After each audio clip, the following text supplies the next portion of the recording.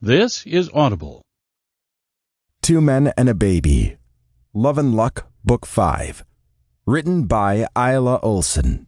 Narrated by Michael Dean. Chapter 1. Josh. I will give you $1,000 to take my place in the wedding party. I roll my eyes and lift my shoulder to hold the phone up to my ear while I insert the key card and shove open the door to my hotel room. Ben, even if I thought you had $1,000 to spare, there is no amount of money on the planet you could pay to get me to be part of my ex's wedding party. What's the big deal? You and Deck are cool now. You've been invited as a guest, haven't you? I dump my duffel on the floor and carefully lay my suit bag on the bed before grabbing my phone again. That's beside the point. Yes, we're friends again. But it's one thing to be invited and a whole other thing to actually be part of the wedding, indicated by the fact they asked you and not me, idiot. But I can't do it, Ben whines. You know I can't. Maybe I could handle it if they'd paired me up with Shay or Alana, but come on. It's like they saw into my mind and pulled out my worst nightmare and were like, oh, this'll be fun. Or they have no idea how uncomfortable you'd both be about being paired up because, oh yeah, you never fucking told anyone about this whole Ross and Rachel thing you've had going on for 10 years. I say more reasonably. We are not Ross and Rachel, Ben argues. Ross and Rachel were totally OTP. Aiden and I were just a couple of unfortunate mistakes that are totally in the past. I roll my eyes again.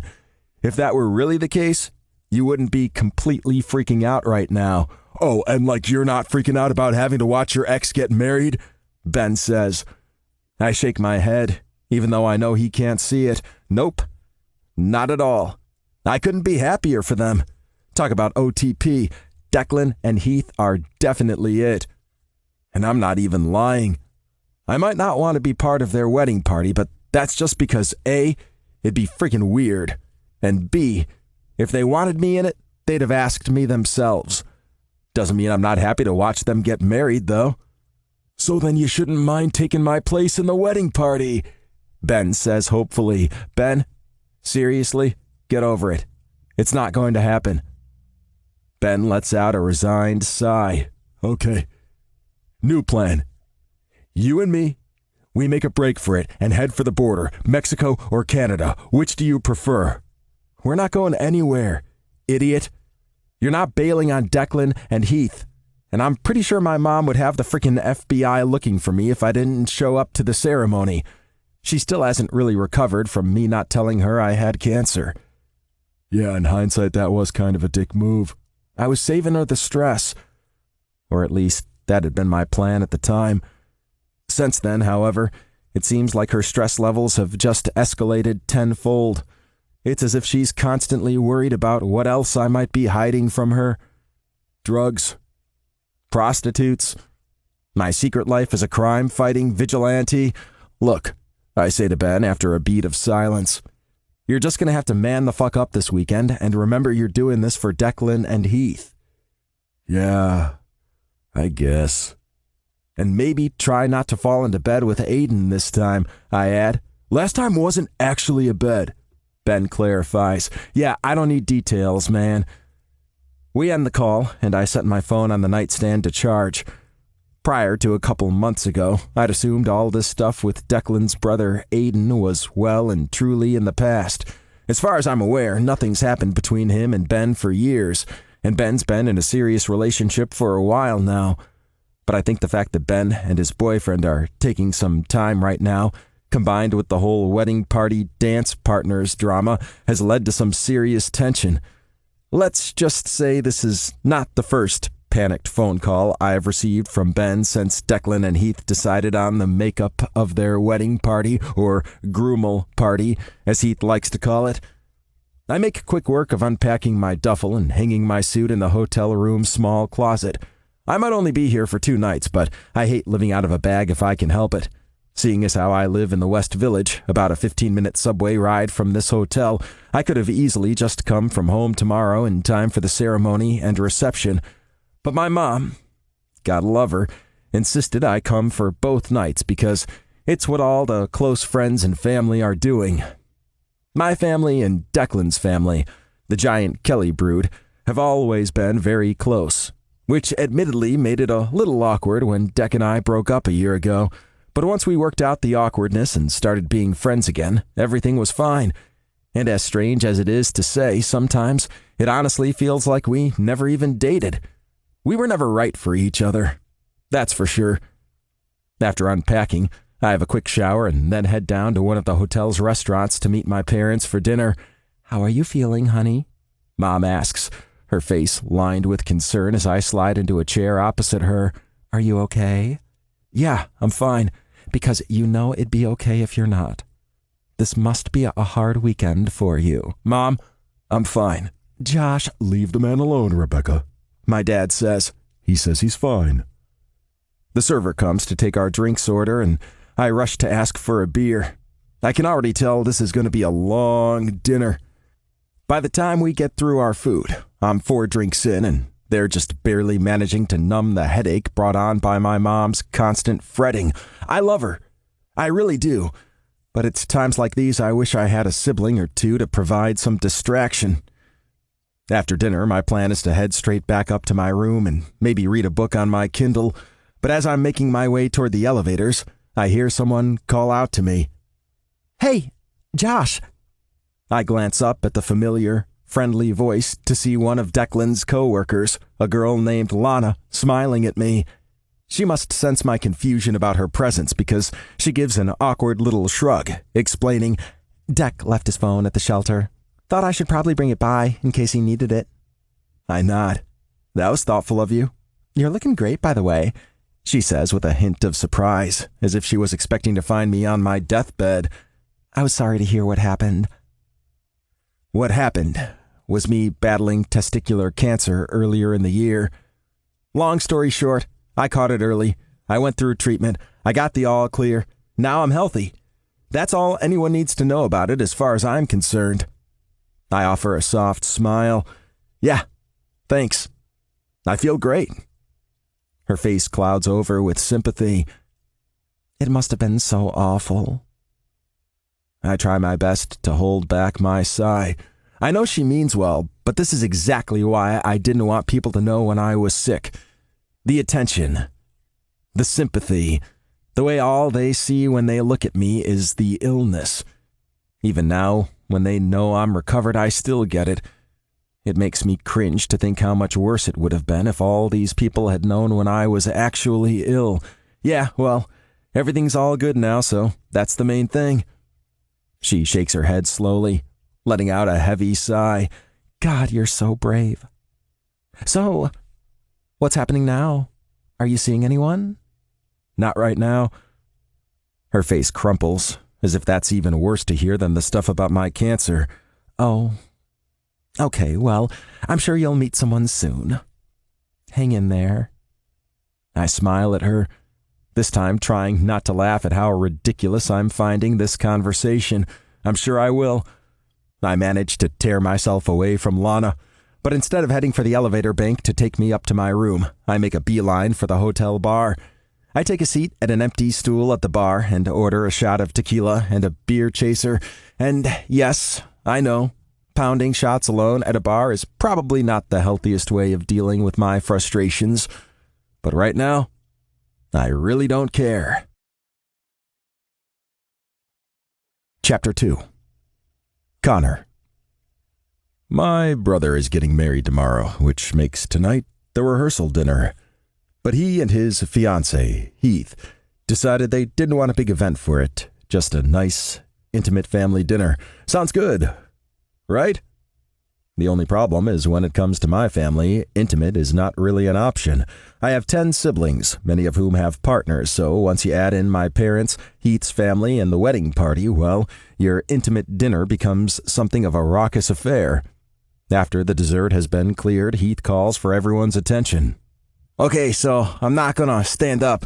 Deck's been getting a handsy under the table, and I have a bit of a situation, so..." There's a chorus of chuckles around the table, except for our mom, who cuts Declan with a lethal look. "Declan, Joseph." That is hardly appropriate dinner table behavior. He's a savage, Mom, my brother Liam says. I don't know where you went wrong with him. I shake my head in wry amusement as I watch Mom turn her attention to Liam with a pissed-off look I have been on the receiving end of many times. I wouldn't talk if I were you, Liam. Don't think I've forgotten about your little escape with Lisa Hebert while you were supposed to be babysitting. Christ, Mom, that was 20 years ago. And who is Lisa Hebert? Liam's wife, Melinda, demands, eyes narrowed on her husband. Liam lets out a frustrated groan, rubbing a hand over his face. Fucking hell. Glancing up, he appeals to our soon-to-be brother-in-law. Hey, Heath, weren't you supposed to be given a toast? Right, Heath says with a nod of his head. The proper toast will be happening tomorrow night. Grandpa tells me he's been working hard on his, and I'm sure Shay'll come up with something super sweet and sappy now he's experienced true love for himself. There's another bubble of laughter as both Shay and his boyfriend, Jamie, give Heath a rude gesture, their faces arranged in matching smirks. There was a time not too long ago where they were both absolutely certain they could have a fling without developing feelings for each other. Well, that plan sure didn't work. But anyway, Heath continues, I just want to take this moment on behalf of Declan and myself to thank all of you, not just for being here tonight, but for all of the support you've given us over the course of our relationship and through the years of our friendship. And that's about it for now. You can go back to drinking again. Once he's finished his little toast, we all start tinkling our glasses and chanting for them to kiss. With a grin, Declan leans over and presses a kiss to his fiancée's lips, eliciting a chorus of ahs from everyone present. A few moments later, the grooms rise from the table, hand in hand. Where are you two going? Mom demands. Oh, we're just going to get some air, Declan says, his bright red face giving him away. Bullshit, I exclaim, calling them out. They're going somewhere to have sex. With a shrug, Declan and Heath stalk off from the table, presumably to do just that. About an hour later, I decide it's time to turn in. Things are starting to get even rowdier, but I'm kind of tired after flying in from Denver today, and we've all got a big day tomorrow. As I'm making my way back to my room, I pass the hotel bar. I'm not sure what makes me notice him, but my eyes zero in on a man sitting alone at the bar. Maybe it's because I only find myself attracted to men very occasionally, so when I do, it's hard not to notice. Or maybe it's because I can't help wondering how a guy this fucking gorgeous could be sitting alone. As I approach him, I can see he's already pretty wasted. There's a beer and a couple empty shot glasses in front of him, and he's holding another in his hand. You okay, man? He slams his shot glass on the bar and throws his head back with a groan of frustration, the action almost causing him to topple off the stool. Why does everyone keep asking me that? I'm fine. I can't help the soft chuckle that passes my lips as I say, clearly. Straightening back up, he looks directly at me, his expression intent. Okay, you, Mr. Sexy Beard Man, you're going to be my witness. Okay? Okay? I nod, my face stretched into a wide grin, half from amusement and half from the fact he called me sexy. Sure thing. Your witness to what? He stretches his arms out wide. That I'm fine. I'm not freaking out. I'm not about to keel over. I'm not pining for the life that could have been mine. You are drunk, though. He leans in closer to me, his voice slurring as he says, That may be the truest thing you've ever said, sir. I am pretty drunk, but not so drunk that I don't know that I am fine. He lets out a deep breath, and I get a strong whiff of tequila. Hey, Mr. Sexy Beard Man? Yeah. Can I touch your beardy beard? I shrug. Sure. Why not? He lifts a hand and gently runs his fingers over the beard that, much to my mom's disappointment, I've decided not to trim for my brother's big day. It's spongy, Adorable drunk guy says, his tone curious as he continues to explore. I'm not going to lie. I enjoy the way it feels, which is why I let it go on for so long. Maybe if I'd stopped it earlier, we wouldn't have ended up where we are now. With his lips on mine. I should push him away.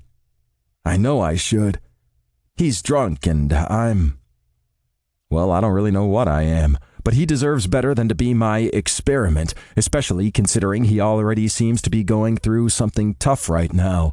The problem is, once his lips touch mine, I can't seem to bring myself to pull away. Instead, I open my mouth and deepen the kiss, slipping my tongue in to twine with his.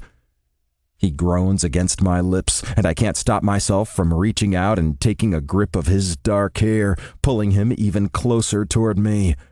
Do you know you have a tongue ring? He murmurs when we finally break apart.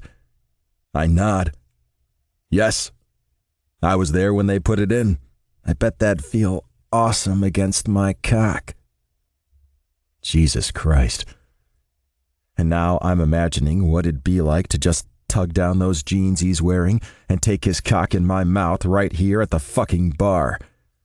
I've never actually gotten that far with a guy before, but this guy is making me really, really want to. There's just one problem, though. I'm not sure that'd be feasible in your current state, man, I say with a chuckle. If you're talking about me getting hard, it's not a problem.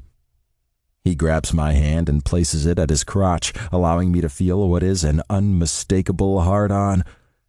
Somehow, I end up with my mouth on his again, our tongues once again engaged in a desperate, needy battle. I'm so tempted to take it further, but I know I have to be the sensible one here. That's not a characteristic I'd often apply to myself, but even I have my limits. Okay, I say a little breathlessly, breaking the kiss. I think it's time to get you to your room. He nods. So we can have sex. I give a wry shake of my head. So you can sleep this off. Sorry, babe. I'm not doing anything with someone this drunk. I'm totally fine. I'm not even drunk anymore. As he says that, he steps down off his stool and stumbles so bad I have to hold out my arms to catch him. Uh-huh. I throw down some money on the bar and lead him out of there and to the elevators. As soon as we get inside, he turns to me. I have a proposition for you. Yeah? What's that? Your room. No sex. More kissing. And then sex once you're satisfied I'm not too drunk. I smile wryly at him. Okay. You've got yourself a deal.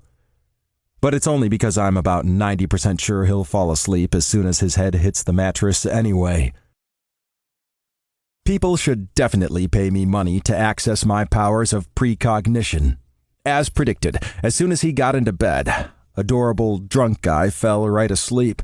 And it was, of course, at that moment I realized we never managed to exchange names. It's morning now, and I'm watching him sleep.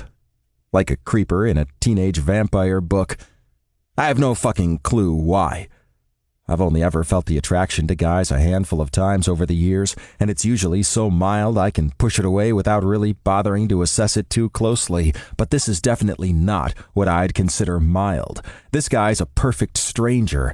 I don't even know his name for fuck's sake, and yet I can't help but run through a mental replay of those kisses we shared last night. And I know if he wakes up and wants to take things further, I won't be saying no. Are you watching me sleep? He says in a soft grumble, letting me know he's awake. Yep. That's a little creepy. Well, I'm a creepy dude. You do look like someone who'd have their mug shot flashed up on the news in the midst of a nationwide manhunt, but you know, in a sexy way. I let out a soft chuckle. So you remember who I am, then? Slowly, his eyes flutter open, and in the morning light streaming in through the sheer curtains, I can see they're a really nice hazel color. They looked a lot darker last night at the bar. You're Mr. Sexy Beard Man. And you're adorable drunk guy. He narrows his eyes. I am neither adorable nor drunk. Cute, hungover guy. I correct myself. How about you just call me Josh? He suggests. I nod, offering a smile.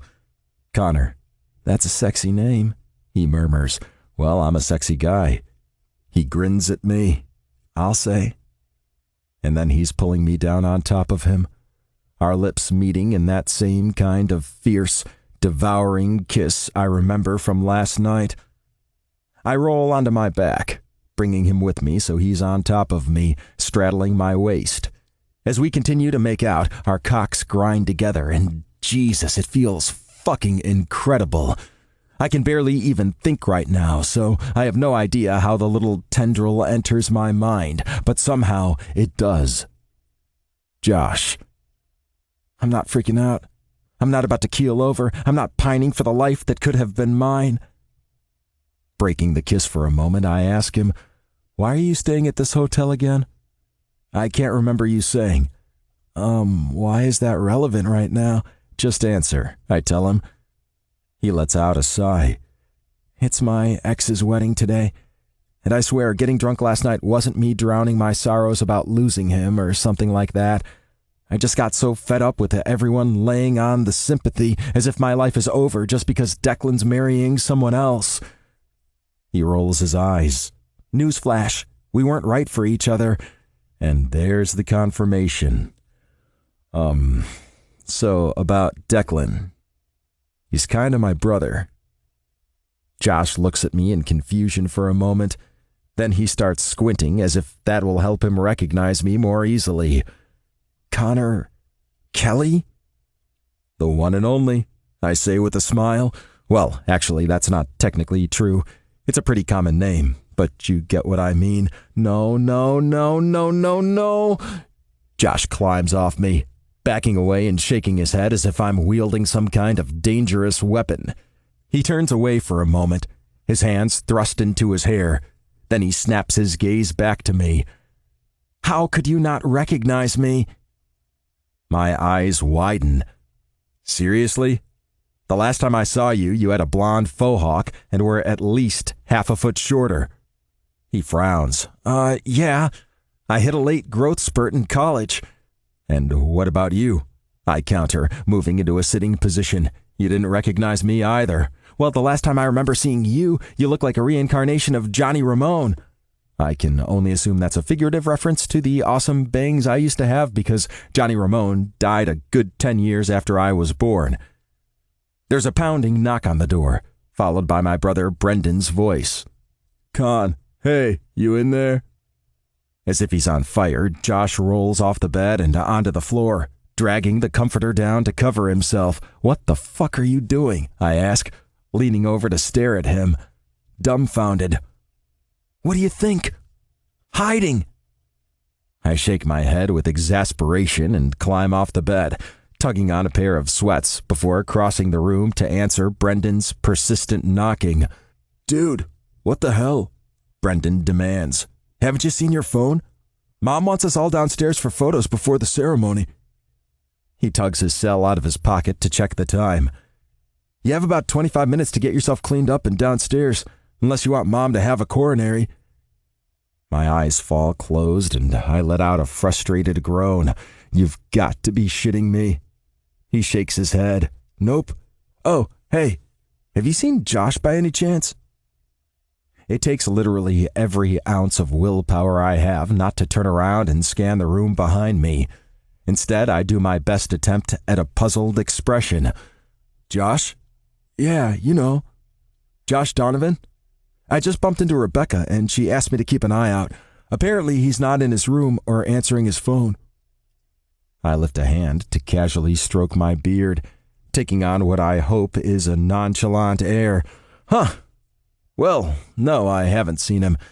To be honest, I'm not sure I'd even recognize him if I did. Been a while since I caught up with any of the Donovans. His brow furrows as his eyes study my face. Why is your eye twitching like that? I'm low in calcium, I say with a shrug. That sounds like something that could be true. Okay. Fortunately, he's distracted by a text and doesn't ask any follow-up questions. He makes his exit. Warning one last time, downstairs in 25. I close the door behind him and pad back over to the bed, bouncing onto it and reaching down to tug the cover off Josh. Looks like there's an Amber Alert out for you. Chapter 3. Josh. My mind is racing at 1,000,000 miles a minute as I make my way back to my room. How in the fuck did I not know that was Connor Kelly when I saw him last night? Or when I woke up next to him this morning? Or pretty much any time between the sticking my tongue down his throat and the dry humping him? Yes, I was pretty faced last night. And yes, Connor looks more like Tormund from Game of Thrones now than the emo kid I remember from when he was in high school. But still, I'm not even sure how it's possible that we haven't seen each other for such a long time. Connor's been based in Denver ever since he moved there for college, but it's not like he's never come home. Our parents are friends. Our families are close. I literally dated his brother for 2 years. And yet I somehow haven't laid eyes on Connor since he left for school 8 years ago. And is it bad that I didn't even think to notice he'd been missing until now? Well, I've sure noticed him now. I can't focus on that right now, though. Brendan was right. My mom has definitely been looking for me. There's about 9 missed calls and several texts from her on my phone that I didn't see because I was a little too preoccupied. I decide it's probably a good idea to call her back before she has a heart attack. And besides, dealing with her will help take my mind off what just happened with Connor. Josh? Oh, thank God. Where are you? She asks, answering the call on the first ring. I'm just heading back to my room now. Heading back? What do you mean, heading back? Where were you? I roll my eyes, reaching into my pocket for my wallet with my room key. Mom, I really don't think that's any of your business. Were you with someone? She asks in a fretful tone. I don't need details. I just want to know you were being safe. I know this is a difficult weekend for you, but that's no reason to be reckless. Oh my God, Mom, for the last time, this is not a difficult weekend for me. I practically shout. Do you know what's making this difficult? You constantly insisting on this being difficult. I hear a snort of laughter from behind me and turn to find another of the seemingly endless supply of Kelly brothers, Finn, leaning against the wall opposite the door to my room. I don't think he was there before, but I was a bit distracted with my mom and the Connor thing, so it's hard to say. Mom, I have to go, I tell her. But honey, Mom, as you can hear, I'm fine. I'm not dying in a ditch somewhere or passed out on my bathroom floor or whatever else you were worried about. I need to get ready for the wedding. I'll see you at the ceremony. I end the call and turn back to Finn. Hey, man. He offers a wry smile. Mom's, right? I chuckle. Aren't you supposed to be downstairs for some important photo thing? I say without thinking. Fortunately, Finn doesn't ask me how I know that. He merely grumbles in annoyance. Yep. But someone has to make sure these two can keep their hands off each other long enough to take the fucking photos. He bangs his fist on the door behind him, calling, Hurry the fuck up, assholes! You two are not going to be the reason I'm late. A moment later, the oldest Kelly brother, Shay, emerges from his room, clutching the hand of a much younger man, his boyfriend, Jamie. Like Finn, they're both already dressed in their tuxes, and the three of them make a pretty nice picture. It makes me eager to see how Connor's going to look all dressed up. I shake my head to clear the thought. I shouldn't be thinking stuff like that. Shay and Jamie say a quick hello to me, and then the three make their way down the hallway toward the elevators while I finally get into my room. There's about an hour until the ceremony, but I figure I may as well start getting ready now. At least then I won't have Mom fretting about the possibility of me being late, or, just not showing up at all because I'm so devastated and broken over the idea of watching Declan get married. Cue eye roll. Once I'm ready, I head down to the room that's been set up for the ceremony. I know Heath and Deck have been complaining a little over the past few months about how their moms have taken over control of the wedding and not let them have much of a say in anything, much as I'm sure my own mother would. But I have to say, looking around, I think Eileen, Kelly, and Mrs. Kaplan have hit it out of the park, at least as far as the venue is concerned.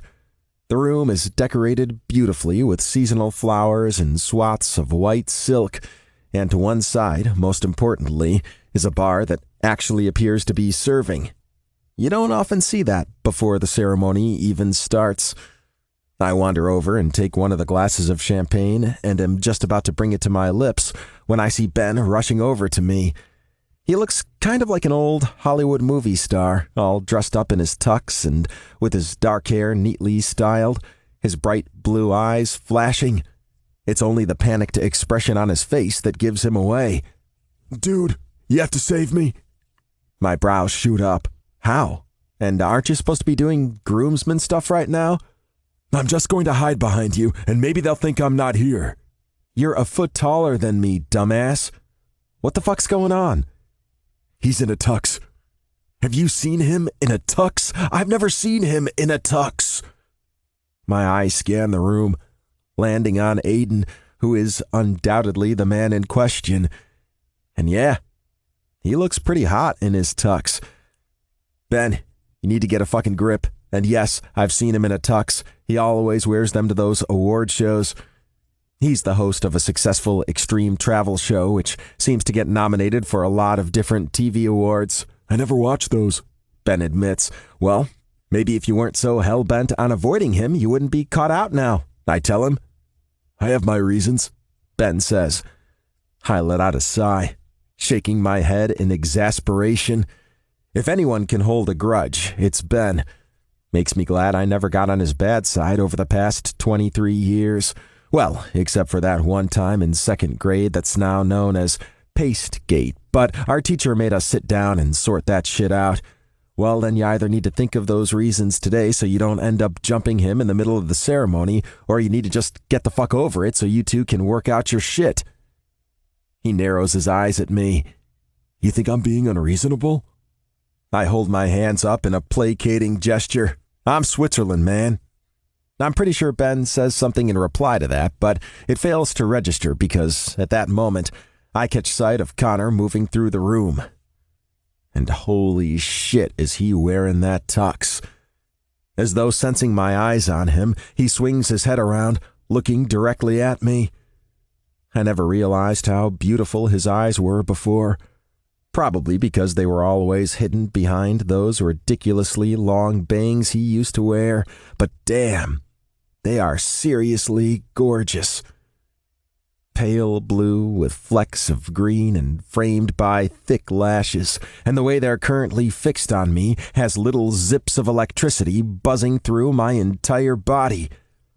I manage to tear my gaze away and glance over at Ben to see he hasn't noticed my distraction because he's engaged in his own heated staring contest. I shake my head in amusement. No fucking way are those two not ending up in bed together tonight. The ceremony is sweet and somewhat unique, with Declan's nieces and nephews all taking part as flower girls and flower boys, fighting over who gets to drop the most petals as they make their way down the aisle. And when Declan and Heath exchange their vows, I, along with everyone else, am smiling from ear to ear. You're the best friend I've ever had, or ever will have, Declan says. And I'm so lucky to have fallen in love with you. And to be building a life with you, to grow old with you. I promise to always be truthful with you, to always love you, no matter what, and to spend every moment of every day trying to make you as happy as you make me. There's a chorus of ahs, and I can see a number of people dabbing at their eyes. Then Heath takes his turn. You open my eyes to things I never even knew I wanted. You're the most amazing person I know. And falling in love with you was the best thing that ever happened to me. You're seriously awesome in bed. Or not in bed, like pretty much anywhere we do it. I mean, last night in the shower. I think they got the point, baby, Declan says, his face bright red. I can't help sputtering with laughter along with the rest of the crowd. Heath nods and continues with his vows. I promise all the things you did. Honesty and loving you and all that crap. And I think that's pretty much it. Wow, I feel so special. Deck deadpans. Well, you didn't want me to do the other ones I came up with, Heath says with a shrug. What were the other ones? Declan's sister, Alana, who's standing up the front as part of the wedding party, asks. Well, it was, there are children here, Heath, Declan cries, cutting his groom off. Why don't we just move on to the do you take each other part? The celebrant suggests. Later, once we've moved into the ballroom for the reception, I find myself waylaid on the way back from the bathroom by the very man I've been trying and failing not to think about all day. You know what you were saying last night? About you being fine? Connor says, affecting what I'm guessing is an impression of drunk me from last night. I thought maybe you were just saying that because you wanted to be, not because you actually were. But I was watching you during the ceremony before. You're genuinely happy for them, aren't you? I decide to ignore the butterflies taking flight at the idea he chose to watch me rather than his brother's nuptials, instead focusing on what he's actually asking me. Yeah, of course I am. They're perfect for each other. Huh. You must be a lot more mature than I am, he observes. I broke up with my college girlfriend 3 years ago, and I don't love her anymore or anything, but I definitely wouldn't want to watch her get married. I offer a sympathetic smile. I think it's a little different with Deck and me. We've been friends since middle school, way longer than we ever dated. And even when we were dating, I think it was always more about the familiarity of it all. We stayed together so long because it was comfortable, not because we were truly in love with each other. Definitely not like that, I say with a nod to the dance floor, where Declan and Heath are slow dancing to Ed Sheeran's Thinking Out Loud. Connor nods. I think I get it. But explain something to me. He leans closer toward me, lowering his voice. If you really don't have any lingering feelings for my brother, why did you freak out this morning? I didn't freak out. Connor raises a skeptical brow. Oh, you definitely freaked out. You were like Le Freak Chez Chic levels of freaking out. I can't help letting out a little chuckle at that. Okay, fine. I was just a little surprised is all. And now that you're not surprised, he murmurs, do you still want to feel my tongue ring against your cock? Jesus fuck. I have to swallow hard, my mouth going dry at the mere thought. I'm not sure if that would be the best idea. I managed to get out. Sounds like a great idea to me, Connor says, his mouth quirked up in a sexy smirk. Before I do something stupid, like shove down my pants and beg Connor to suck me off right here in the middle of the ballroom, we're interrupted by Brendan. He shoves a beer into Connor's hand before throwing an arm around his shoulder. So you do know what Josh looks like? Connor grins. We're just getting reacquainted. Turns out we haven't seen each other for about 8 years. Wow, that's crazy. Connor rolls his eyes. Says the guy who went 14 years without seeing his best friend. How's Wade doing anyway? He's fine, Brendan says, glancing away with an expression I can only define as sheepish. Interesting. Chapter 4. Connor. If you told me this time yesterday I'd be spending the entire wedding trying to force my eyes not to linger too long on my brother's ex-boyfriend, I'd have thought you were crazy. But here we are. Can you really blame me, though? I thought he was gorgeous last night in his sweater and jeans, but put him in a suit and just... wow. And I still can't believe I didn't recognize him. All I can say is clearly he didn't look like this last time I saw him, or I would have realized I'm into guys a long time ago. Also, he probably wouldn't be Declan's ex right now because I'd have snapped him up before they even had a chance to get together. But I'm not some kind of superficial asshole who only cares about the way someone looks. Josh is sweet and kind and funny and just so friggin' adorable. Watching him during the ceremony today and seeing the genuine warmth and affection just radiating off him as he watched my brother get married hit me right in the heart. And now all I want to do is put more smiles like that on his face. Yeah, that's me. Big ol' softy. What are you smiling about? Huh? I glance at my little sister, Kate, who's seated beside me. She's studying me with a curious look. You've had this goofy look on your face all day. I shrug. Can a guy not be happy at his brother's wedding? I'm basking in the joy of matrimony. She raises a skeptical brow. Uh-huh. Okay, then. Maybe he's got his eye on a girl, my brother-in-law Blake suggests from across the table. Owen gets that same look on his face when he's staring at my ass while I'm cooking. I don't stare at your ass, my younger brother, Owen says, a little indignantly.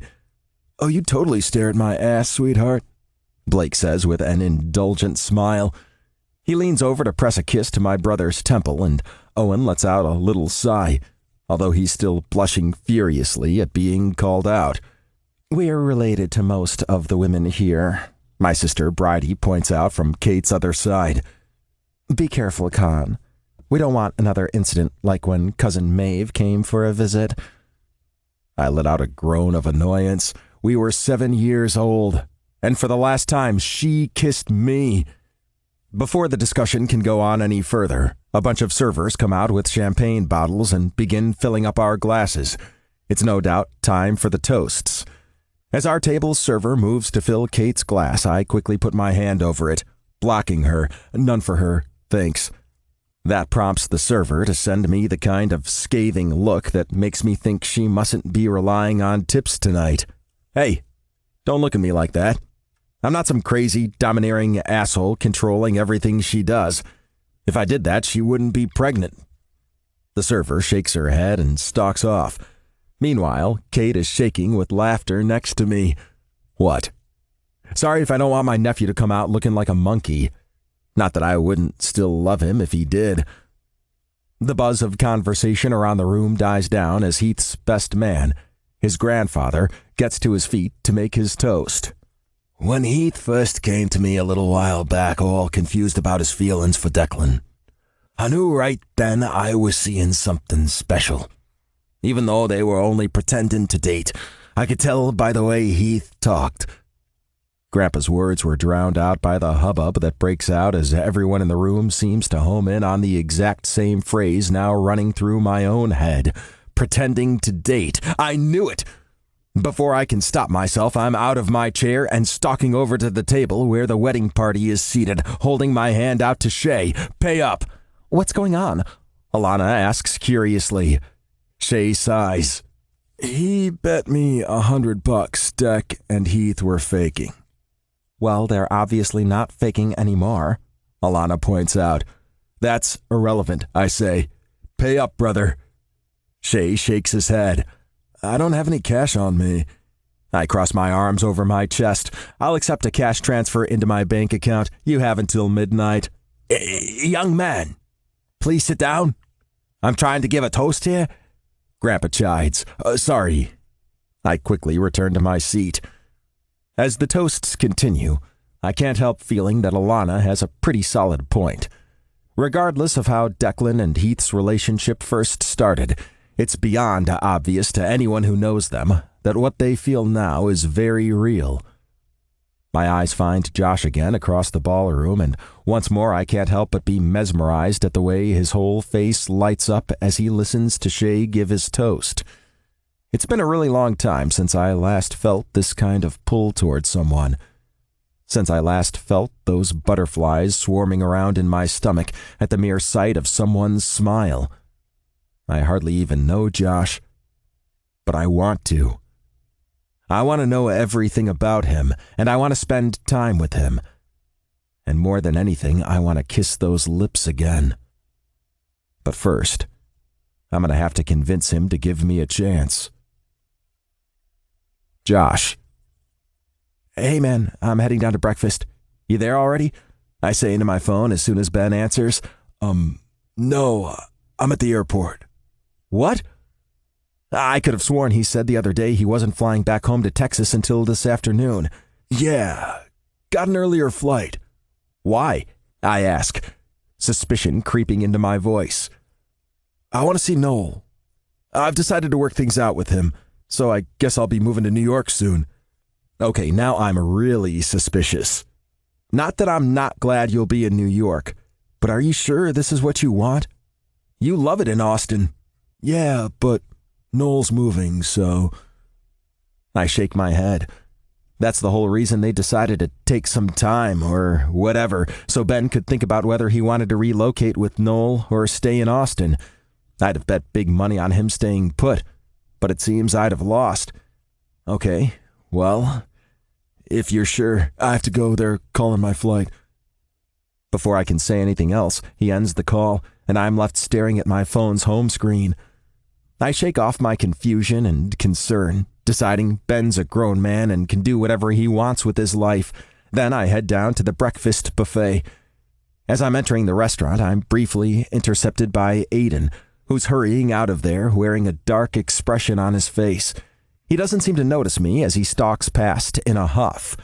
Once again, I just shake my head and decide to put it out of my mind. Whatever happened there really isn't any of my business. I see my parents sitting at a table of 4 on the far side of the restaurant. As soon as she sees me, my mom waves me over, but I decide it's way too early to deal with her right now. Again, I love her, but moms, right? Instead, I make my way toward a table where Brendan, Connor, and Kate are eating. There's a vacant seat, but as I approach, I see there's a plate of food there. So I hesitate a little. Is someone sitting here? It's Kate who answers, sounding a little exasperated. No, Aiden was, but he's just stormed off. Doesn't look like he'll be eating any of his food if you can't be bothered lining up. Whoa. We're just giving it away to anyone? Connor asks in a teasing tone. I had my eye on that bacon. Kate rolls her eyes. It's a buffet, Con. Go get some more. I can't help smiling at him. It's fine. I'm in the mood for pancakes anyway. There are pancakes? Connor immediately gets to his feet, his face lit with anticipation. Lead the way. You're ridiculous, I say once we're lining up for the pancakes. I can't quite keep the wry smile from my face. Ridiculously sexy, Connor says with a grin. Ridiculously charming. Ridiculously good in bed, which you would know if you'd taken me up on my offer last night. Jesus. Definitely not ridiculously modest, I point out. Well, I don't have all that much to be modest about, he says with a wink. Again, something you could have found out for yourself last night. By the time we've been served our pancakes, Shay and Jamie have taken our seats at the table with Brendan and Kate, so Connor and I take a 2-seat table not too far from the buffet. So, how did you sleep? He asks. Well, I didn't wake up to a giant bearded man watching me, so... Oh, don't pretend you didn't absolutely love that. It was a supremely sexy sight to wake up to, I can admit that. I'm not about to say it out loud, though. His ego's big enough as it is. Instead, I just give an amused shake of my head and concentrate on cutting into my pancakes. Just so you know, I've decided I'm going to woo you. I glance up in surprise, finding Connor watching me with a bright smile before he shoves a forkful of pancakes in his mouth. You're going to woo me? I echo, my brows creeping up. He nods. Yup. Do people still say woo? He shrugs. It sounded less creepy than relentlessly harass you until you agree to go on a date with me. Despite my best intentions, I let out a sputter of laughter at that, just barely managing not to spit out a mouthful of juice. Don't you live in Denver? He shrugs. I can woo you from afar. And don't tell anyone this, but I have a job interview tomorrow. If things go well, I'll be moving here in a couple of weeks. Jesus. Connor living in the same city as me. I have no idea whether that would be a good thing or a bad thing. It would definitely make resisting him a lot harder. That's for sure. Chapter 5. Josh. Hey, Josh. I spin around from where I'm sorting through the toys the kids were playing with today to find one of my superiors, a woman named Helen, waiting to talk to me. What's up? I need a favor. I see she's clutching her tablet in one arm, so I can only assume this is some kind of admin thing. Sure. What is it? We need more coverage in infants, too, over the next couple of weeks. I was honestly expecting more kids to be cutting their days, but it seems a ton of parents are going to be working through the holidays. We should be fine in this room, but we'll be down 2 carers. No, of course, I say with a nod, not waiting for her to finish the rest of what she was going to say. It seemed pretty obvious to me, anyway, as we have pretty strict rules at the Early Childhood Education Center, a fancy name for daycare, where I work. In the infant rooms, which are babies from newborn to 6 months in Infants 1 and 6 to 12 months in Infants 2, we need to have a ratio of 1 carer for every 2 babies. So with 2 of my colleagues taking leave over the holiday period, it's not really all that surprising I'd need to be shuffled around from where I usually work in Toddlers 1, 12 to 18 months. We're located in Manhattan's Upper East Side, and most of our kids have parents with pretty high-powered jobs. So it's also not all that surprising to hear many of them will be working through the holidays. What is surprising, and a little disconcerting, is that this has come as something of a shock to Helen. The exact same thing happened last year, and the year before that, and the year before that. Oh well, it doesn't bother me in the slightest what age babies I'm working with. I do this job because I love kids, and I especially love seeing young kids grow and develop. Helen lets out a relieved sigh, offering me a soft smile. Great. Thank you. I finish sorting the toys and tidying the rest of the room.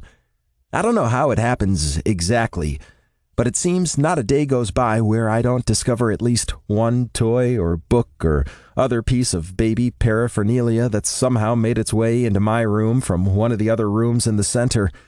I should probably set up hidden cameras to find out how it's happening. It's highly possible I'm living through a real-life version of Toy Story. As I'm leaving the center for the day, I dig my phone out of my pocket with the intention of calling Ben for an update on his situation. It's been a couple of days since his bizarre flight from the wedding, and I'm pretty sure he will have changed his mind about moving by now, but I want to check in to see how he's doing. I don't follow through with that plan, though, because I'm distracted as soon as I see the text on my screen. Unknown. So I got the job, and I'll be moving to New York. All the better to woo you. Wink emoji. Despite the unknown number, it doesn't take much brain power to figure out who the text is from. Me. Congratulations. Me. You also got my number? ? Connor Kelly. I'm resourceful. Connor Kelly. Like a fox. Me. Are foxes resourceful? Connor Kelly. Have you not read Fantastic Mr. Fox? I thought you worked with kids. Me. Ah, yes, the nonfiction book Fantastic Mr. Fox. How could I forget? Connor Kelly. So when are we going on our date? Me. Well, you've got a lot of pluck, kid. I'll give you that. Connor Kelly. That's not a no. The Monday after New Year's, I meet up with Ben for a coffee at a little place not far from work. Evidently, he did not change his mind, like I assumed he would, and instead went ahead with the move to New York, following his now boyfriend again, who got relocated. Of course, I'm thrilled to have him here, but I can't shake the niggling feeling he's doing this for the wrong reasons. So, are you going to tell me what happened with Aiden at the wedding? Ben takes a slow sip of his coffee, deliberately avoiding my question. You gonna tell me why you and Connor were seriously eye-fucking each other through the whole reception? I choke on a small piece of muffin and spend a few moments frantically coughing to clear my throat before chugging a few generous swallows of water. That was not something that happened, I argue. Uh-huh, Ben says skeptically. I'm telling you, the way you two were looking at each other, it was obvious you'd either just had sex or were about to. So, which was it? Neither. Josh. I let out a resigned sigh. Okay, fine, it really is neither, but that's not the whole story. I glance furtively around the coffee place, as if expecting to find a member of the Kelly family sitting at a table across from us reading a newspaper with eye holes cut out. Once I'm satisfied there's no one spying, I lean in and quietly tell Ben what happened the night before the wedding. After I'm done, Ben is left with his mouth hanging wide open. You seriously didn't recognize him? I shake my head slowly. Nope. And he didn't recognize you? That's right. Ben hisses out a long breath through his teeth. Jeez. Those Kelly boys need to start asking for ID when they drag people into their beds. That's what, the third time now someone's accidentally hooked up with someone they already know? Okay, first of all, I say, holding up my index finger, Connor and I did not hook up. And secondly, I don't think you can count Shay and Jamie on that list. They technically didn't know each other when they first hooked up. So what's going on now? Ben asks. I shrug. Nothing. He shakes his head, clearly not buying what I'm selling. Nope. No way is that just it. Deck told me he's in New York now. There must be something. I sigh. He wants me to go out with him. He's been pretty persistent about it, actually. But you don't want to? Ben asks, his brows raised. I don't know. I just think it might be a little weird. Why should it be? It's not like you're still hung up on Deck or something. Are you? I shake my head adamantly. No, of course not. But come on. Would you date a guy whose brother you've slept with? Depends on the guy, Ben says with a shrug. Then he looks at me thoughtfully. Hey, weren't Deck and Heath trying to set you up with Owen a little while back? I roll my eyes. I think it was more Heath, but yeah. Blake still looks at me like he'll snap me in half if I so much as smile at Owen. Ben chuckles. He might look at you like that, but he'd never actually do it. Yeah, well, it was a flawed plan from the start. I had zero interest in Owen, and clearly he wasn't remotely interested in me. Ben nods, taking a sip of his coffee. Yep, clearly they got the wrong brother. They should have been focusing their energy on setting you up with Khan. At that moment, my phone starts vibrating on the table, and I can see right away it's a text from Connor. Ben must see it as well, because his face is arranged in the biggest smirk you can imagine. Shut up. I snap at him as I reach for my phone. Connor Kelly. Favorite author? I can't help smiling at the words. It's been like this for the last couple of weeks. Just random texts asking me questions and starting conversations, and then just randomly thrown in somewhere along the way is another request for a date. I'm not going to lie. It's kind of nice to know he's thinking of me, and I can't deny he's been on my mind a lot as well. I haven't flat out said no to any of his date suggestions, but I haven't said yes either. I'm still on the fence about what to do here. Me. Hands down, Brandon Sanderson. You? Connor Kelly. Anna Martin. I'm a little confused for a moment when I see the name. I'm pretty well read, but I can't for the life of me place that author, although it does sound slightly familiar. Me. Is she a relation of George R.R.? Connor Kelly. Hell no. If George had Anne's dedication, people would not still be waiting for the 6th ASOIAF book. I won't lie. The fact he knows the series is called A Song of Ice and Fire and not simply Game of Thrones has definitely won him some points in my book. Curious, I switch over to my internet app and do a quick Google search, my brows shooting up as I see the first result. Me.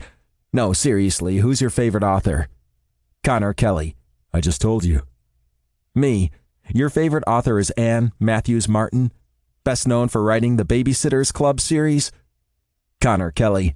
Yes. Me. According to Google, those books are for preteen girls. Connor Kelly.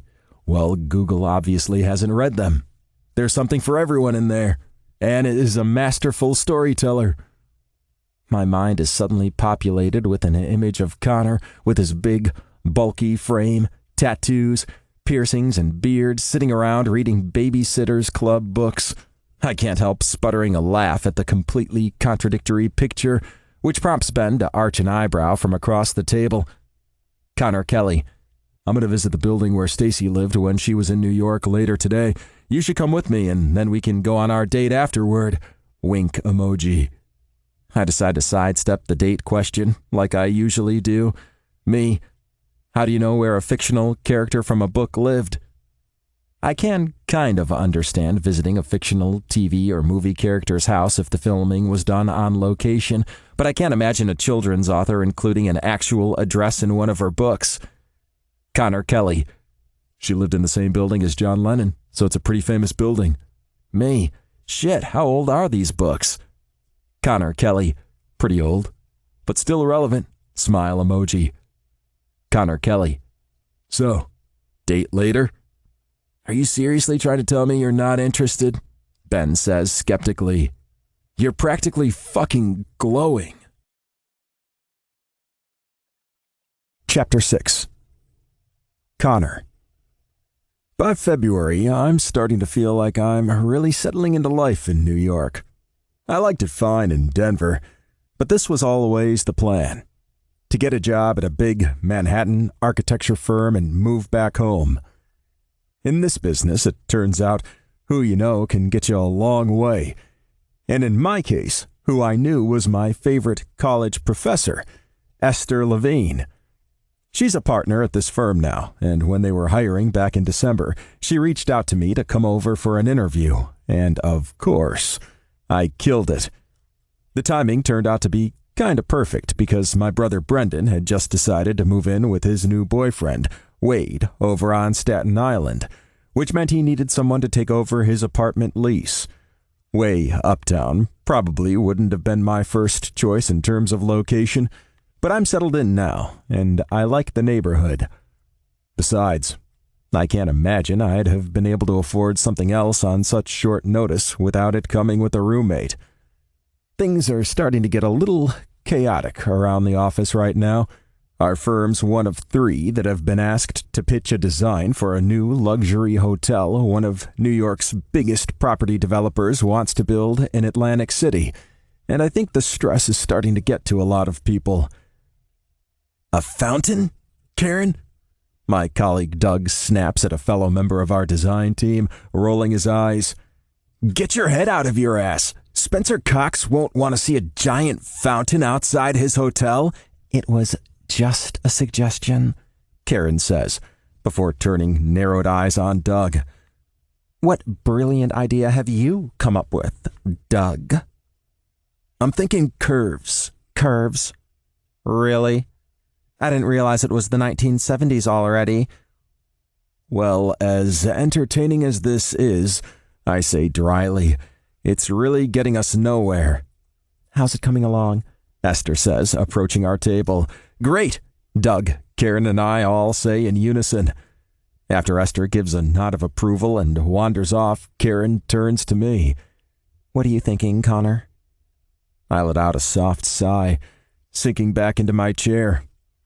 I think we're focusing on the wrong thing. We should be worrying about the inside, not the outside. But we only have a couple of weeks before Esther's status meeting at CPG, Doug points out. She needs something impressive to show them. I nod. I know that. But frankly, in this particular case, it doesn't matter what the fuck the building looks like on the outside because it's what's inside that's going to draw people to it. We're designing a non-casino hotel in fucking Atlantic City. It could be the most beautiful building in the world, but if it doesn't offer guests everything they could possibly want in a hotel, it's going to fail. Doug and Karen both nod in agreement, and then the 3 of us get to work listing down everything we can possibly think of that would make a guest want to stay at this hotel. On my way home from work, I decide to text Josh. Even though he still hasn't agreed to go out with me, he hasn't flat out turned me down either. So until he tells me to stop texting or blocks my number or issues a restraining order or something, I'm going to keep trying. Me. What made you want to work in a daycare? Josh Donovan. I have a degree in early childhood education, so it seemed more logical than, say, joining the army. I can't help chuckling at the lame joke. Me. I don't know. I bet you'd look hot in uniform. Drool emoji. Me. I think I meant to ask, why did you get a degree in early childhood education? Seems kind of random. Josh Donovan. I originally planned to be a kindergarten teacher, and then I took a couple early education classes and realized I liked that better. Shrug emoji. Me. So you actually like changing diapers all day? Josh Donovan. Laugh emoji. There's a bit more to it than that. But honestly, I'm pretty desensitized to all that now. Josh Donovan. Why'd you become an architect?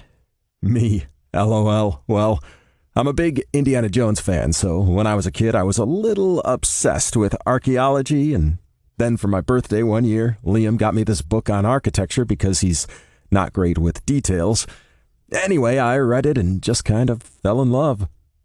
Josh Donovan. Laugh emoji. Oh my god, I actually think I remember that. Didn't you used to walk around wearing a fedora? Me. Totally pulled it off. Wink emoji. Me.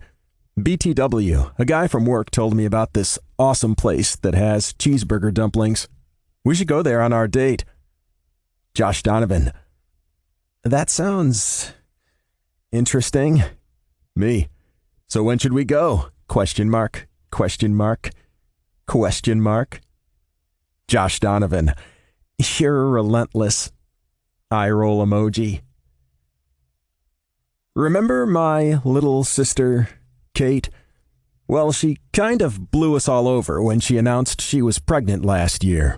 She wasn't seeing anyone at the time, and as it turns out, the father of her baby is a guy she met one night at a bar and never saw again. I know it's taken our mom a while to get used to the idea Kate won't be marrying the father of her child, but the rest of us couldn't care less. We're just all really excited to be getting a new addition to the Kelly family. That addition is supposed to be arriving in 2 weeks, but apparently he has other plans, which brings us all here, to the maternity ward at Brooklyn General, where we're waiting for Kate to give birth. What if something goes wrong? Heath asks, frowning in concern. Nothing's going to go wrong, baby, Declan says, rubbing a soothing hand over Heath's thigh. But he's early, Heath says, clearly worried. There can be problems when a baby's early, right? 2 weeks isn't that early, Owen, an ED nurse, assures him. It's possible even that they got the due date wrong. The twins came 6 weeks early, and they're both fine, aren't they? Bridie says in a reassuring tone. I don't know if I'd call them fine, Shay says wryly. They've chosen to play football, haven't they? Ah, the age-old rugby versus football debate. Bridie rolls her eyes. They want to play with their friends. I'm not going to stop them because of your stupid bias. Maybe they should make new friends who like rugby, Shay counters. I, for one, think it's great the boys are playing football, Brendan says, his head resting against his boyfriend's shoulder. Maybe they'll meet the loves of their lives like Wade and I did. Okay, they're 9, Brendan. Let's not get ahead of ourselves, Bridie says. It turns out my nephew was in a real hurry to get here, and we don't have long to wait before Alana, who is in the delivery room as Kate's coach, comes out to tell us he's arrived safe and well. A little while later, we're allowed into Kate's room to meet the new little guy, who she's named Dylan.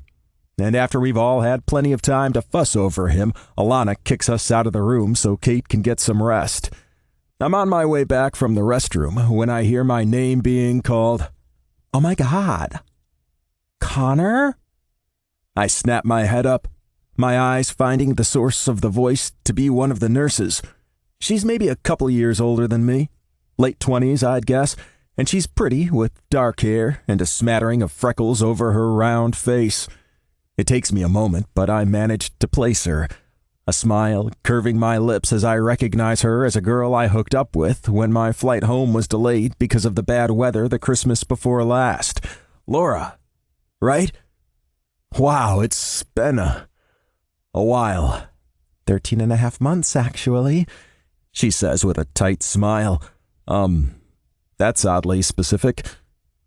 She glances around for a moment. her brow creased in confusion.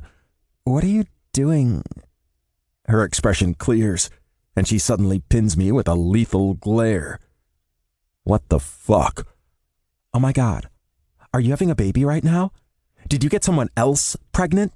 "My sister just had a baby," I explain. But then her words actually penetrate my brain, and I'm left staring at her, my mouth opening and closing soundlessly as I try to form the words. "What the hell do you mean? Someone else?" She rubs her hands over her face, clearly distressed. "Oh God. This so wasn't the way I planned to tell you if I ever saw you again." Slowly, she lifts her gaze to mine and tells me, "You have a son." I stare at her for a long moment as my brain tries to compute what she's just told me. Not to sound like a dick, but are you sure he's... I point at my chest. She rolls her eyes, crossing her arms over the front of her blue scrubs. "That does make you sound like a dick. And yes, I'm sure. This might seem hard to believe considering what happened that day at the airport, but I don't really sleep around." I nod. My whole body feels numb right now.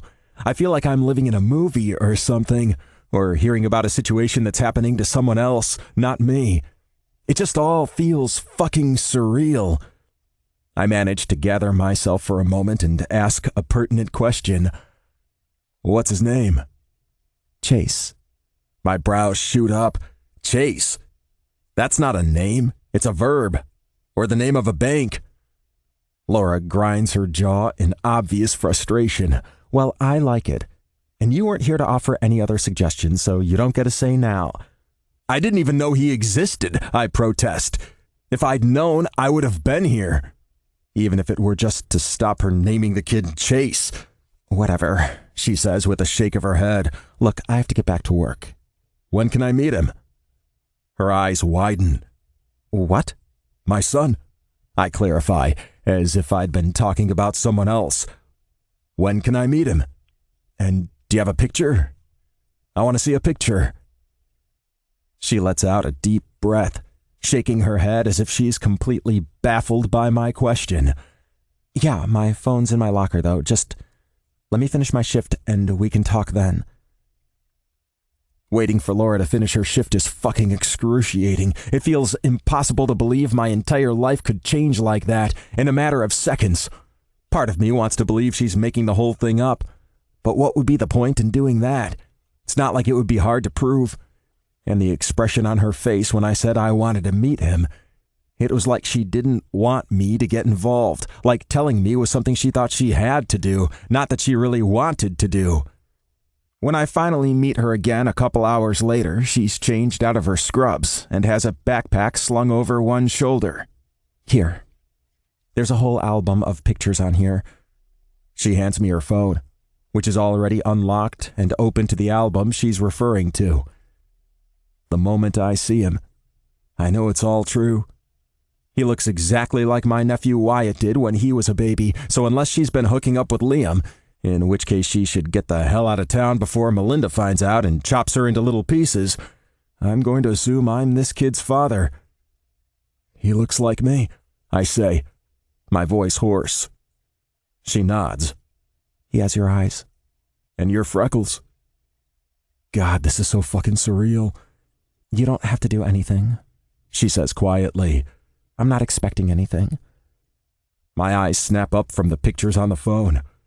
"What, you think I'm just going to walk away and pretend he doesn't exist?" I don't know. "I want to meet him." "Please," I add in a softer tone. Eventually, she nods. "Okay." Chapter 7. Connor. I managed to convince Laura to let me come over the next day. It's a Wednesday, and I'm supposed to be working, but there's no way I'd be able to concentrate on anything anyway, so I call in, telling my boss I ate a bad burrito. No one ever asks questions when it's stomach stuff because the last thing they want is to visualize one of their workers spewing from both ends of their body. Besides, it's not Entirely a lie. I did eat a burrito last night, and right now I feel like I'm about to throw up. Who says that's not connected? I draw in a deep breath, letting it out slowly. Then I reach out to press the buzzer for apartment 14 at the address Laura gave me. Interestingly, her building's not too far from Kate's place, and for a brief second I consider stopping by to visit my sister after I'm done here. But then I remind myself she's still in the hospital because she had a baby yesterday. I rub my hands together as I wait, moving around to keep warm. I'm kind of regretting not wearing a thicker coat, but honestly, I'm so used to Denver winters the last couple months in New York have felt incredibly mild. The intercom crackles, and I hear Laura's voice. Yep. It's Connor. The door buzzes, and I pull it open before dashing up the stairs to the second floor. You look like you're about to throw up, Laura comments, eyeing me with a furrowed brow as she opens the door. I kind of feel like it. Are you sure you want to do this? What?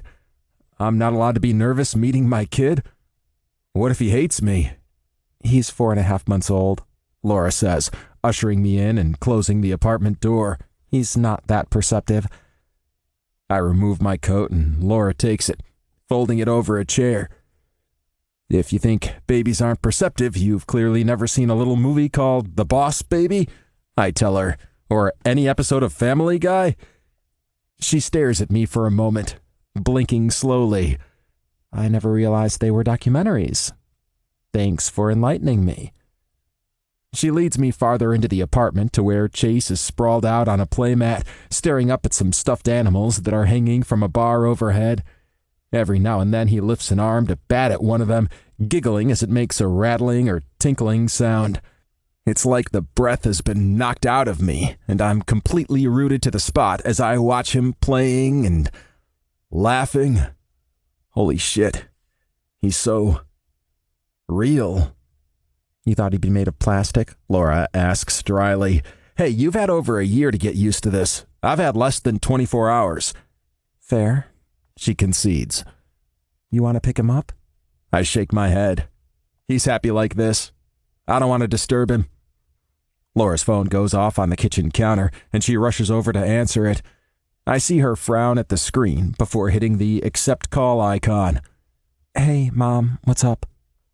As soon as her mom starts talking, Laura's face crumples, and I can tell it's taking a lot of effort for her not to show her disappointment in her voice. No, it's okay. I'll work something out. You just focus on getting well, okay? She ends the call and sets her phone back on the counter, her eyes landing on Chase with a tinge of remorse. Everything okay? She snaps an annoyed gaze in my direction. Does it sound like everything's okay? Okay, yeah. Maybe that was a stupid question. Sorry, figure of speech.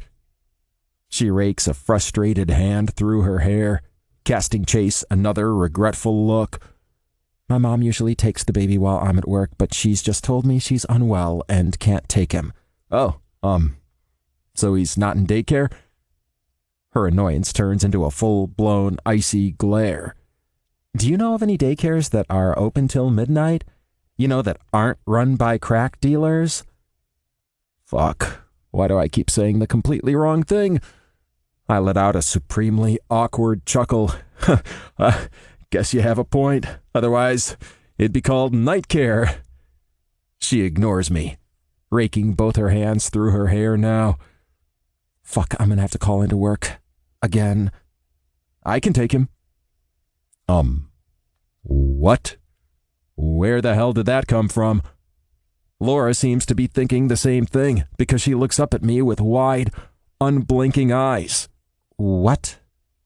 Now that I've put the idea out there, I decide I can't back out. This is my first test as a father, and I have every intention of passing it. I can watch him while you're at work. No biggie. She lets out a rueful laugh, shaking her head. You know what? It's fine. There's a guy who lives upstairs who I'm sure won't mind watching him.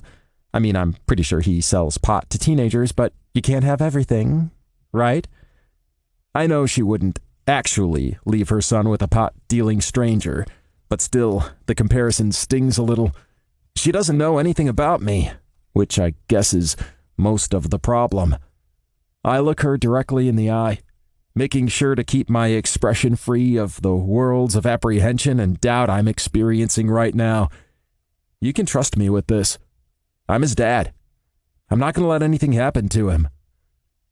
I don't even know you, she says wearily. Basically, all I know is your name and that you don't mind hooking up with random people in airport bathrooms when your flight's delayed. I arch an eyebrow at her. To be fair, that's pretty much all I know about you as well. The corner of her mouth twitches up. Touché. Here's what you need to know right now. I have 10 siblings, and from those siblings I have 9 nieces and nephews. I love kids. I'm great with them. I know what I'm doing. And most importantly, family is everything to me. You can trust me to take care of my son. And if I need help with anything, I can just call one of my sisters and they'll come rushing right over. She breaks off, her expression still doubtful.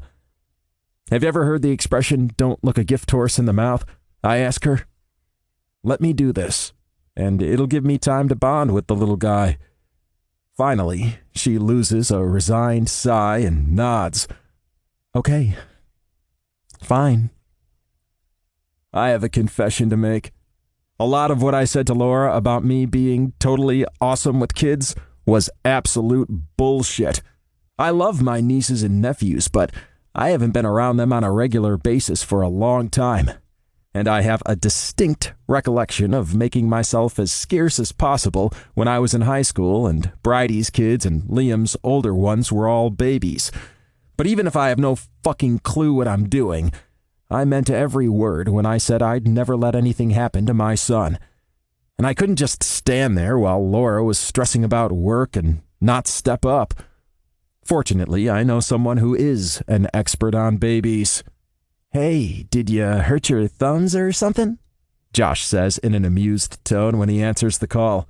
Huh? Just not used to you calling. You usually text, he explains. Oh God, you seriously have the lamest jokes. I try, he says with a chuckle. What's up? I hesitate, not really sure how to explain the situation. Well, I kind of need a favor. Is the favor that you need me to go out with you?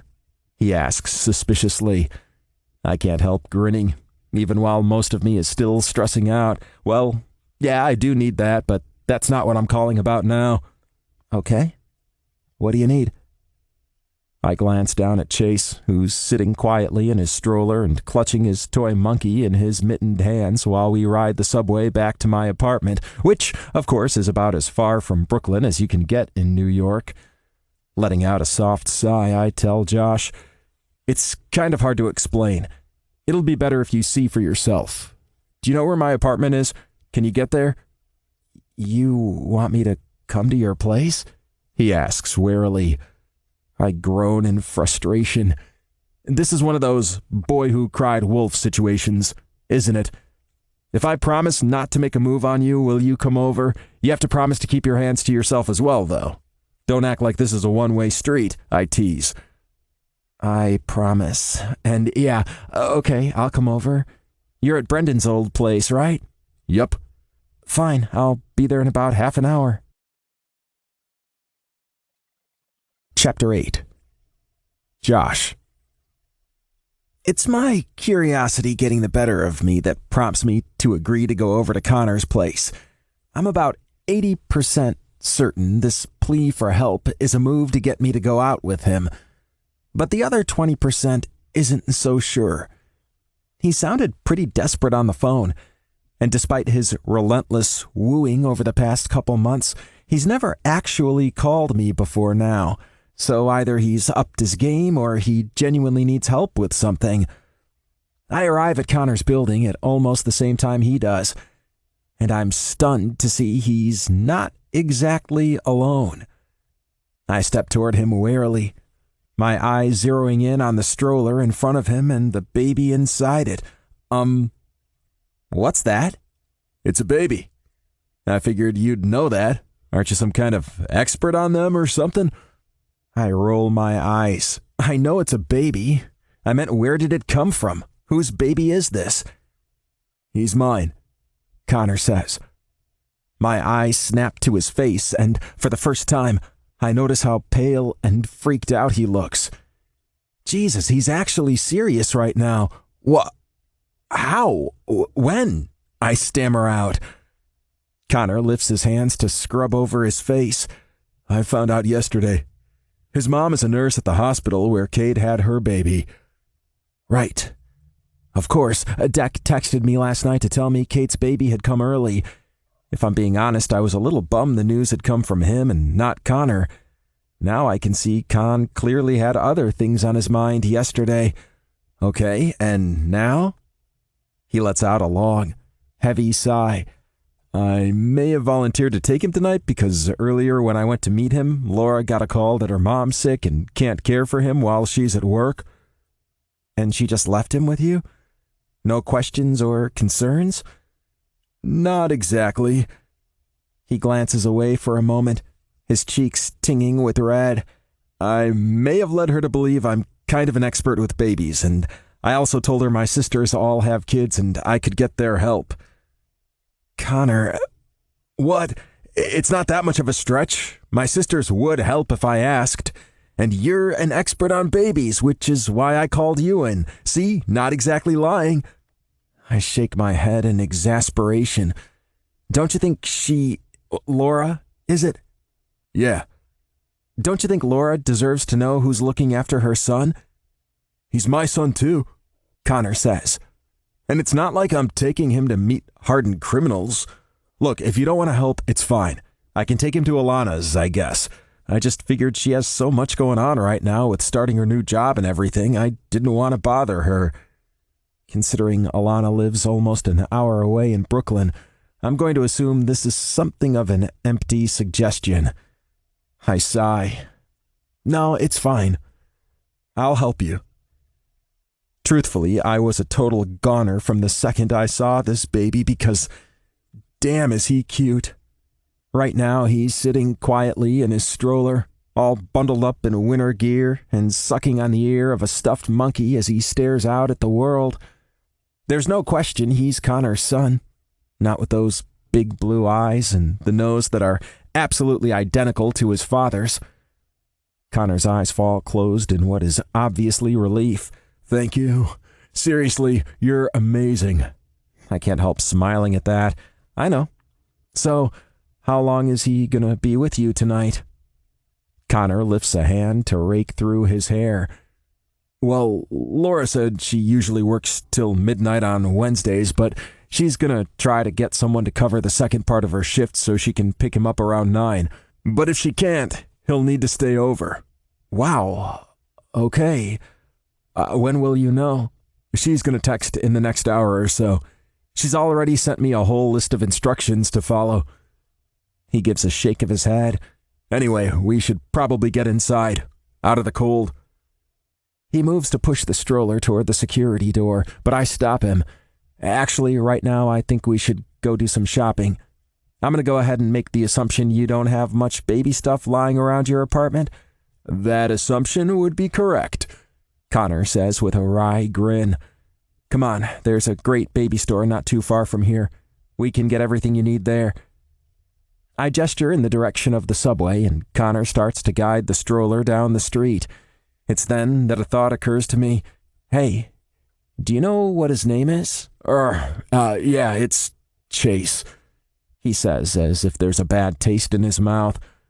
My brows draw together. What's wrong with Chase? It's not a name. She may as well have called him Run or Walk. I chuckle at that. Chase is a perfectly legit name, and trust me, once you get to know him better, it won't matter what his name is. If you say so. Once we get to the giant baby store, I have to bite my lip to stop from grinning at the way Connor stares around completely wide-eyed, like a deer caught in headlights. Okay, I say, taking charge and retrieving one of the giant carts from where they're lined up at the entrance of the store. The most important thing is going to be something for him to sleep in. The stroller is fine for now, but he can't stay in it for too long, and especially not overnight. Connor nods. Okay, so we should find him, what, a cradle? I can't help the little chuckle that bubbles out. We're in the 21st century now, Con. We should be able to get a portable bassinet. That way you can fold it up and just have it out whenever he's at your place. We make our way over to the section of the store where all the larger items are located, and it doesn't take me long to spot a portable bassinet like the ones we use at work. But as I shift my gaze between Chase, who's now asleep in the stroller, and the information on the packaging, a thought occurs to me. Maybe it'd be better to go straight to a crib. He's pretty big for his age, so I doubt it'll be long before he grows out of this thing.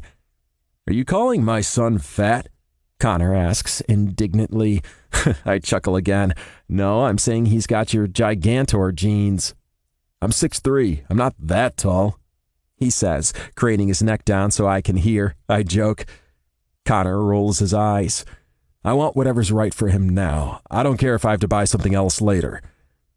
I point to a box with a travel crib.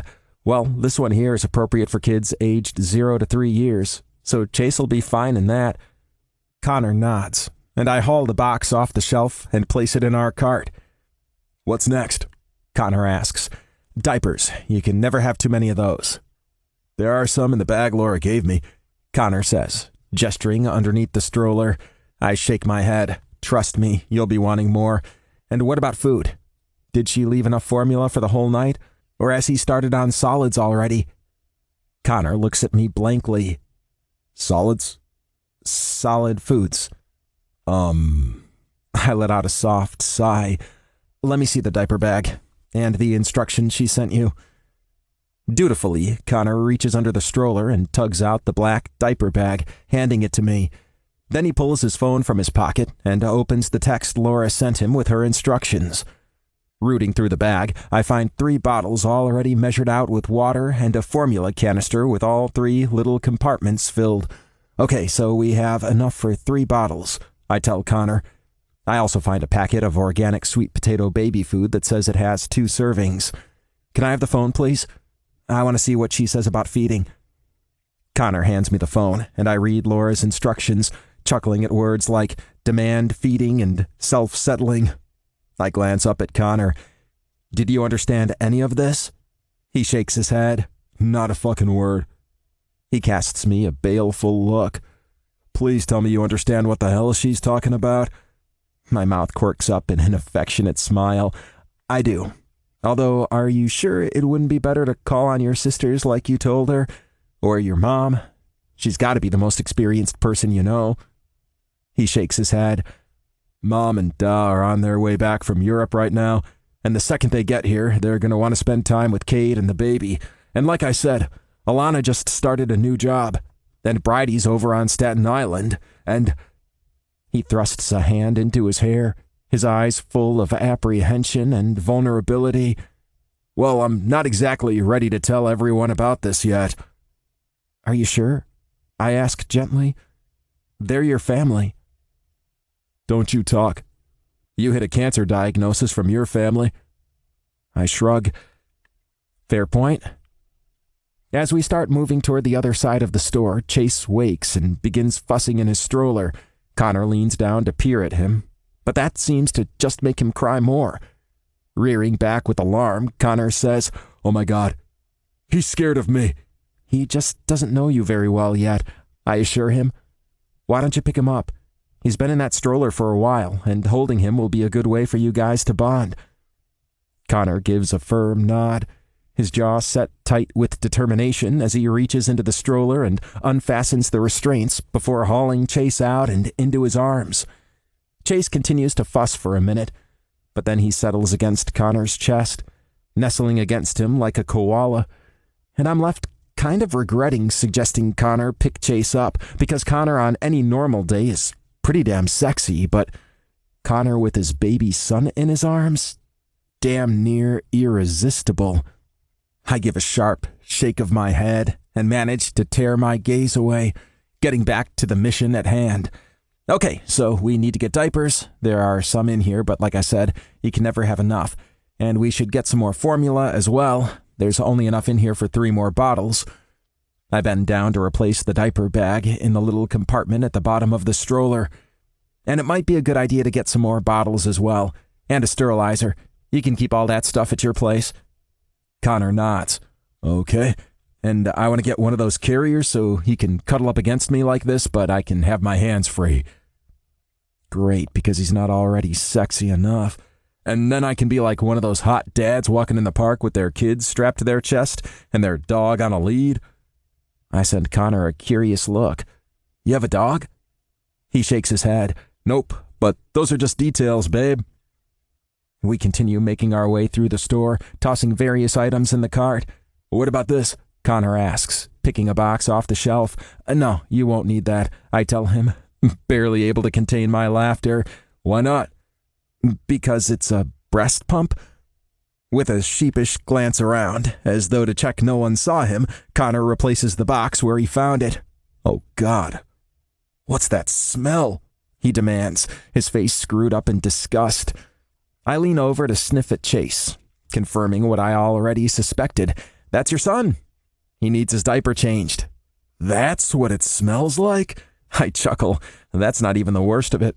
Wait until he starts eating actual food. I glance around the store and see the sign for the parents' room toward the back. Come on, we can change him over there. Once we get to the parents' room, we park the cart and the stroller, and I tug the diaper bag out while Connor sets Chase on a changing table. What do I do? Connor asks. Just hold him there for a second while I get everything out. Digging through the bag, I withdraw a clean diaper, a pack of wipes, and a pack of diaper waste bags. Okay, just hold him so he doesn't wriggle around too much, I tell Connor. You can watch what I do this time, and then next time you can have a shot at doing it yourself. I've changed so many diapers over the years, the process is completely mechanical for me now. I usually get it done pretty quickly, but because I want to make sure Connor can see what I'm doing, I go through all the steps, carefully explaining what I'm doing and why. He's a smart, capable guy, so I have no doubt he'll pick this up pretty quickly. Looks like he's hungry, I say, observing the way Chase is smacking his lips together and poking his tongue out. How can you possibly tell that? Connor asks, a little awe in his tone. I point out my observation to Connor as I search in the diaper bag for a bottle and the formula canister I saw earlier. You want to feed him before he starts crying, I say. You want him fed when he's hungry, but not just whenever he needs comfort. There are a lot of other things you can do to comfort him when he's crying. I add the formula into the bottle and replace the teat, shaking it vigorously to make sure the powder is properly combined with the water. Then I hand the bottle to Connor so he can feed Chase. Fuck, man, I'm so glad you're here, Connor says, letting out a grateful sigh. Then his eyes widen in horror. Oh shit, I just said fuck! He shakes his head in annoyance. Damn it, I said it again! I rest a hand on Connor's shoulder, rubbing gently as I try not to laugh. Don't worry, you're doing fine. And he's way too busy necking that bottle to hear anything you're saying right now anyway. Chapter 9. Connor. By the time we're done with our shopping spree, we have so much shit in the cart it's beyond clear we won't be able to get it back to my place on our own. So I spring for the store's delivery service, and they promise to have everything there in a couple hours. Just in case they're late, Josh suggests taking some diapers, formula, and Chase's travel crib home with us now, so that's what we do. I know I could have called one of my siblings or my parents to help me with this, but I'm so glad I called Josh, and not just because he's nicer to look at than anyone in my family would be. He really knows his shit when it comes to babies, and he doesn't make me feel like an idiot for my complete lack of knowledge. It's just as I'm shoving open the door to my apartment that I feel my phone vibrating in my pocket. I set the box with the travel crib down and make room for Josh to come through with Chase before tugging out my cell and reading the text. Laura Bennett. I'm going to be stuck here for my whole shift. Sorry, I can come get him after if you need me to, but it won't be until after midnight. Me. No, it's totally fine. He can stay here. I bought him a bed to sleep in and everything. I take a picture of the box with the travel crib and send it to her. Me. Photo. Me. And I can call in again tomorrow, so I'll drop him at your place in the morning. Laura Bennett. Faking sick 2 days in a row? Wow, that firm is lucky to have you. Me. Remember what I said about looking a gift horse in the mouth? Laura Bennett. LOL. Sorry, and thanks. I appreciate it. I won't have my phone on me, but send me updates and pics, please. Me. Thumbs up emoji. I slip my phone back in my pocket, glancing up to see Josh has removed Chase from the stroller and taken off his little hat, mittens, and puffy coat. Now we're inside in the warmth. Damn, we should have brought that playmat thing with us instead of waiting for it to be delivered with the other stuff. Then he could lie on the floor and play. He liked doing that at Laura's. Josh offers me a soft smile. He'll be fine. You know, there's a time kids didn't have all these fancy toys and they were totally happy. I nod. Okay, so what do we do? Josh nods toward the stroller. Grab that blanket. And the monkey. He takes Chase over to the living area and nods for me to lay the blanket on top of the rug. Then he sets Chase down on top of that, on his stomach. He puts the monkey just a little way in front of Chase, and Chase immediately reaches out to snatch his toy, bringing it to his mouth to suck on the fur. I let out a soft breath of laughter. Damn, he really fucking loves that monkey, doesn't he? It's a pretty standard comfort toy for his age, but once he gets older, it might change to something else. There are kids at the center who have some of the most random comfort toys, he says with a chuckle. There's a toddler in my room who wouldn't go anywhere without his spatula a couple of weeks ago, and another one who's obsessed with cleaning and cried for pretty much the entire day because he didn't have his little broom. Jesus. I let out a rueful sigh, running a hand over my face. I've got a lot of random shit to look forward to, don't I? Yep, pretty much. Kids can be fucking weird, but they're also completely amazing. I sink down onto the sofa, burying my head in my hands. God, this whole thing is just so fucking surreal. I feel Josh take a seat next to me, and the reassuring touch of his hand on my shoulder. I know it's big, and you have every right to freak out, but just keep in mind that you don't need to do everything perfectly. Your job is to just do the best you can, and the fact you stepped up instead of walking away tells me you're already doing a pretty awesome job. I glance up to look him in the eye. Even if I can't change a diaper or make up a bottle? He grins at me. Those are just details, babe. If I weren't already crushing on Josh to a ridiculous degree before, the way he stepped in to help me with Chase last night has definitely tipped me over the edge. I'm pretty sure every time I even think about him, I bear a striking resemblance to the emoji with the love heart eyes. But can you really blame me? The guy's the whole damn fucking package. I know I'm going to have to find a way to make it up to him for helping me out like this, and as Chase and I make our way back to Brooklyn in the morning, I try to brainstorm a few ideas for how I can do that. Of course, most of those ideas seem to lead to the same place. Me stripping Josh down, tossing him on my bed and fucking his brains out. And considering I don't want to be that creeper on the subway with a baby and a heart-on, I decide to divert my brain to something else. As unexpected and, let's face it, challenging as last night was, it was also pretty awesome. Chase is pretty well behaved as far as babies go. I might not have a ton of experience myself, but I've sure heard a ton of horror stories from my siblings, and I definitely want to spend more time with him. I just need Laura to agree. When we get to Laura's, she immediately swoops down to unfasten Chase's stroller restraints and haul him into her arms. "Oh, how's my baby?" she coos, kissing his head. "I missed you." He snuggles in closer to her, clearly returning the sentiment. "I want to talk to you about something," I tell Laura, stepping farther inside the apartment.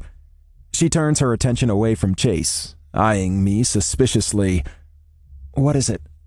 What happened?" I hold my palms up to placate her. "Whoa, calm down. Nothing happened. I just wanted to say..." I draw in a deep breath and let it out slowly. I want to do this again." Laura nods, visibly relieved. "Okay, well, I guess we can figure out another time for you to have him at some point." I shake my head. "No, not at some point. I'm talking about, custody," I say, hesitating over the word. Laura pales, her eyes widening with shock. "Custody? Look, just hear me out, okay? Her jaw tightens with obvious tension, but she nods and gestures for me to go ahead. Do you work the same days every week, or does it change? No, it's the same every week. And what days are those? All day Tuesday from 8 till 5, Wednesday evening from 5 till midnight, and half day Thursday from midday till 5. Okay. Here's my suggestion. I can arrange to work from home on Tuesdays and Thursdays. I'll come collect Chase on Tuesday mornings before you leave for work, and you can come get him once you're done for the night. On Wednesdays, I'll come get him before you leave, and then he can stay at my place, and I'll bring him home Thursday evening. Or you can come get him Thursday evening, whatever suits you best. Laura's brow creases in a thoughtful frown. So that's it? You just want him while I'm at work? I also want a day on the weekend. It doesn't matter which day, or if it's overnight or not, but I want a day with him each week where I'm not also working. What if I said no? She asks warily. I let out a soft sigh. Look, Laura, I don't want to make all this more difficult for you. You know, my sister is in pretty much the same spot you were in. A one-time thing with a guy she didn't know, and then bam, baby 9 months later. And I know if that guy just turned up out of nowhere and started demanding things of her, it'd be really hard because it'd just throw everything completely out of order for her. I fix her with a look that I hope conveys all the sincerity I'm trying to get through. I don't want to just come in and completely disrupt your life. But the fact is, you're not doing this alone anymore. Please don't say no to this. She nods. Okay. I guess it's kind of hard to say no when you're basically offering me free childcare. And you did manage to keep him alive overnight, so I guess that's a start. I offer a sheepish grin. I should probably confess, I had a bit of help with that. I know your sister's right.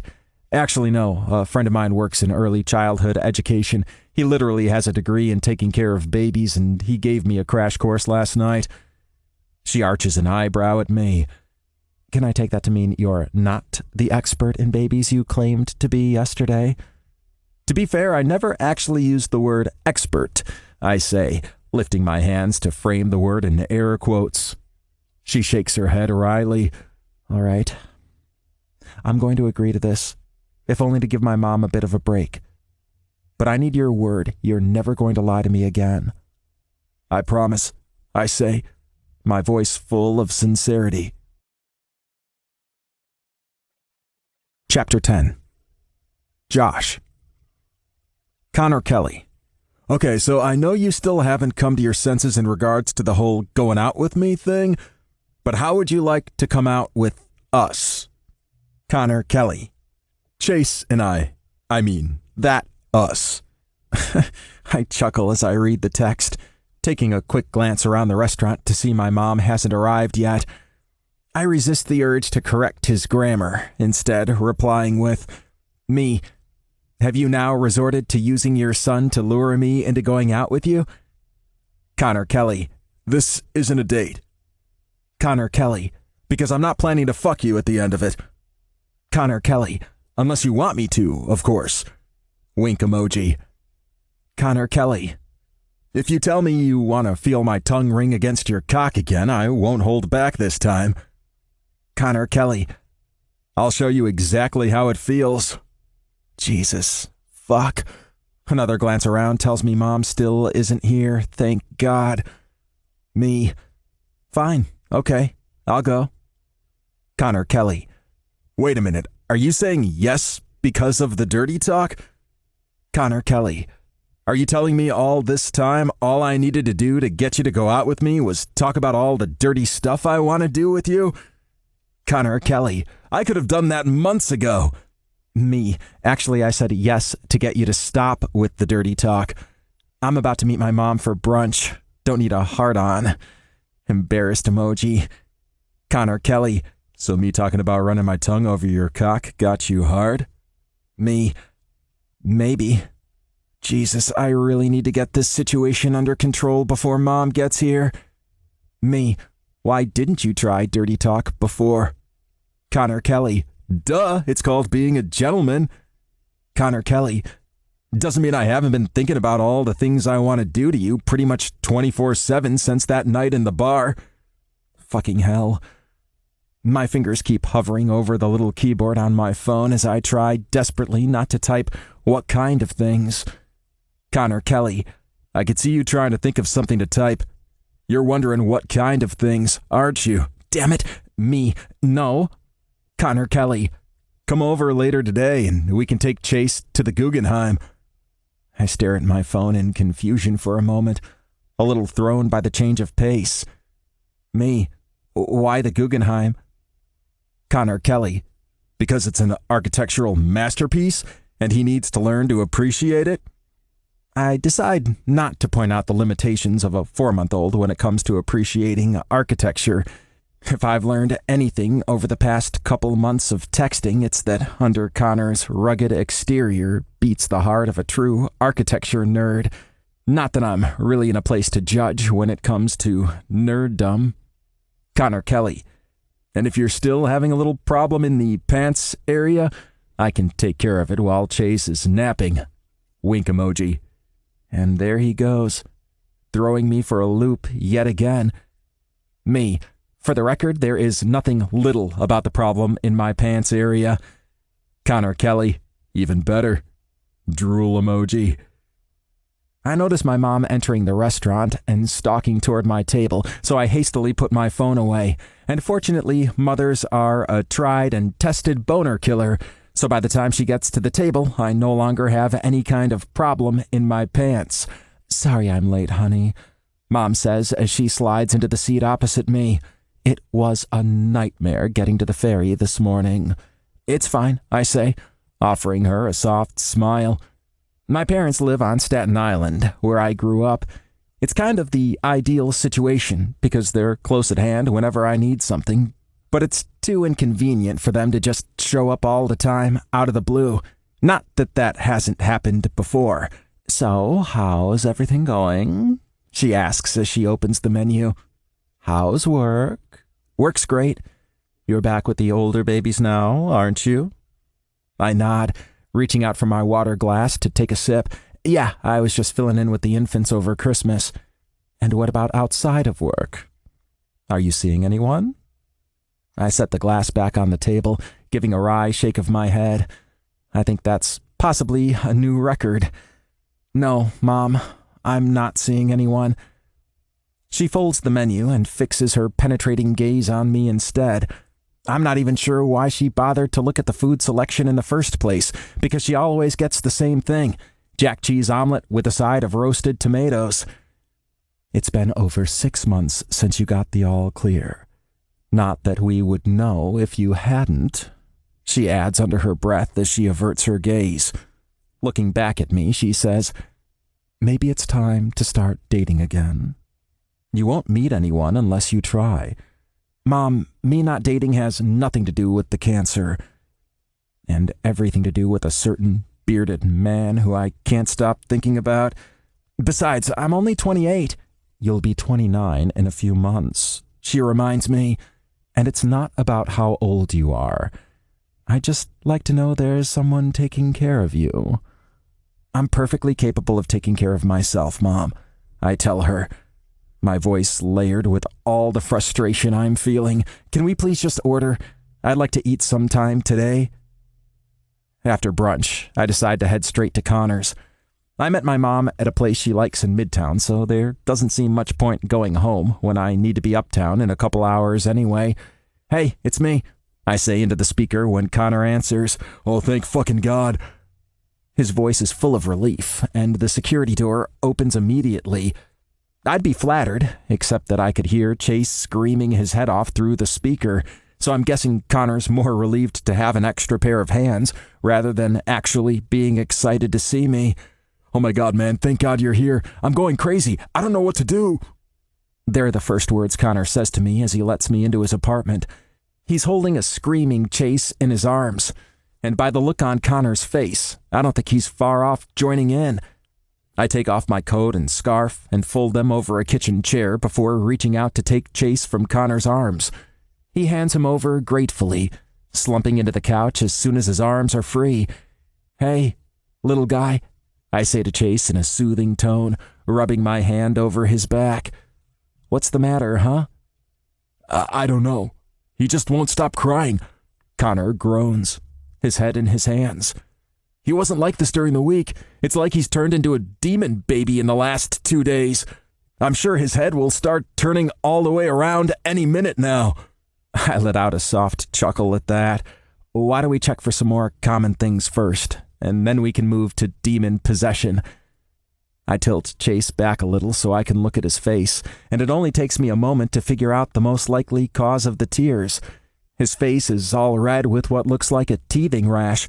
I think it's just teething, I tell Connor. He must have a tooth coming through. Here, can you hold him for a second? I hand Chase back to his dad before Connor even has a chance to answer me, and then I head over to the kitchen so I can wash my hands. When I get back, I kneel in front of them and gently push my forefinger into Chase's mouth, feeling around for any inflammation. It doesn't take long to find. Right there, on the upper left side of his mouth, his gums are a little swollen, and I can tell there's a tooth that'll be breaking through any day now. Ouch. That must hurt, buddy. No wonder you're crying. Connor's eyes widen, his expression fearful. He's in pain? Is he going to be okay? I remove my hand and stand up. He's going to be fine. It just hurts while the tooth's coming through. Once that happens, it won't hurt as much. I pause for a moment before adding, well, at least until the next one starts. How do we make the pain stop? We bought some teethers the other day. He can chew on one of those to get a bit of relief, and I can go to the pharmacy down the block to pick up some teething gel. That should help. I stride over to the kitchen table and dig through one of the bags that haven't yet been unpacked, retrieving one of the teethers. I hand it to Chase, and he puts it straight to his mouth. He still looks completely miserable, but at least he's no longer bawling his eyes out. It also might be a good idea to check with Laura if it's okay for him to have baby Tylenol. That can help with teething pain, but I wouldn't want to give it without checking with his mom first. Connor nods. I can text her. But I thought babies weren't supposed to start teething until 7 months. I shrug. All babies are different. Some start early, some start late. That's not what the book said. Connor mumbles, sounding almost disappointed. My brows crease in concern. What book was it? I can't remember. His evasive answer and the faint blush that hits his cheeks prompts my brows to shoot up, but I decide to let it go. Okay, well, are you going to be okay while I run to the pharmacy? Yeah, we'll be fine. As I'm gathering my coat and scarf from the kitchen table, I notice a battered paperback book sitting there and pick it up, flipping it over to read the cover. Is this the book you read? I ask incredulously, holding up the ancient copy of Hello, Mallory. You're taking advice from a Babysitter's Club book? It's very informative, Connor says defensively. Connor, you can't get your parenting info from a group of fictional babysitters who repeated the 8th grade about 4 times. I thought you'd never read them before. I wave a dismissive hand. I did some Googling. I wanted to know what you thought was so good about them. Turns out, not much. Connor offers a playful smirk. You took an interest in my interest. That's sweet. I narrow my eyes at him. Don't go reading anything into it. Too late. Chapter 11. Connor. We decide to postpone our Guggenheim outing until Chase is in a better mood. I'm not particularly in love with the idea of being that person who keeps getting glared at by strangers because their baby won't stop crying in the museum. I figure once I know Chase a little better and am better at getting him settled when he's upset, we can start planning some public outings to places I don't want to be banned from. But Josh decides to stay and hang out anyway, which is how we end up spending our Sunday afternoon watching Sesame Street and trying to encourage Chase to eat some of his stewed apples. So now he's getting a tooth. Will I be able to take him out for a steak? I ask as I guide a spoonful of the pale green mush toward his mouth. Josh chuckles. I'm going to say no. But once he's had time to get used to the pureed vegetables and fruit, he'll start on pureed meats, so close enough. I can't help the way my face screws up in distaste. That is so not close enough. I'm sorry we didn't get to go to the museum today, he says, changing the subject. I shrug.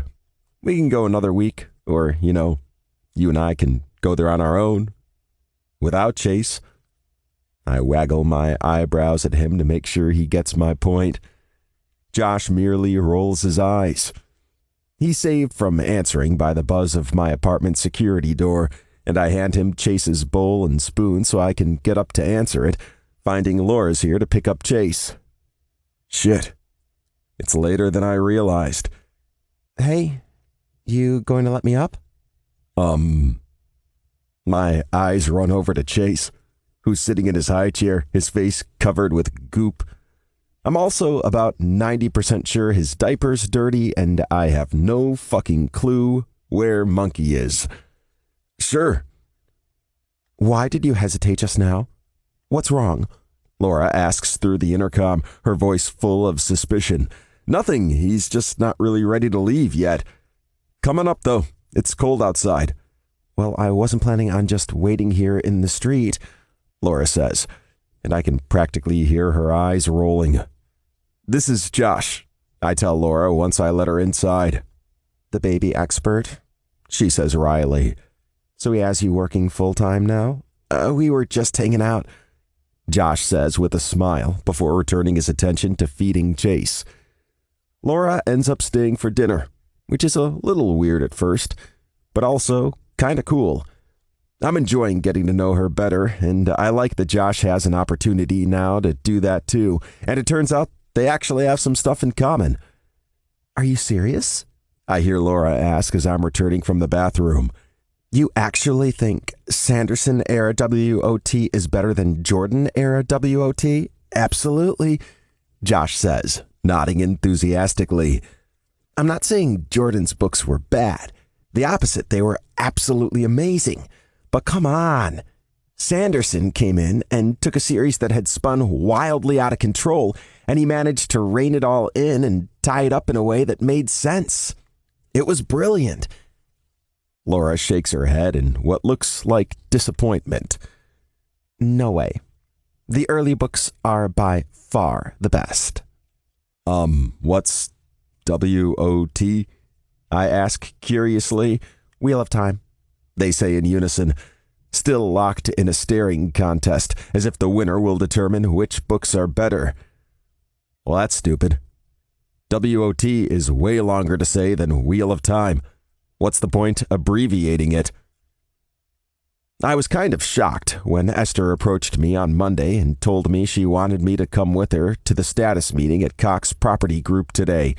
Considering I took 2 fake sick days last week and have organized to work from home half the week for the foreseeable future, I haven't really been feeling like the most stellar employee. But according to Esther, my ideas have merit, and she thinks a meeting with a big client like Spencer Cox will be a good experience for me. Also, I think she just likes me more than anyone else on my design team. Okay, remember, this is just a status meeting, she says as we ride the elevator up to the 38th floor of Cox Property Group's Fifth Avenue headquarters building. We want to make sure we show the client enough to keep them interested, but we don't want to be giving away all the details of next month's major pitch. I nod, although I have to admit I'm a little nervous. This is my first big meeting like this, and Esther knows it.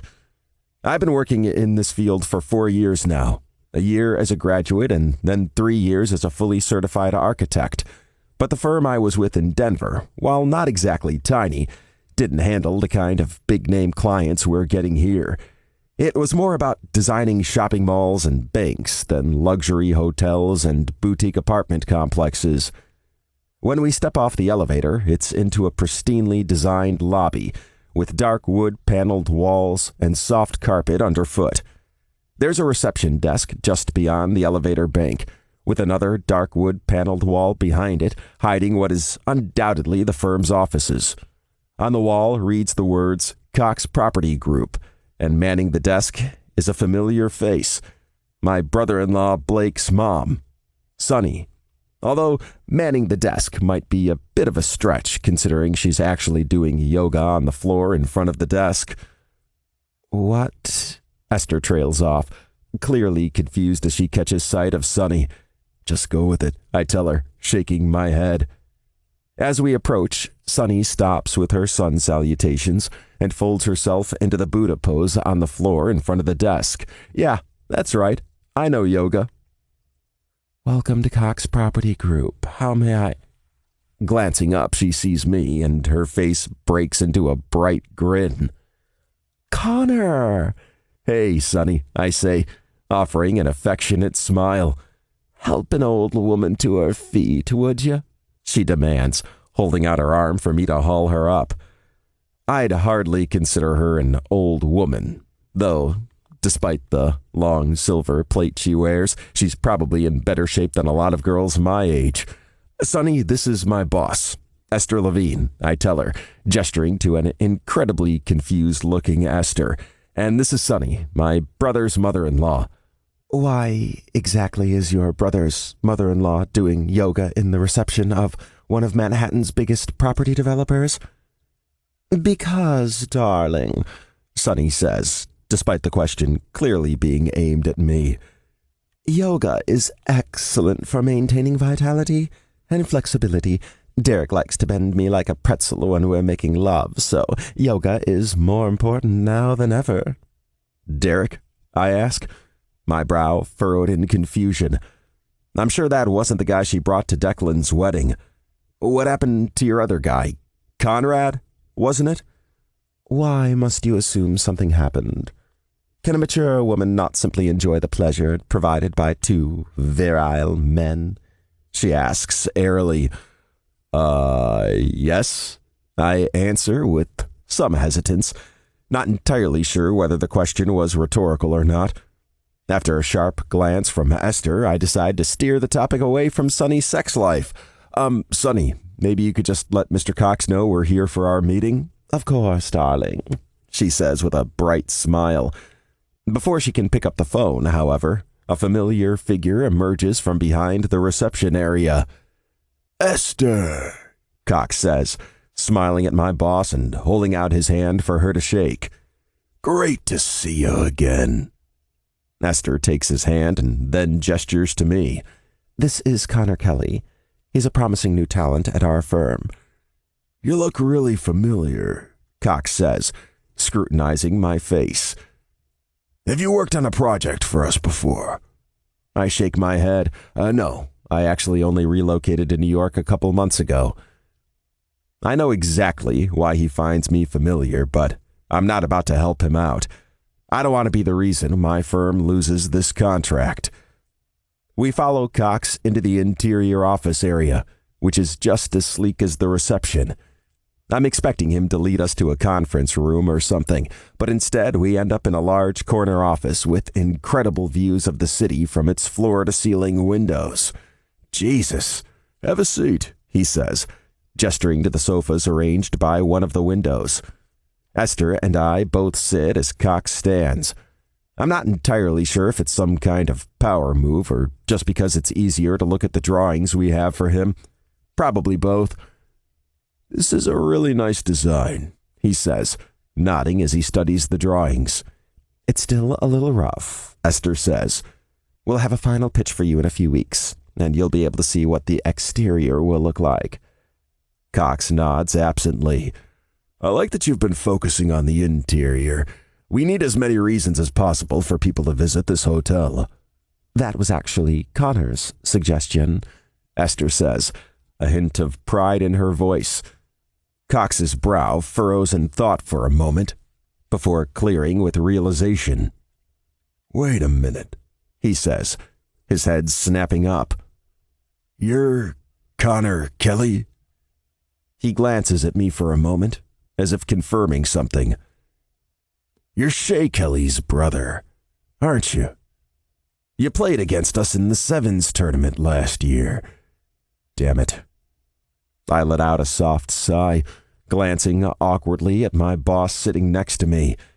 Shay and Cox are on competing rugby teams and are basically mortal enemies.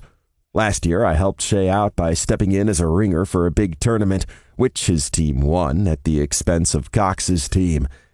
Yeah, that's me. Cox narrows his eyes at me. Are you a lunatic like your brother? I don't need crazy people working for me. Whoa, that's a bit harsh.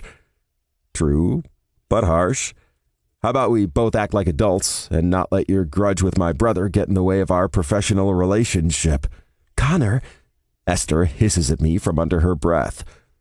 Cox's mouth twitches in a soft smile, though, and he gives a short nod. I can do that. So, is that a yes, then? Will you be using our firm's design? I press, completely losing my head for a minute and forgetting this is only a status meeting and not a pitch. I can feel the waves of frustration radiating off Esther.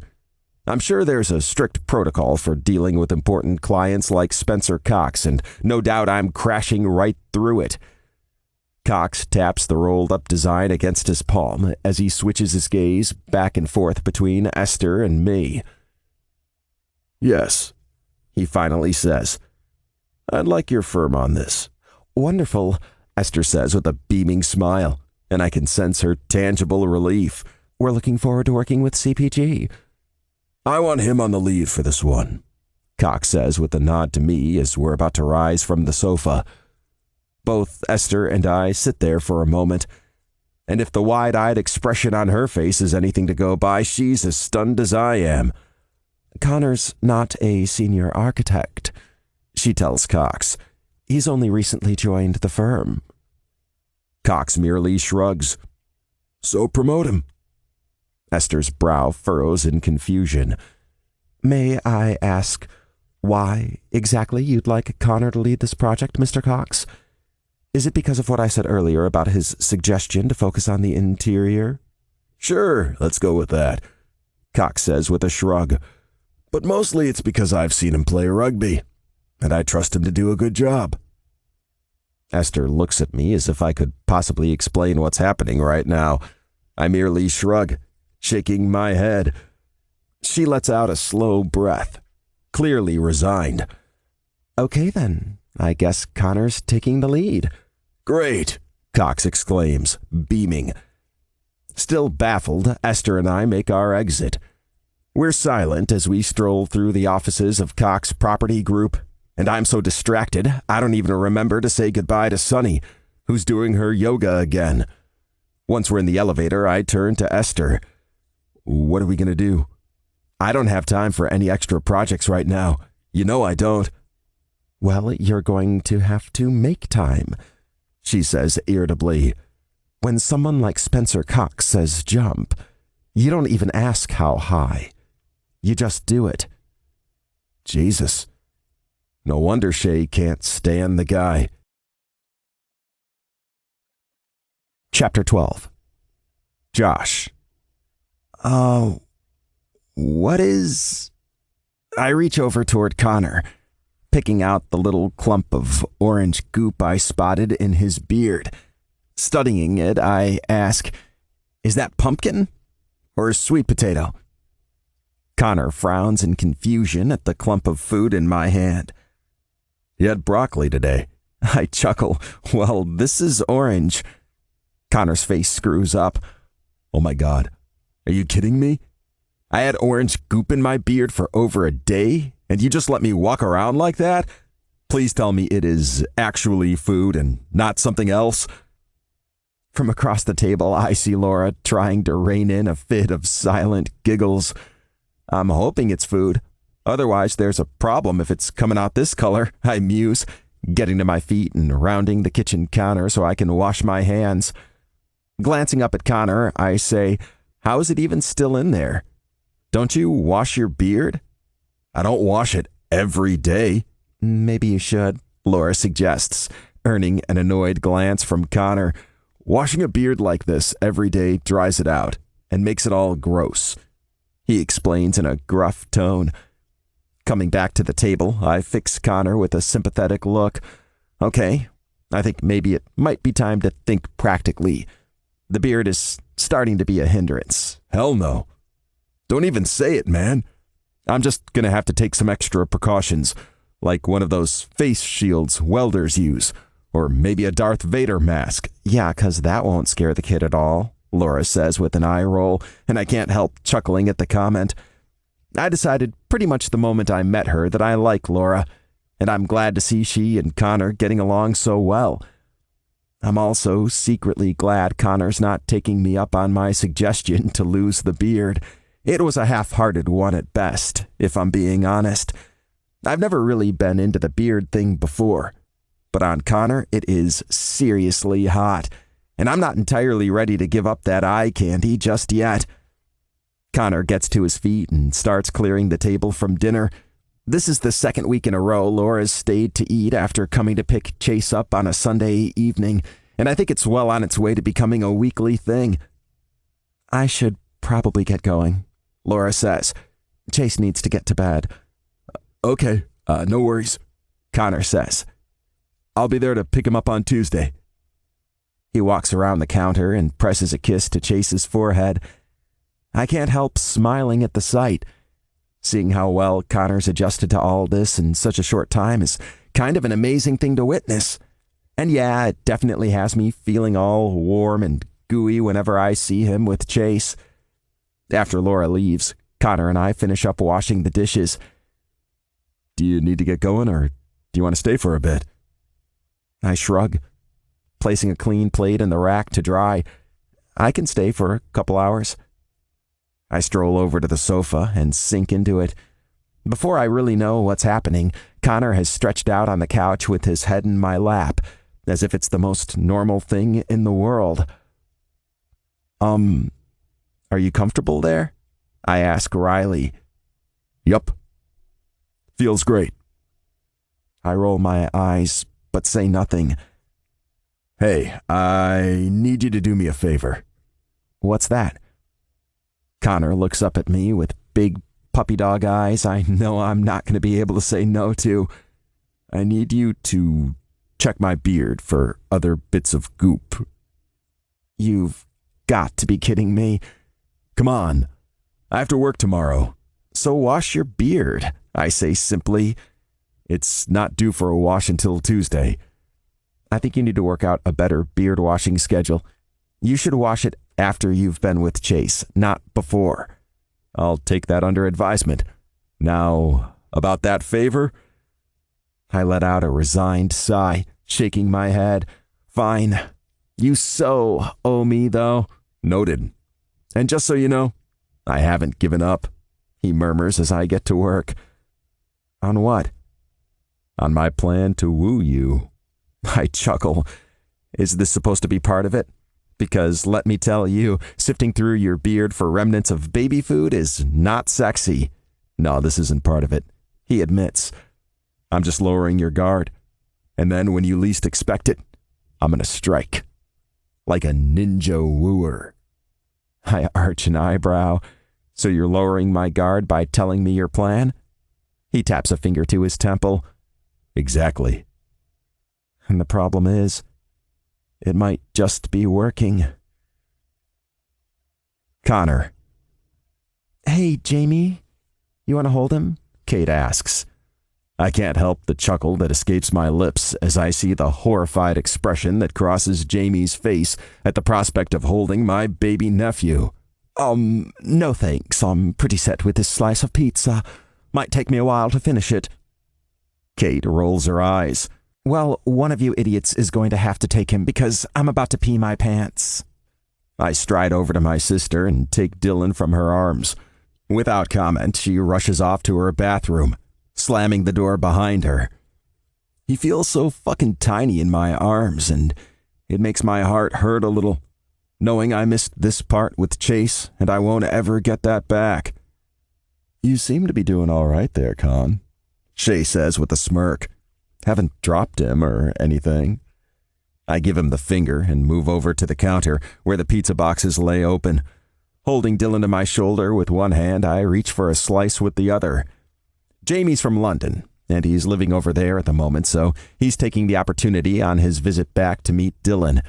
And that turned into an impromptu pizza party with Shay, Jamie, Owen, Blake, Deck and me in Kate's tiny apartment when Shay texted everyone an invite, without Kate's knowledge, of course. When Kate comes back from the bathroom, she comes over to take Dylan from me, but I shake my head. It's fine. I've got him. Take a break for a moment. Her brows shoot up, but she merely shrugs and walks over to where Declan is seated on her couch. Get up. With a wry chuckle, Deck hops to his feet. Maybe next time we can do this at Owen and Blake's. At least then we wouldn't need to do the whole musical chairs thing. I'm quite happy with this seating arrangement. Thanks, mate, Jamie says from where he's sitting on Shay's lap. So are we getting to the presents anytime soon? Kate demands. Presents? What, our company's not gift enough? Shay teases. Kate smiles sweetly at him. Nope. I need actual presents if I'm going to be putting up with all of you right now. Deck clutches a hand to his chest. Katie, you wound me. Our present isn't here, Owen says, because it's not something you can buy. You're shitting me, Shay says with a grin. You're married to a billionaire, and you cheaped out on the baby gift? Our present is unlimited babysitting, Blake says to Kate while flipping Shay off. Just call whenever you want, and we've got you covered.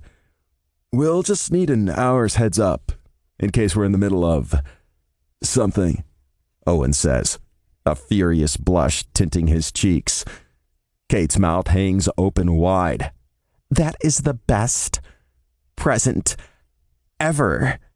Don't speak too soon, Shay says. The booties we got him are lined with real fur. It's not fur. It's sheep's wool, Jamie corrects. Same thing. It's not even remotely the same thing, Deck says.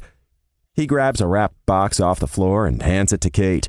This is from Heath and me. Kate unwraps the box, which turns out to be a playmat similar to one I bought Chase. Oh, he's going to love that, I say, without really thinking it through. Several wide-eyed stares turn in my direction, but before I can muster an explanation, Shay rolls his eyes. Let me guess. Something you learned from your babysitter's team books? It's the Babysitter's Club, I say defensively, with an emphasis on the last word. Don't tarnish the good name that is Ann M. Martin. And no, I said that because the baby on the box looks like he's having fun. Or she, or they. I'm not going to assign gender. Okay, Kate says, seemingly a little miffed. My present's on the table, there. I tell the room in general, nodding in the direction of the kitchen table.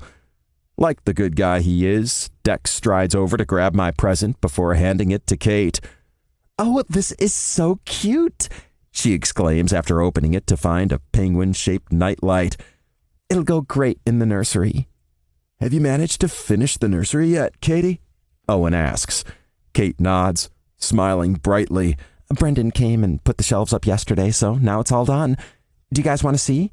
It's probably time I put Dylan down anyway. There's a smattering of not entirely enthusiastic responses, but we all follow Kate to Dylan's room anyway. She sets the nightlight on one of the shelves that have been fixed to the robin's egg blue painted wall. Taking Dylan from me, she carries him over to where a changing mat has been set up on top of a set of white drawers and gets to work changing his diaper and swaddling him for his nap. The nursery looks seriously amazing now it's all finished, and it makes me want to do something similar in my apartment for Chase. He might only be staying overnight once a week, but he deserves better than a travel cot in a spare room. He deserves a room of his own. We're about to file out of the nursery when we're stopped by a noise coming through the wall of what must be the apartment next door. It's pretty muffled, but it sounds a lot like grunting and groaning, and it's followed by the repetitive banging of something solid against the adjoining wall. Who's that? I can't help asking. Ugh, it's my asshole neighbor who doesn't seem to understand that newborns need sleep, Kate says irritably. A woman's very enthusiastic voice can now be heard amongst all the sex noise. Yes! Oh, God! Fuck! Yes! Fuck me, Jeremy! Fuck me! Pretty sure he already is, love, Jamie says. As I'm heading back to my place after leaving Kate's that night, I find myself scrolling through Pinterest for nursery ideas. Me. What do you think of this? Me. Photo. Josh Donovan. Is that Dylan's room? It looks awesome. Me. No, I just got it off Pinterest. I thought it would look good in Chase's nursery. Josh Donovan. Hey, you want me to do a nursery for Chase? Me. Yup. Can you help me get it done? Josh Donovan. You know I will. Wink emoji. On Friday night, Josh comes by to help me paint Chase's room. When I open my apartment door, I see him eye me up and down, swallowing hard. But then he tries to hide it with an eyebrow raise and a smirk. I didn't realize the dress code was threadbare. I run a hand over my t-shirt, which is indeed about 1,000,000 years old and worn very thin. We're going to be painting. I didn't want to wreck any of my good clothes. Josh obviously had the same idea, because he's also wearing old shit, but in his case it's a hoodie that's frayed around the sleeves and has a bleach stain near the shoulder, and a pair of old sweats. He looks sexy as hell, and I can already tell it's going to be an effort to concentrate tonight. We're about an hour into our task when I hear a clattering behind me and Josh swearing under his breath. I spin around, seeing he stepped in a paint tray and sent it and the roller flying. Fortunately, it was a tray that didn't have any wet paint in it yet. You okay? Fucking hell. Do you have to be wearing that t-shirt? He says, flashing me an annoyed look. I smirk at him. I can take it off. Before he can utter a protest, I reach behind me and gather up the neck of my t-shirt, tugging it off over my head. That really wasn't what I meant. He sounds kind of dazed as he eyes my naked torso, my skin prickling under the heat of his stare. Jesus, is there any part of you that's not tattooed or pierced? I'd be happy for you to find out, I tease. I can see he's hesitant, but I can also see he's ridiculously turned on. Stepping forward, I reach up to cup his face, running my thumb over the slight, dark stubble on his jaw. Josh, tell me you don't want me to kiss you right now, I say, looking deep into his beautiful, hazel eyes.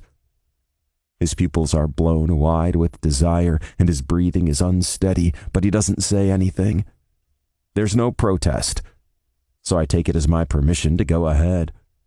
Swooping down, I crash my lips against his in the way I've been dying to do since that very first night we kissed back in December. Chapter 13. Josh. I may have been completely hammered the first time Connor and I kissed, but I still remember every single detail as if they were tattooed on my brain. The moment our lips touched that night in the hotel bar, it was like an electrical surge sobering me up and pulling me out of a drunken fog. Well, mostly. This time it's the opposite. The firm pressure of his lips against mine and the greedy way he just devours my mouth is completely dizzying. Heady. It's all I can do to cling tight to Connor and keep myself standing. But I know he won't let me fall. His arms are wrapped tight around me, and I don't think I've ever felt so safe. Jesus, I've been wanting to do that again for months, he murmurs as we finally break apart. Me too, I confess. I know. He presses a gentle kiss to the side of my mouth before continuing. I know why you're hesitant about this. And I get it, but I don't want you to think about that right now. Right now, I just want you to think about the two of us. What do you want? He kisses me again. You can have anything you want, just name it. I slide my hands up his back and link them around his neck, circling my thumbs over his nape. I tilt my head up to claim his lips again. Slow this time. Soft and languid rather than the fierce torrent of the previous kiss. No less intense, though. I'm beginning to think that's just how Connor kisses. He doesn't hold anything back. I can feel his hard cock pressing against my abdomen, and it fills me with burning anticipation. I want to suck your cock, I murmur against his lips, and I want you to suck mine.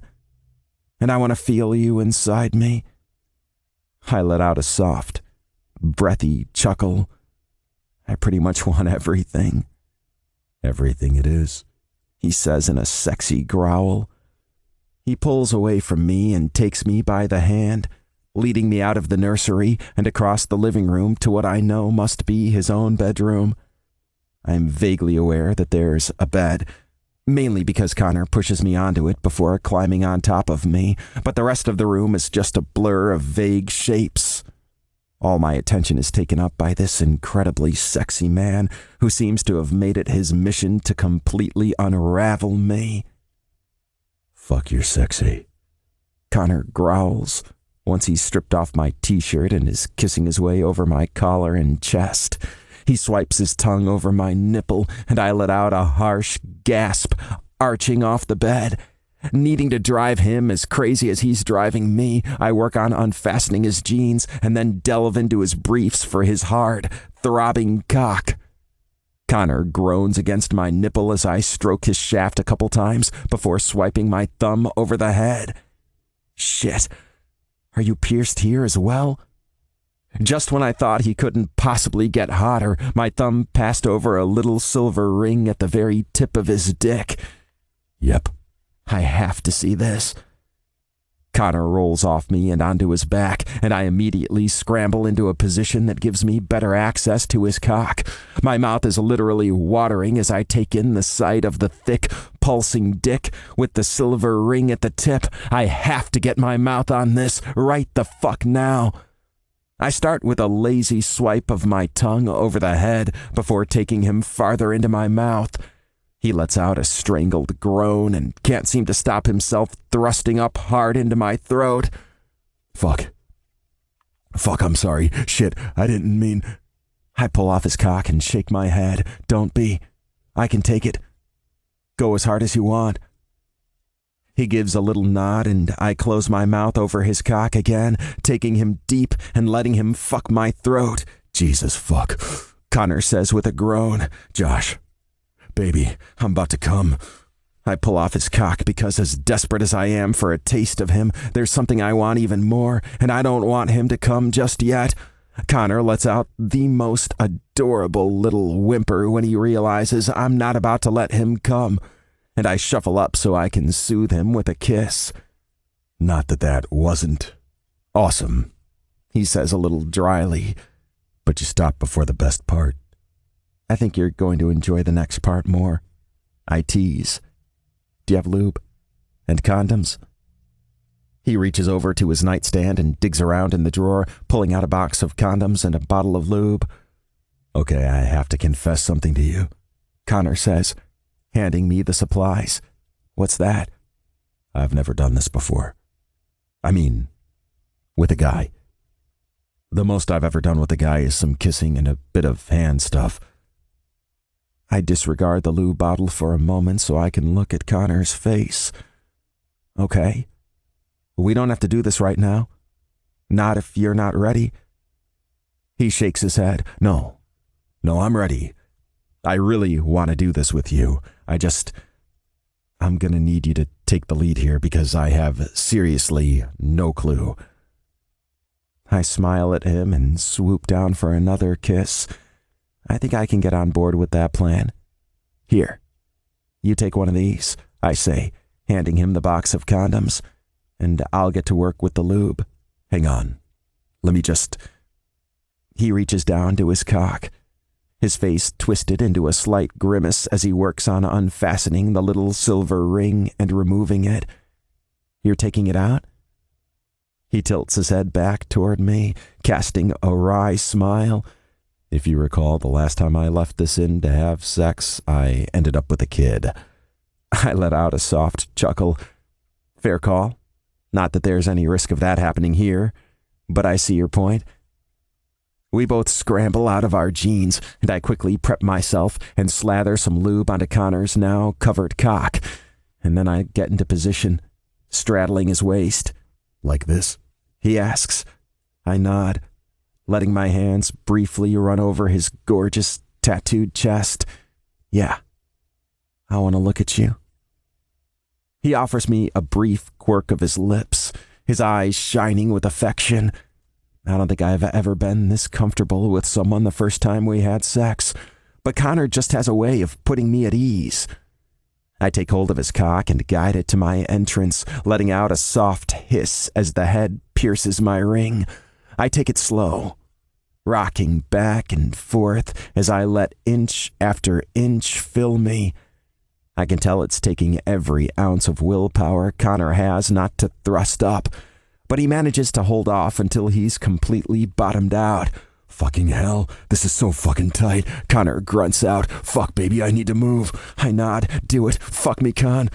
I feel his large hands gripping my ass as he thrusts up hard, over and over. I chose this position because I figured it'd be easier for Connor his first time out if I did most of the work.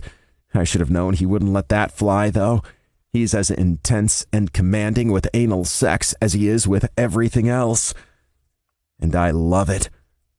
Without a whole lot of warning, Connor grabs me by the hips and flips me onto my back, and before I know it, I have my feet hooked over his shoulders, and he's thrusting into me in hard, powerful strokes, hitting me deep and exactly where I need. I can barely even get any words out through the grunts and groans of pleasure pushing their way through my lips, and what I do get out is just a string of panted curses. Fuck, shit, damn it, Jesus, fuck. I hope all that means you're liking it, Connor says with a breathless grunt. Fuck yeah, don't fucking stop. Couldn't if I fucking tried, babe. You feel so fucking good, so freaking tight. Oh, fuck, Con, I need to come. Grab your cock, baby. I do as he says, closing my hand around my cock and stroking hard. It doesn't take long for me to get there, and as I hurtle over the edge, coming hard and fast, I'm vaguely aware of Connor's body tensing up on top of me as he reaches his own climax. After we've both taken a few moments to catch our breath, Connor untangles my legs from over his shoulders and pulls out of my ass. Then he collapses onto the bed next to me. Are you sure that was your first time with a guy? I tease. 'Cause that was pretty freaking epic. Hey, I was just following your lead. I let out a soft chuckle before shifting my body so I'm facing him. Do you have something I can clean up with? I show him my cum-covered hand. I'm a bit of a mess. Without even really hesitating, Connor reaches out and takes a hold of my wrist, guiding my hand toward his mouth. Then he proceeds to lick away the cum that's collected there. What? I can't even form a proper sentence. I'm so shocked and turned on by what just happened. Connor lets go of my hand and glances toward me, his beautiful eyes full of apprehension. Was that not okay? No, that was fine. I rushed to reassure him. Totally fine. Really freaking hot, actually. I was just surprised is all. I mean, wasn't that the first time you've tasted cum? He nods. Yeah. Well, apart from my own. Holy Jesus Christ. Did you like it? I ask curiously. He offers a soft smile. I didn't hate it. And I like that you liked it. Makes me want to suck your cock now. Fucking hell. Okay, I literally just came, but if he keeps talking like this, I'm gonna be ready to go again very soon. Listen. I feel Connor's large hand come down to rest at my side as he fixes me with an intent look. I think before anything else happens, we should probably work out where we stand. Chapter 14. Connor. Where we stand? I can tell by Josh's expression this isn't a conversation he wants to be having right now. But I know if we don't, things could get even more complicated than they already are. Yeah. I don't really like flings. They're messy and always tend to get way more complicated than they need to be. I like things that have definitions, which is why I stick to one-night stands or actual relationships. Although, to be fair, I haven't had one of those in a really long time. I let out a heavy breath and look at Josh intently. I really like you, and I'd like for us to date. Like, really, properly date. Out in public where people are going to see us and know we're together and stuff. But if that's not what you want, and I totally understand if it's not, given all the circumstances, then this has to end after tonight. He's quiet for a long moment, his expression thoughtful. Finally, he lets out a soft sigh and asks, "Can I take some time to think about it?" Not going to lie, a little part of me is just totally crushed hearing those words. But at the same time, I can understand why he might need some time to process and think about what I've just asked him. I did kind of put him on the spot. After all, I nod. Absolutely. But on the chance you decide to leave this as a one-time thing, can I suggest we make the absolute most of tonight? His face splits into a grin. I can definitely get on board with that. When I wake the next morning, I'm not entirely surprised to find Josh has already left, although it doesn't stop the stab of disappointment hitting me in the chest. When I check my phone, I see there's a couple texts from him. Josh Donovan. Had to get to work. Figured you could use some sleep. Josh Donovan. Still thinking BTW. The first one makes me smile, while the second one sends an entire hive of bees buzzing around in my gut. On the one hand, he hasn't said no, but on the other hand, he hasn't said yes. On Tuesday, I'm working at home when I get a call from a number I don't recognize. Hello? Mr. Kelly, this is Amelia Green. I'm personal secretary to Spencer Cox. He's requested a meeting with you for this afternoon. So would you be able to come to the CPG offices at 2 p.m. today? I hesitate, glancing at Chase, who's sitting on the rug with some blocks while Beat Bugs plays on low in the background. Today's not really convenient. Can we make it tomorrow instead? Mr. Cox will be flying to Miami tonight, so it has to be today, she says in a tone that makes me bristle. Remembering what Esther said about jumping when someone like Spencer Cox asks, I let out a resigned sigh. I'll be there. Just before 2 p.m., I step off the elevator at Cox Property Group. Sunny isn't on reception today, which is a shame. Having seen Sunny there doing her yoga, the guy now manning the phones like a professional seems almost out of place. Connor, hey. I glance up at the familiar voice, seeing Cox stalking toward me. Oh, okay. You have a baby on your chest. You have accurate eyesight, I say dryly, and internally cringe as soon as the comment is out because, seriously, Cox Property Group is our firm's biggest client right now, and I should absolutely not be mouthing off to their CEO. But damn, he just makes it so easy. Fortunately, Cox just lets out a self-deprecating chuckle, shaking his head. Right. I guess I should have said, why do you have a baby strapped to your chest? This is my son, Chase, I tell him. I usually work from home on Tuesdays and Thursdays so I can care for him while his mom's at work. No need to clarify, I've only been doing that a few weeks. Oh, sorry. I feel like a total dick now for making you come down here. His eyes widen and he shoots a nervous look at Chase. Disrespectful person. I chuckle. He's heard a lot worse than dick before. Don't sweat it. I follow Cox into his office and find there are two other guys already in there. It takes me a moment because they're dressed in sharp, tailored suits and not covered in mud and sweat. But I realize these are guys from Cox's rugby team, the one I played against last year when I was a ringer for Shay's team. Connor, this is Charlie Campbell and Sullivan Stapleton, Cox says, gesturing first to the smaller, leaner man, And then to the hulking giant who's even bigger than I am. Charlie's the company's lawyer, and Sully's thinking about investing in this development, so I thought they should take a look at the plans. I shrug. Sure, if you want. I slide my backpack from my shoulders and remove my tablet. Is there somewhere to view this on a bigger screen, or is the tablet okay? Without a word, Cox points a remote control at one of the walls, and it splits open, revealing a huge TV screen. Will that do? That will definitely do, I say, trying to hold back my snort. I'm in the middle of setting up my tablet to mirror the TV when Chase starts fussing in the carrier. I'm also hit with the unmistakable smell of baby crap, so it doesn't take much mental energy to work out what's going on. Oh, God, Cox says from a few paces away, his face screwed up with disgust. Yeah, I know. Hang on a sec. Sorry.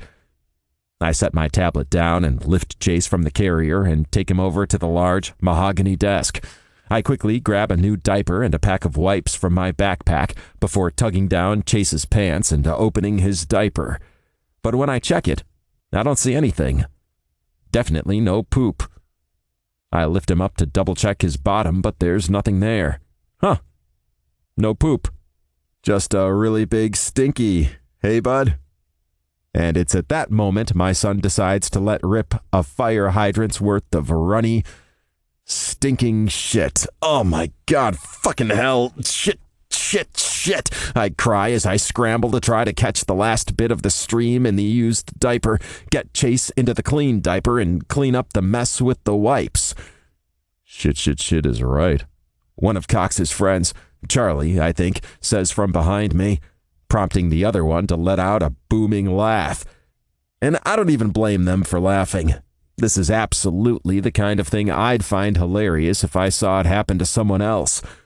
But right now, all I can do is glance around in horror at the mess my son has made on the antique desk that probably cost thousands, if not tens of thousands of dollars. And it's not just the desk itself.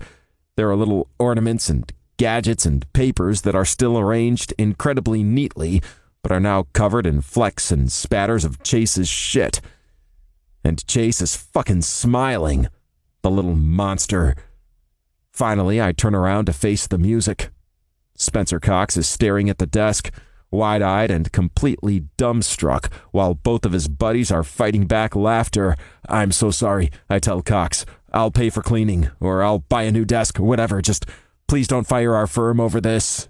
Jesus, Spence, put the kid out of his misery, Sullivan says. Finally, Cox turns his attention to me. The shock seems to have worn off a little, and he's wearing an amused expression. I'm not going to fire you. Truthfully, I don't even like that desk. It reminds me too much of my father, so I guess you could say you did me a favor. You're welcome, I say, brows arched in confusion. Why don't you let him down to play on the carpet and we can look at your plans? Cox suggests. I'll get Amelia in here to clean the rest of this mess up.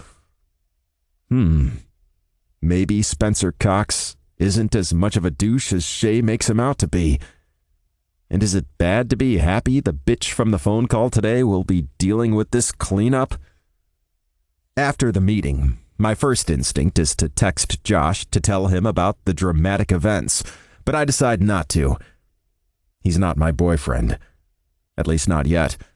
And I have to stop treating him as though he is. If he decides the answer is no, and he doesn't want to date me, then I know I'm going to have to take a step back as far as hanging out all the time and getting his help with Chase and texting him at random times during the day. Because it's one thing to just be friends when I can cling on to hope that it'll turn into more. But if he turns me down, I think it might actually kill me to be around him so much without having that hope to hold on to. May as well start training myself not to need him now. So instead of Josh, I decide to text Laura. Me. Major poop explosion today, right on top of a client's priceless antique desk. Laura Bennett. Laugh emoji, laugh emoji, laugh emoji. Me. Gee, thanks for the sympathy. Eye roll emoji. Laura Bennett. Hey, I've been dealing with his shit literally for months. It's your turn now. Stuck out tongue emoji. Me. I think we need to work out a new custody arrangement. I'll take him when he's being all cute, and you can have him when he's shitting all over the place. Laura Bennett. Only if you take him the whole time when he's a teenager and hates everyone. Me. Deal. So what's going on with you and Josh? Laura asks while we're at the aquarium on Saturday. My head snaps around at her question. The information panel I'd been reading about the various fish in this particular tank completely forgotten. What are you talking about? She rolls her eyes, shifting her hold of Chase as she says, "Oh, come on. Every time I see you two together, it's like you're just waiting for me to leave so you can rip each other's clothes off. The tension there is seriously off the charts." Every time, I ask, an eyebrow raised. You've met Josh twice. She shrugs. Fine, both times then. I reach out and take Chase from her arms because I can see from the way she keeps adjusting her grip, he's starting to get too heavy for her. I should have brought my carrier, I comment. He likes being in that. Stop changing the subject, Laura says, following behind with the stroller as Chase and I move along to the next tank in the aquarium. I'm totally cool with you guys being together, by the way. He's a really nice guy. Letting out a resigned sigh, I turn back to Laura. We're not together. I want us to be, but he's still working out what he wants. He wants you, Laura says confidently. The way he looks at you, it's pretty obvious. I shrug. Wanting me and wanting to be in a relationship with me are two different things. Laura nods in understanding. It's not because of Chase, is it? He seems totally cool about you having a kid. I can't help letting out a soft chuckle. He is. He actually handled it a lot better than I did at the start. So, no, not because of Chase. So, what do you think is holding him back? He used to date my brother, so I'm pretty sure that's the main issue for him. Laura's eyes widen at my words. Wow. Okay, I guess I can sort of see why that might be a sticking point. I shrug. I don't. I mean, don't get me wrong. I understand that it's something Josh needs to work through, and I'm respecting that, but I don't really get why it's an issue. Deck and Josh broke up ages ago. Deck's married now. Neither has any lingering feelings for the other. It's just a non-issue as far as I'm concerned. Laura offers a sympathetic smile. Well, for what it's worth, I hope Josh decides to go for it with you. You guys would be really great together. Chapter 15. Josh. What do you mean? You have to think about it. Ben asks from across the table after I've filled him in on the situation with Connor. It's been a week since we slept together, and I'm no closer to figuring out what I want than I was when he first asked me to define our relationship. What is there to think about? Well, there's plenty to think about, I say firmly, although I'm aware the way my fingers tear at my beer label is probably giving away how unsure I really am. You have feelings for him. He has feelings for you. You have epic chemistry. He's great in bed. Sounds pretty clear-cut to me. I arch my eyebrow at him.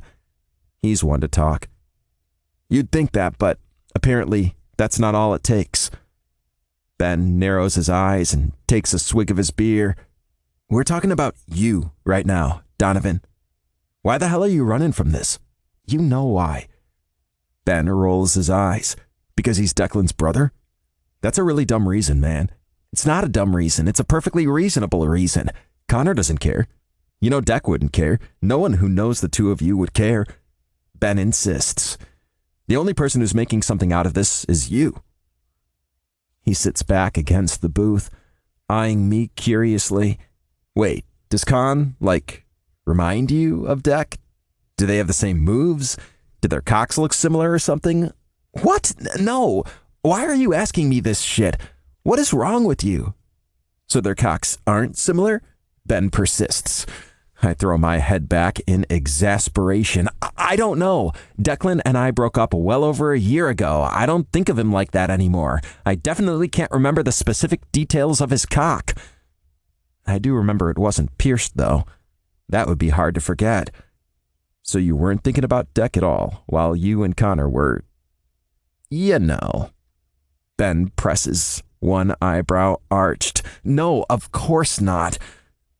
I let out a heavy sigh.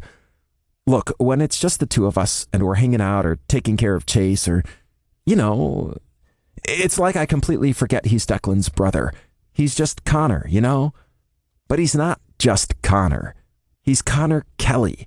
And just because I can forget about it sometimes doesn't mean it's not fucking weird.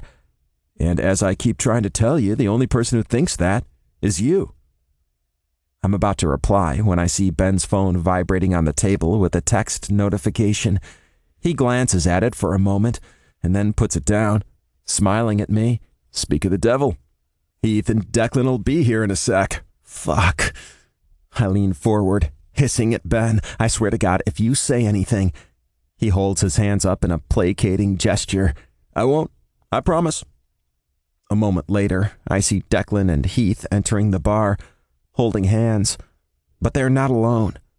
My eyes immediately zero in on the figure trailing after them.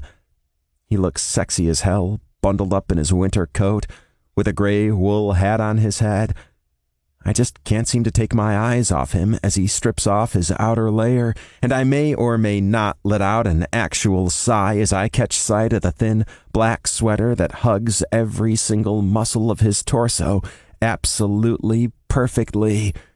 I'm snapped out of my daze by my phone vibrating in my pocket. I quickly pull it out and check the text. Ben Ryland. You're drooling. I glance across the table to see Ben smirking at me. Asshole. Hey, hope you guys don't mind. Connor was free tonight, so I asked him if he wanted to tag along. Deck says, I don't think Josh minds. Ben says, ow! Sorry, my foot slipped. They hang up their coats and pile into the booth, and I end up with Connor right next to me. I can barely concentrate on the conversation around me because the feel of Connor's thick thigh pressed against mine is so fucking distracting. But he doesn't try anything. There's no sneaky groping under the table, no lingering looks. There's not even really any flirting. He's perfectly nice and friendly. But it's not the same. And it gives me painful insight into what our relationship would be like if I decide to choose door number 2. One night only. My eyes land on Declan and Heath across the booth, noting the way Heath is nestled in close to Deck's side, while Deck has his arm strewn lazily around his husband's shoulder. It makes me wonder what it'd be like if I could just lean in and let Connor hold me like that. It'd be nice. And it'd feel totally normal. And I know Declan wouldn't bat an eye at the sight. So maybe that's not the reason I've been stalling. Maybe that's just the reason I've been using to stop myself addressing my actual concern. After we finish up with drinks, Connor and I both linger behind. Declan and Heath are too wrapped up in each other to notice anything unusual. And of course Ben doesn't make any comment, although he does offer a raised eyebrow before heading toward the subway. Say hi to Noel for me, I call after him, in a tone I have to admit is not entirely sincere. That's probably why I get a rude gesture in response. Why did he flip you off just now? Connor asks, his brow furrowed in confusion. I let out a soft laugh. It's kind of a long story. You don't like his boyfriend? He asks curiously as we begin to walk down the street in no particular direction. I shrug. He's a nice enough guy. I'm just not sure he's right for Ben. Connor nods. Gotcha. Can I ask you something? I look at him curiously. Why haven't you told anyone in your family you're into guys as well? He offers me a slight smirk. I haven't told anyone I'm not into guys as well, and if someone asked me, I wouldn't lie about it. You wouldn't? He shakes his head. Nope. Huh. Is that something you're concerned about? He asks. His tone is casual, but I can tell the answer is important. That I'm sort of closeted? Maybe a little, I admit. But that's not why it's taking me so long to make up my mind about us. He lets out a heavy sigh. Right. Declan. No, that's not... I shake my head in frustration. That's not it. Not exactly. I realized tonight my issue isn't about you being my ex's brother. So what is it? He asks with a completely adorable furrow in his brow. I let out a heavy sigh and toe at an old clump of snow on the pavement as I try to figure out how to put all these new thoughts into words. I'm not hesitating because you're Declan's brother, I explain. I'm hesitating because you're a Kelly. You realize that's the same thing, right? He says, his voice full of bafflement. I shake my head slowly. No, it's not. I reach out for his arm, and he stops walking, turning to look at me. I love your family, Con. They're like an extended family to me, and I guess I'm just scared of losing that if things don't work between us.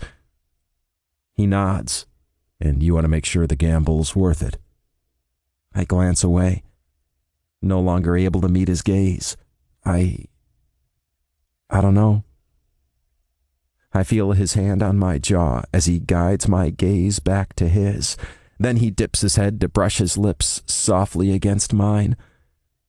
I don't know when the sensation of his beard rubbing over my skin became so familiar, but it has, and it's for that very reason.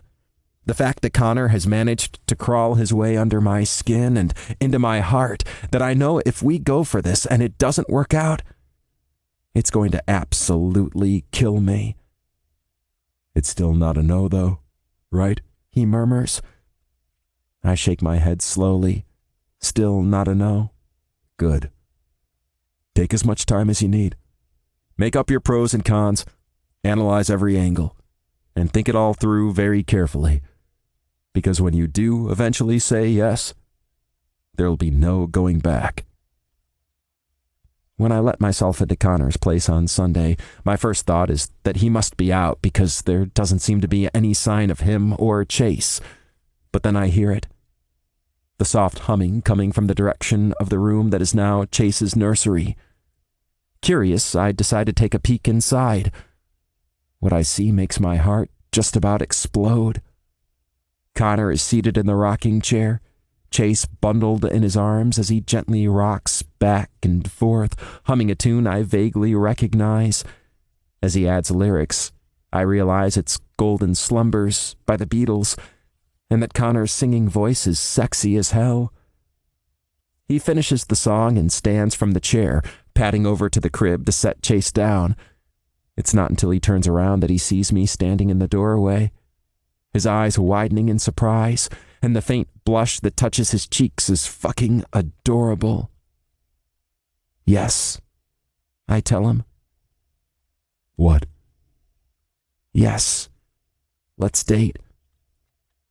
I hadn't expected to give an answer today, because I still had no fucking clue what I wanted, but seeing him just now, I know there's no way I can just write him off as a one-night stand. He's already so much more than that. The giant grin that spreads across Connor's face makes me so glad I said yes. And when he stalks across the room, wraps his arms around me and claims my lips in a fierce, needy kiss, I know without a doubt I've made the right call. You have a really sexy voice, by the way, I say as we come up for air. Definitely gives John Lennon a run for his money. I mean, if he weren't dead and everything. Connor offers a wry grin. Well, that's sweet of you to say, but it's actually McCartney on Golden Slumbers. Damn it. Do I at least get a point for recognizing the song? You get half a point for that. Connor concedes. I'd worry about what future we could possibly have if you weren't able to recognize a Beatles song. I let out a soft chuckle before scanning my eyes over his body. Let's see. Tattoos? Piercings? The Beatles? Your weird Babysitter's Club obsession? That's not weird. Connor interrupts. Anna Martin is a national treasure and deserves respect. I laugh outright at that before continuing with my earlier point. All that combined with the way you nerd out over architecture, you're an interesting amalgam, Connor Kelly. He grins. Ah, you love it. I'll never get bored. That's for sure. And then he's kissing me again. Chapter 16. Connor. Connor Kelly. I have some news. Connor Kelly. I have a son. He's 5 months old, and his name is Chase. I didn't pick it. Connor Kelly. Also, I'm dating Josh. Alana Martin Kelly replied to Connor Kelly. What? Brendan Kelly replied to Connor Kelly. Who's Josh? Connor Kelly replied to Brendan Kelly. Josh Donovan. Brendan Kelly replied to Connor Kelly. Declan's Josh? Declan Kelly replied to Brendan Kelly. He's not my Josh. Connor Kelly replied to Brendan Kelly. He's my Josh. Finn Kelly replied to Connor Kelly. Josh is a guy. Connor Kelly replied to Finn Kelly. Very aware of that. Finn Kelly replied to Connor Kelly. Okay. Alana Martin Kelly. Can we please go back to Connor having a kid? How did this happen? Shay Kelly replied to Alana Martin Kelly. I know you and Haley don't need to worry about this stuff, but surely you at least know where babies come from. Alana Martin Kelly replied to Shay Kelly. Middle finger emoji. Connor Kelly replied to Alana Martin Kelly. I met a girl named Laura around Christmas last year. Then I bumped into her a couple of weeks ago, and it turns out she has a kid. My kid. Bridie Kelly replied to Connor Kelly. Shocked emoji. Aileen Kelly replied to Connor Kelly. Are you getting married? Connor Kelly replied to Aileen Kelly. No, I just told you I'm dating Josh now. Aileen Kelly replied to Connor Kelly.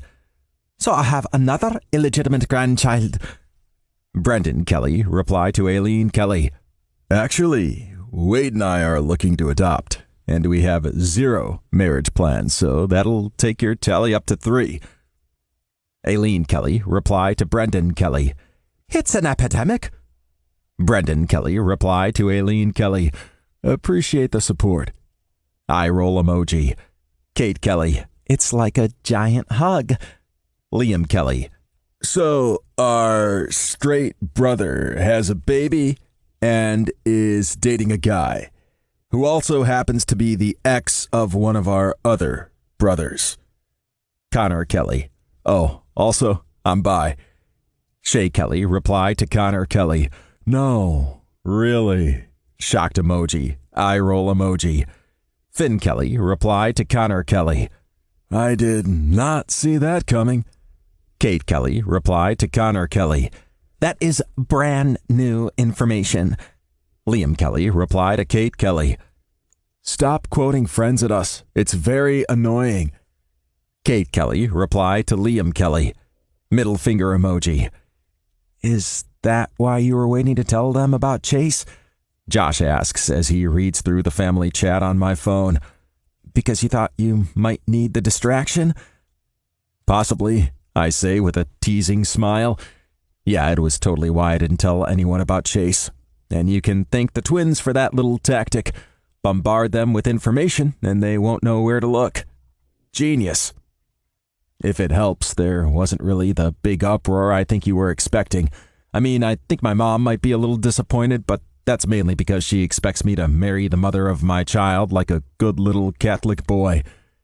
Your mom kind of lives in her own little dream world, doesn't she? Josh says with a wry grin. I nod. That she does. Although I think the fact it's you I'm dating is definitely going to help her to come around easier. Why's that? My brows shoot up. You didn't know this already? My mom loves you, man. You and Blake are like the sons she never had. Which is a bit of a kick in the balls for the 8 sons she did have, but whatever.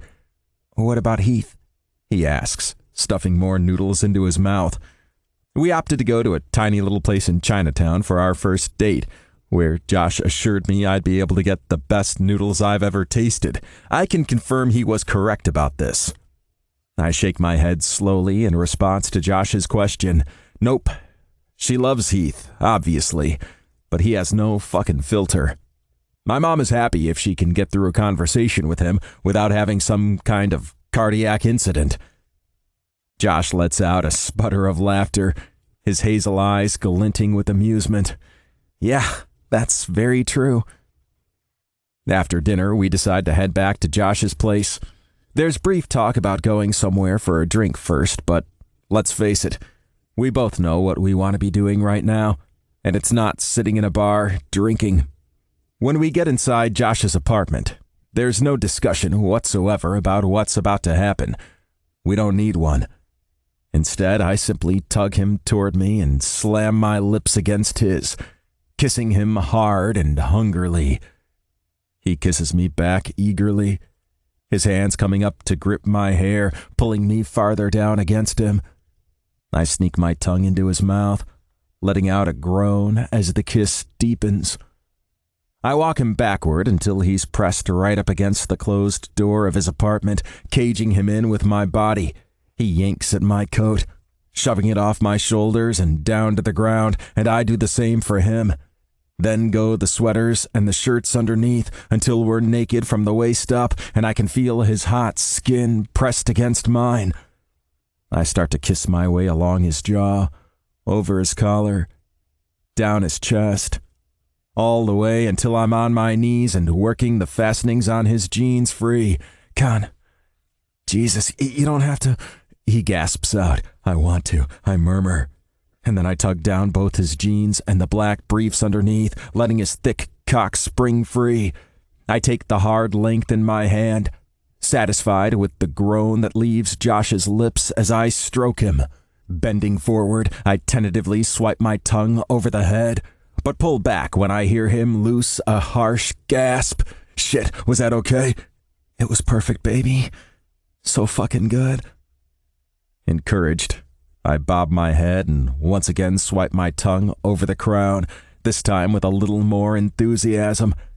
Thinking back to what I usually enjoy when I'm getting sucked off, I close my mouth over the head of Josh's cock and add some suction. Jesus fuck! So good! Yes! I can't help letting out a little self-satisfied chuckle, and that seems to drive him even crazier. He threads his hands into my hair and starts rocking his hips forward, thrusting gently into my mouth. I know he's holding himself back on my account, and I want to tell him to just let go. But I also know I'm probably not ready to have my throat fucked just yet. One step at a time. I pull off Josh's cock and bring a finger to my mouth, coating it generously in my saliva. Then I return to sucking and licking at his cock while my hand reaches around to his ass. I push the saliva-slicked finger inside, fucking in and out in a steady rhythm. Jesus fuck, I'm about to come, Josh groans, yanking at my hair. I just keep sucking away, prompting him to growl, Connor, pull off, I'm going to come. I give a small shake of my head and withdraw my finger, taking a firm grip of his ass with both hands so he'll stay in place. His body tenses up, and I taste salty cum spilling onto my tongue. I continue to lick around his cock, seeing him through the orgasm until he's completely spent. Josh collapses back against the door, breathing heavily. Jesus Christ. So, that was okay? I ask. He lets out a snort of laughter. Fuck, Con. That was incredible. I get back to my feet and return my hands to Josh's body, lovingly gliding them over his lean frame as I press kisses along his neck and breathe in the incredible scent of him. Do you have lube? Condoms? I murmur. There's some in my wallet, he says with a lazy gesture toward the jeans still bunched around his ankles. I cast him a sly smile as I bend down to retrieve the wallet. Presumptuous, huh? Please, like you didn't know you'd be getting lucky tonight. I'm definitely the lucky one, I say as I stand back up, condom and single-use packet of lube in hand. That's for sure. Josh smiles and pulls me toward him, claiming my lips for another kiss. I really could just kiss this man every second of the day. I've known that since that very first time in the hotel bar. Turn around, babe. I tell him in a murmur as I break the kiss. I want you braced against this door. Fuck, I can barely even stand after that blowjob, he says, but nevertheless complies with my request. Don't worry, I've got you. I wrap an arm around him, holding him up. Then I coat the fingers of my other hand with lube and get to work on prepping his ass. You're getting hard again, baby, I tease, noticing the way Josh's cock is starting to twitch as I fuck him with my fingers. You have your fingers in my ass, he says with a little groan. I chuckle softly and continue stretching him out, adding a third finger. Do you think he might come again? He throws his head back against my shoulder. Fuck, I don't know, maybe. I think you will, I tell him. I think you're gonna come with my cock in your ass. Fuck, just hurry up and get inside me, Josh demands, slapping his hand against the wood of the door. With a breath of laughter, I remove my hand and quickly roll on a condom and slather on some lube. I had the foresight to take the ring out before getting ready for this date, and I'm incredibly glad for that now, because I seriously can't wait any longer. Bending my knees a little, I line my cock up with Josh's hole and start to push inside that incredible, tight heat. I wrap my arms around his body and snap my hips, burying my cock deep inside him in one hard thrust. He lets out a harsh, strangled groan, followed by the stream of babbled curses that I'm becoming so wonderfully familiar with. And it just encourages me to go harder, because I know he can take everything I have to give him. I grab a fistful of his hair and yank his head back so I can slam my lips against his in a frantic, messy kiss. And if someone were to walk through the hallway outside Josh's apartment right now, there'd be a raised eyebrow for sure. Between Josh slapping his palms against the door's wood and the constant groaning and grunting from both of us, there's no mistaking what's going on right now. I feel Josh's ass clamp down around my dick as he reaches his orgasm, and the sensation is like a trigger, sending me hurtling over the edge and coming hard into the condom as I'm unable to hold back my climax any longer. I wrap my arms around him and bend my head down to nuzzle at his neck. You were right, you know. Those were definitely the best noodles I've ever tasted. Huh? He asks, sounding completely dazed. I merely chuckle and hold him tighter. Chapter 17. Josh. Shit. My hands are sweating, I mumble, wiping my palms over my jeans to try to rectify the situation. Connor merely chuckles. You don't need to be nervous, babe. It's not like you've never met them before. That's exactly why I'm nervous. I let out a harsh sigh and lift a hand to rake through my hair. Fuck, this would be so much easier if they were complete strangers. Hey, look at me, Connor says in a gentle tone as he takes my hand and pulls me a few paces away from the house, making sure to bring Chase's stroller with him. My family's cool. You know this. I nod. I know. It's just... I thought the Declan thing wasn't an issue for you anymore, he asks, clearly concerned. No, it's not. Not in theory, I say. What the hell does that mean? It means I know no one really cares, but that doesn't mean there won't be comments. He lets out a soft chuckle, his face clearing with realization. You're worried they're going to make fun of you for dating your way through the Kelly brothers? 2 out of 8 is not dating my way through the Kelly brothers, I say defensively. It's a quarter of us, Connor says with a shrug. That's a pretty sizable chunk. I narrow my eyes at him. Weren't you supposed to be helping? With an incredibly annoying grin, he throws an arm around me and pulls me in close. Okay, how's this for helping?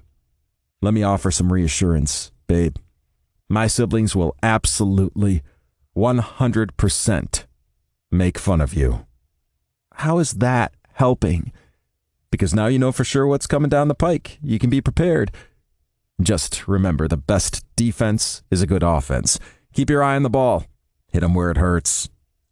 Okay.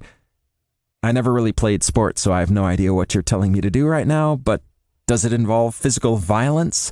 I'm not sure I'm on board with that. Don't worry. You can leave any physical attacks to me, he says. I'll gladly defend your honor, baby.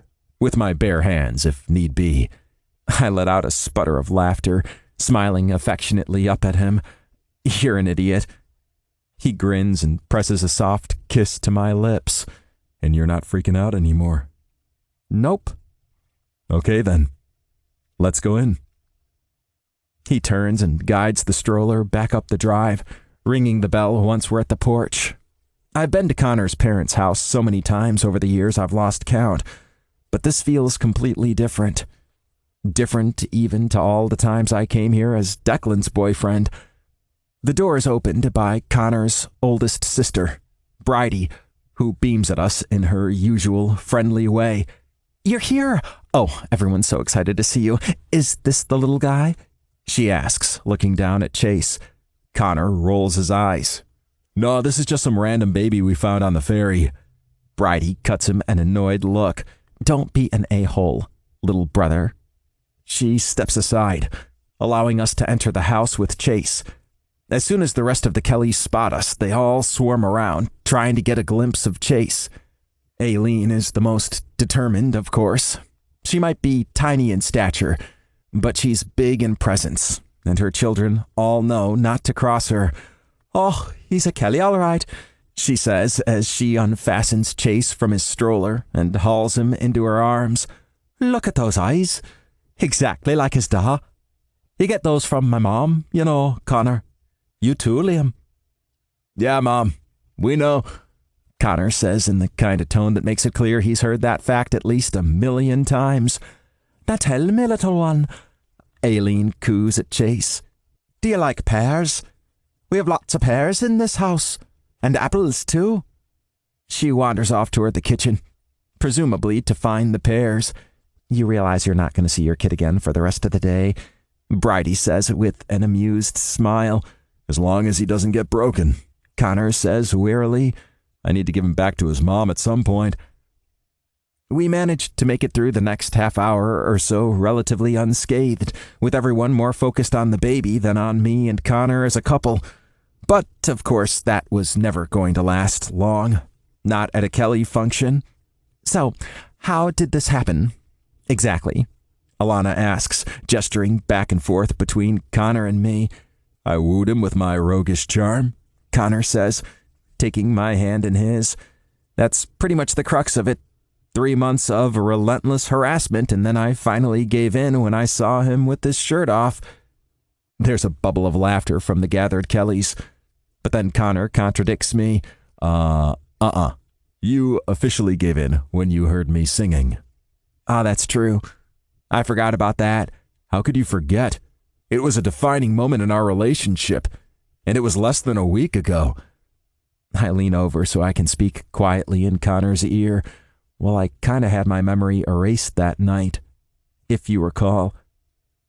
His eyes seem to glaze over, and I have no doubt he's recalling the epic blowjob and the even more epic way he fucked me against my apartment door after our first date last Sunday night. So, Josh, Brendan says with a smirk, am I to take it you have some kind of bingo card with all our names on it?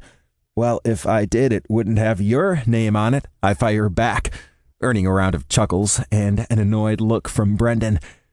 With his hands on his hips, he turns to glance at his boyfriend, Wade, as though appealing for his help. Why are you looking at me like that? Wade asks him. Brendan throws his hands in the air in obvious frustration. Hello, you're my boyfriend. You're supposed to be defending my honor. Wade's brows shoot up, his lips twitching in clear amusement. Okay? Turning to me, he says, Josh, how dare you leave Brendan off your hypothetical bingo card? I hold my hands up in surrender, barely able to contain my grin. I hypothetically apologize. Wade nods. I hypothetically accept. Pitiful, Brendan says with a disappointed shake of his head. BB, Wade's 5-year-old, Baxter, calls as he rushes up and wraps his arms around Brendan's legs. Well, at least someone appreciates me, Brendan says. Smiling affectionately down at Baxter, he asks, "What's up, buddy?" "I need to do a poop. Can you come wipe my bottom?" Connor. "I told you there was nothing to worry about," I say to Josh as we're making our way back to the city after leaving my parents' place. True, my siblings definitely managed to get some good jokes in, but it's clear they're also all really happy for us. My family loves you. Josh lets out a soft chuckle. I had plenty to be worried about. But you're right. It wasn't as bad as it could have been. Chase starts fussing in his stroller, so I decide to get him out so he can sit in my lap. We still have a good half hour left on the subway before we get to my place, and I'd prefer for him to not be crying the whole time. Poor little guy. Must be exhausted, Josh says, looking at Chase with the kind of affection that makes my heart swell up. Hopefully it means he'll sleep well, I say. Laura told me sometimes when he's really tired, he doesn't want to sleep. Josh nods. Yeah, that can happen, especially when they've been overstimulated. I let out a heavy sigh. Oh, great. Maybe we should have done the family thing on a day he wasn't staying at my place, I say wryly. Josh shakes his head in amusement. Yeah, I'm sure Laura would just absolutely love it if you returned him to her all hopped up and cranky. Laura's having a girls' night tonight, so it's a rare weekend day when Chase is actually staying over. But fortunately, even if he turns into a nightmare child tonight, I at least won't be dealing with it on my own. A phone rings, and for a moment I think it's mine, but then Josh pulls his out of his pocket. We should probably think about changing our ringtones if we're going to be spending so much time together. As he answers, I feel a sharp pain on my chin as Chase tugs on a clump of my beard. Ow! No, buddy, that's not a stuffed animal. But Chase just lets out one of his squeaky little giggles, and I decide a tiny bit of pain is well worth it if it's going to make him happy. No, Mom, I haven't been keeping things from you again, I hear Josh say in frustration. Turning to catch his eye, I see him shake his head in annoyance. He tilts the phone away from his mouth to say, "It seems the grapevine has been at work." I can't help letting out a soft laugh.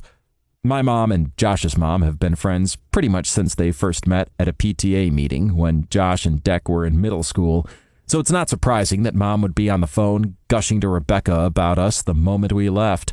"This isn't the same thing as the cancer," Josh says, obviously attempting to placate his mom. After a beat where he's listening to her response, he rolls his eyes and says, "Well, what do you want to know, exactly? How about all the positions we've done it in?" Despite the noise of the subway, I can clearly hear Rebecca screeching, "Joshua!" My whole body is shaking with laughter, and I have to make sure I have a tight hold on Chase so he doesn't slip off my lap. Josh manages to calm his mother down and wind up the call, and after he hangs up, he rests his head against my shoulder, clearly drained from the effort. "It's just because she loves you, you know," I tell him. He lets out a soft sigh. "I know." Once we get home, Josh helps me to feed and bathe Chase and put him to sleep. It's definitely more of an effort than I'm used to because, as predicted, he's overtired and cranky from a big day with my family. Once he's finally down, I leave his room with the door slightly ajar and pad out to the living room to find Josh sprawled on the sofa. I lie down across him with my head in his lap and my feet dangling over the arm of the couch, loving the way his hand comes up automatically to thread through my hair. "You know, I never really thanked you for all this," I tell him. He offers me a sexy smirk. "Oh, you've thanked me." "Many times." I grin at him. "Well, you're welcome for all that. But that wasn't really what I meant. When I called you about Chase, you just dropped everything and came to help me. You needed me," he says with a shrug. Narrowing his eyes, he adds, "And don't think for a second you owe me some kind of payback for it. I know you'd have done the same for me in a heartbeat." I let out a breath of laughter. "If you'd called me to say you suddenly had a kid to take care of, I'd have been no help." "You know what I mean," he says with an affectionate smile. "If I'd needed you for something, you'd have been there." I always will be, I tell him with complete sincerity. He nods. I know. Chapter 18. Josh. The loud, rumbling groan Connor lets out as I take his cock to the back of my throat is all the encouragement I need to keep going with this blowjob. Not that I really plan to stop anyway. He's so responsive. Every touch, every kiss, every little swipe of my tongue has him losing control. And I'm not going to lie, it's a bit of an ego boost to know I'm the one making him fall apart like this. Spurred on by his reaction, I decide to take things further. I let his cock fall from my mouth and take a firm grip, licking up the underside of his shaft before kissing and nuzzling at his balls. I gently encourage his thighs to part a bit farther, and then I run my tongue over his taint before swirling it around the edge of his hole, and the response I get is better than I could have imagined. Jesus, fuck yes, so fucking good, keep doing that. He gasps out, his body practically writhing off the bed in reaction to the contact. I feel his strong hands threading through my hair and gently pressing me in place, as if I have any plans to go anywhere after that response. I continue to stroke Connor's cock as my tongue teases his hole, my nose full of the scent that is all Connor. Fuck, I need more, baby. Connor growls, give me a finger or something. I'm beginning to realize I can't deny him anything, so I ease up on the rimming and remove my head from between his legs. Then I close my mouth over his cock once again and push one of my fingers into his hole. He grips tight to my hair as I take him deep, my finger working in and out of his hole. A brush of that sensitive gland inside him has him completely arching off the bed and letting out a fierce groan. Fuck. Josh, baby, I'm about to come. I just work him even harder, swallowing down on his cock and brushing over his prostate again. With an almost agonized roar, he comes hard down my throat. Once I've lapped up every last drop, I shift over so I'm straddling him, my hand furiously jerking my own cock. I'm so fucking close, I barely even need to touch my dick before I feel the climax rush through me, and I'm spurting ribbons of cum all over Connor's tattooed chest. He reaches up to grab a hold of my arm, tugging me down against him and making sure I'm just as messy as he is. Not that I could care any less right now. He claims my lips in one of the sloppiest, messiest kisses I've ever experienced. But it's also one of the most perfect, because it's Connor, and the fact he couldn't even wait till he'd gotten his breath back to get his lips on mine is one of the reasons I love him so much. Yep. Love. I'm going there. I'm not going to be ready to say it out loud anytime soon, but that's what this is. I know it. Can I admit something to you? I murmur against his lips. You can tell me anything. I miss the ring. His brow furrows adorably as he tries to work out what the fuck I'm talking about. The what? In lieu of an answer, I reach down to absently slide my thumb over the head of his dick. He lets out a sharp hiss at my touch, his eyes fluttering briefly closed. Ah, that ring. Yep. I miss it. It's so fucking hot. We've been over this, babe. I'd leave it in if it weren't for the whole you begging for my cock in your ass about 10 times a day thing. I let go of his cock and lean forward so I can murmur in his ear, what if you left it in so I could feel it inside me? Before he has a chance to form a proper answer, I shift so I'm hovering directly above him and can look deep into his eyes. I've never gone bare with anyone before, but I want to with you, Con. And not just because I want to feel the ring, because I want to feel you. He's silent for a long moment before finally lifting his head to press a soft kiss against my lips. Are you sure? I nod. Yeah. And I can show you my last test results if you need to see them. I'm all good. The corner of his mouth quirks up. I don't need to see the results, babe. I trust you. He lets out a soft sigh. But I should probably get a new one done myself before we go for this. It's been a little while. I can wait. I lean down and press my lips to his again. You'll be worth it. Once we finally manage to make it out of bed, which admittedly takes a while because it's Saturday morning and we have absolutely nowhere to be today, we head out into the living room and I take up position on the couch with the TV remote in hand while Connor makes us a late breakfast. Despite the amount of time we've spent getting to know each other over the past few months, I'm finding he's still able to surprise me. For example, I had no idea he was such a good cook until he made me dinner a few nights ago. Whenever I've been here for dinner while helping out with Chase, we've just ordered takeout, so learning Connor's skills extend beyond reading a delivery menu was definitely a surprise. "Breakfast is ready," he calls from the kitchen. I slide off the couch and pad over to the counter, my mouth watering at the sight and smell of the steaming pile of freshly made blueberry pancakes. And an even more drool-worthy sight is Connor standing on the other side of the counter wearing an apron that reads, "Got to get you into my mouth," and absolutely nothing underneath it. Okay, I know that's a Beatles pun, but my dick isn't seeing it that way. I tell him. He glances down, as if he's forgotten what the apron says. Then he looks back at me, the sexiest smirk imaginable spreading across his face. Leaning forward to rest his forearms on the counter, he says, "Well, let's do breakfast first. You might want to build your strength up." Upon hearing that, I have every intention of just scarfing down the pancakes as quickly as I can. But as soon as I taste them, I know I can't do that. They're just too good not to savor. Oh my God, these are amazing. Thanks. For a moment, the only noise is the TV in the background as we both devour our breakfast. And then Connor asks, "Is that Star Trek playing on my TV?" "Sure is," I say with a grin. He chuckles. "How did I know you'd be a Trekkie?" I shrug, because it's an awesome and groundbreaking show that everyone should watch. "Everyone?" he asks, one eyebrow raised. I nod. "Uh-huh. I think you'd really enjoy it."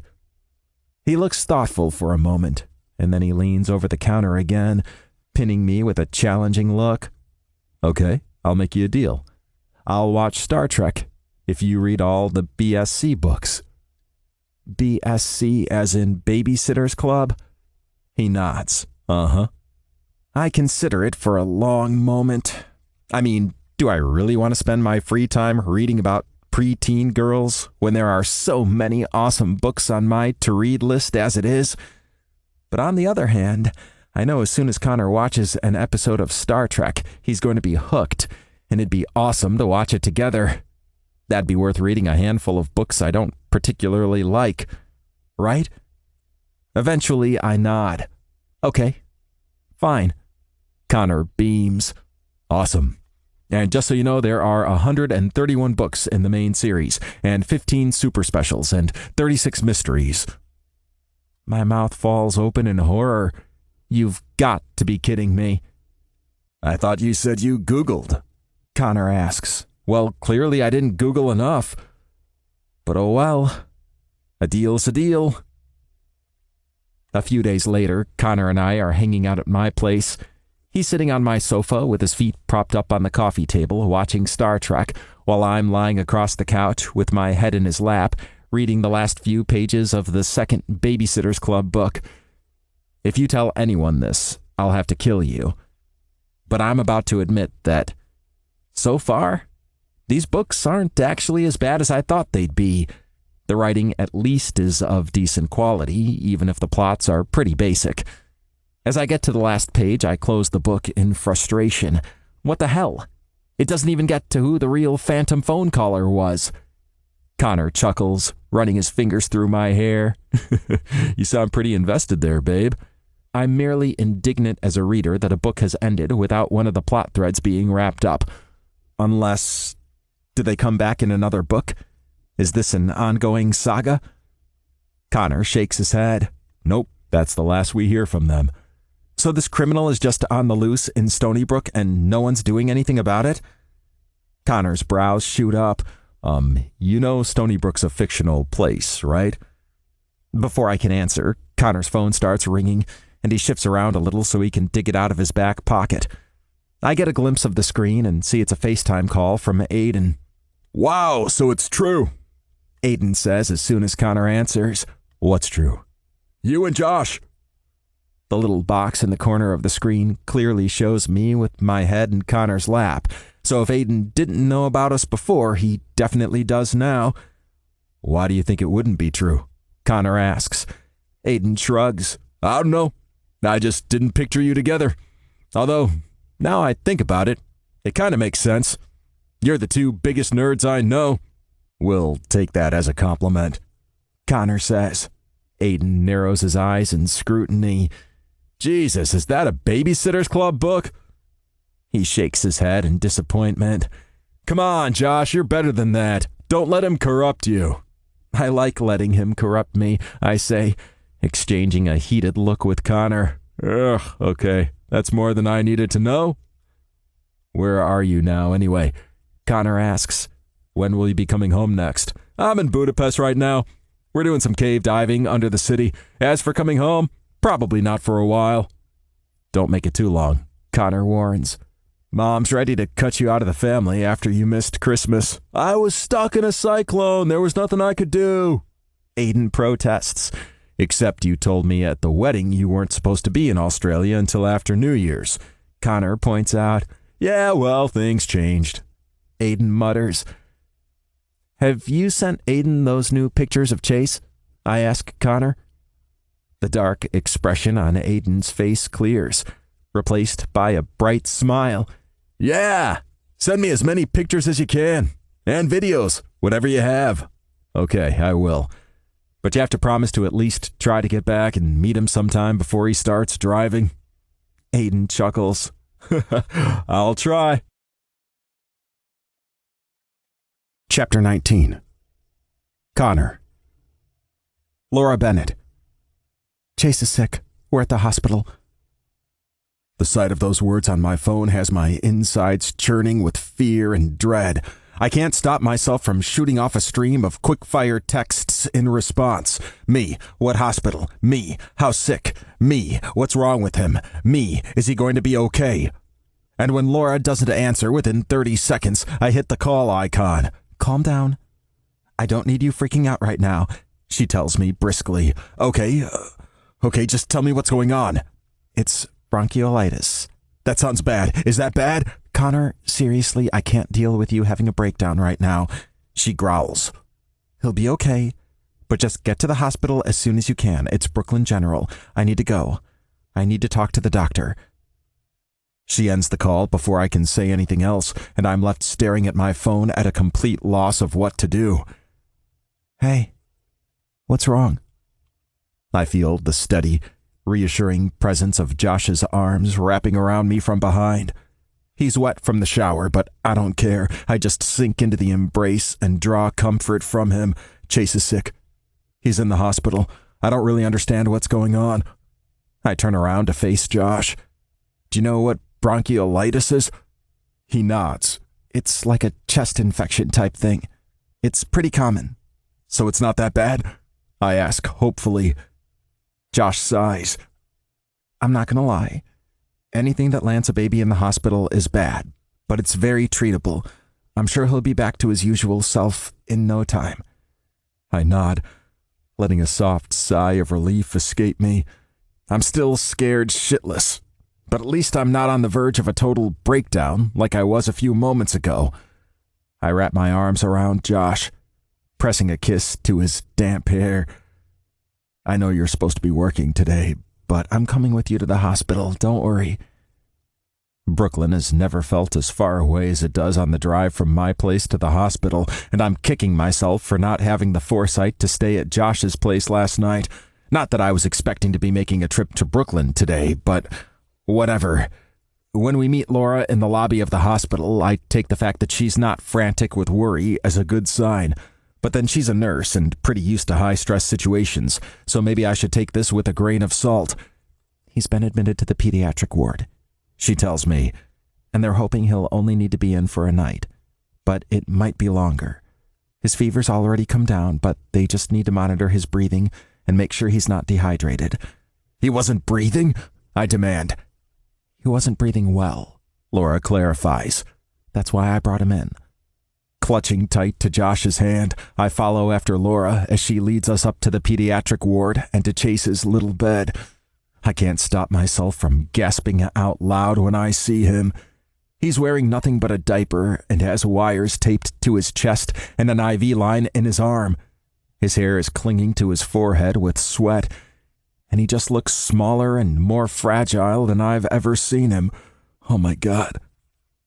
I give a slow shake of my head, the same fear and dread still bubbling inside me. It's milder than it was before, but it's still there. He's going to be fine, Connor, Laura assures me. He just looks so sick, I say, barely able to get the words past my lips. He'll be back to his usual self before you know it, Josh says, repeating his words of comfort from earlier. I'm going to get a coffee, Laura says, and I notice for the first time how completely drained she looks. She must have been here for hours. You guys want anything? I'm fine, I say, returning my attention to Chase. Coffee sounds great, thanks, Josh says. I take a seat in the chair next to the bed, with Josh hovering close beside me, and I reach out to press my finger into Chase's little hand. I don't know how Mom and Dad did this with 11 of us, I murmur.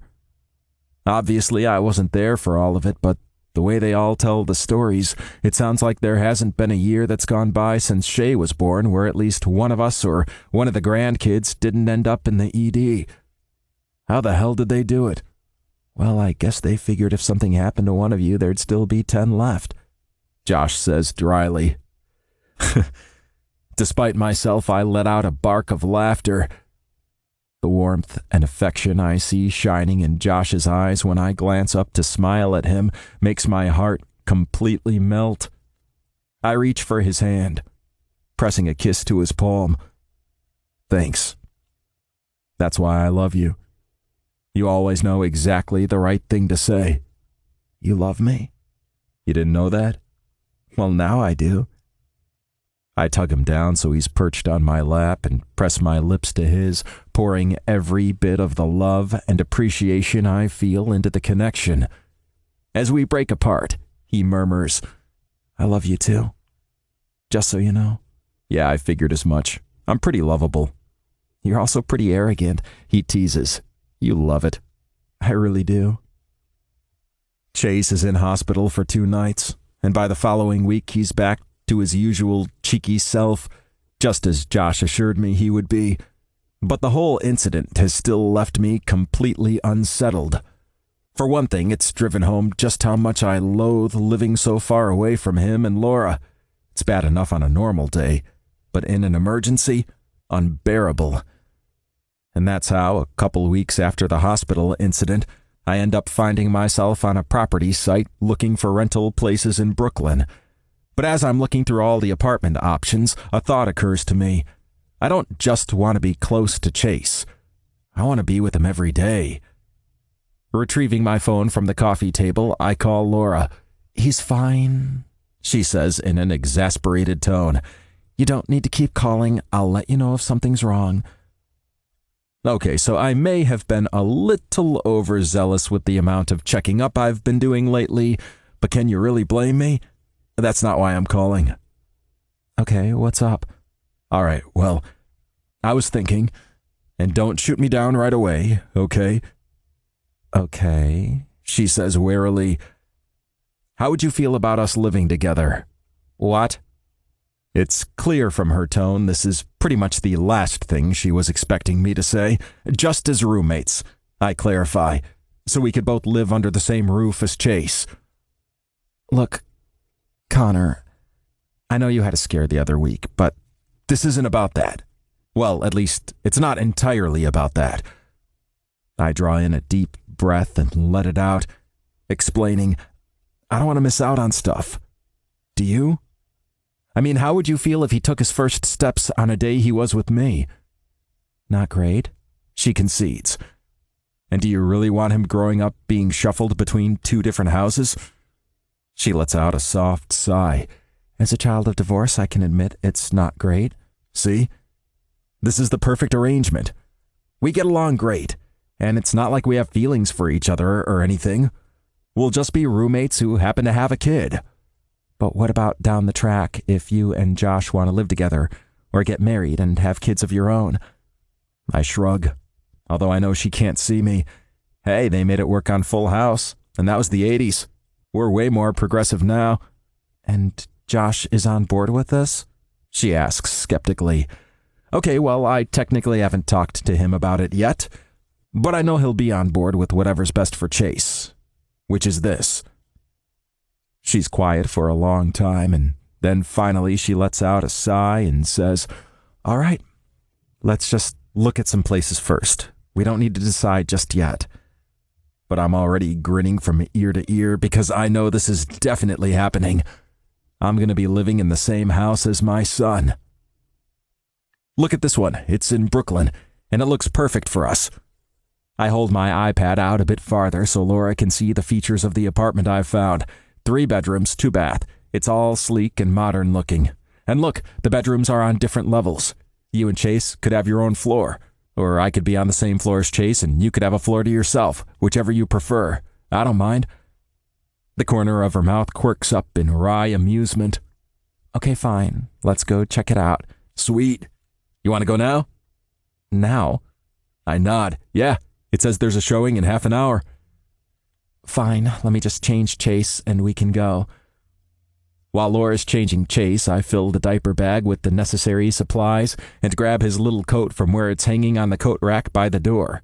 When she returns, she hands him to me so I can put his coat on while she unfolds the stroller. Have you called Josh to meet us there? She asks distractedly as she works through the 100 or so steps to get the stroller unfolded. No. With the stroller now unfolded and ready for Chase, Laura straightens up and eyes me suspiciously. You haven't told him yet, have you? Connor. Don't look at me like that.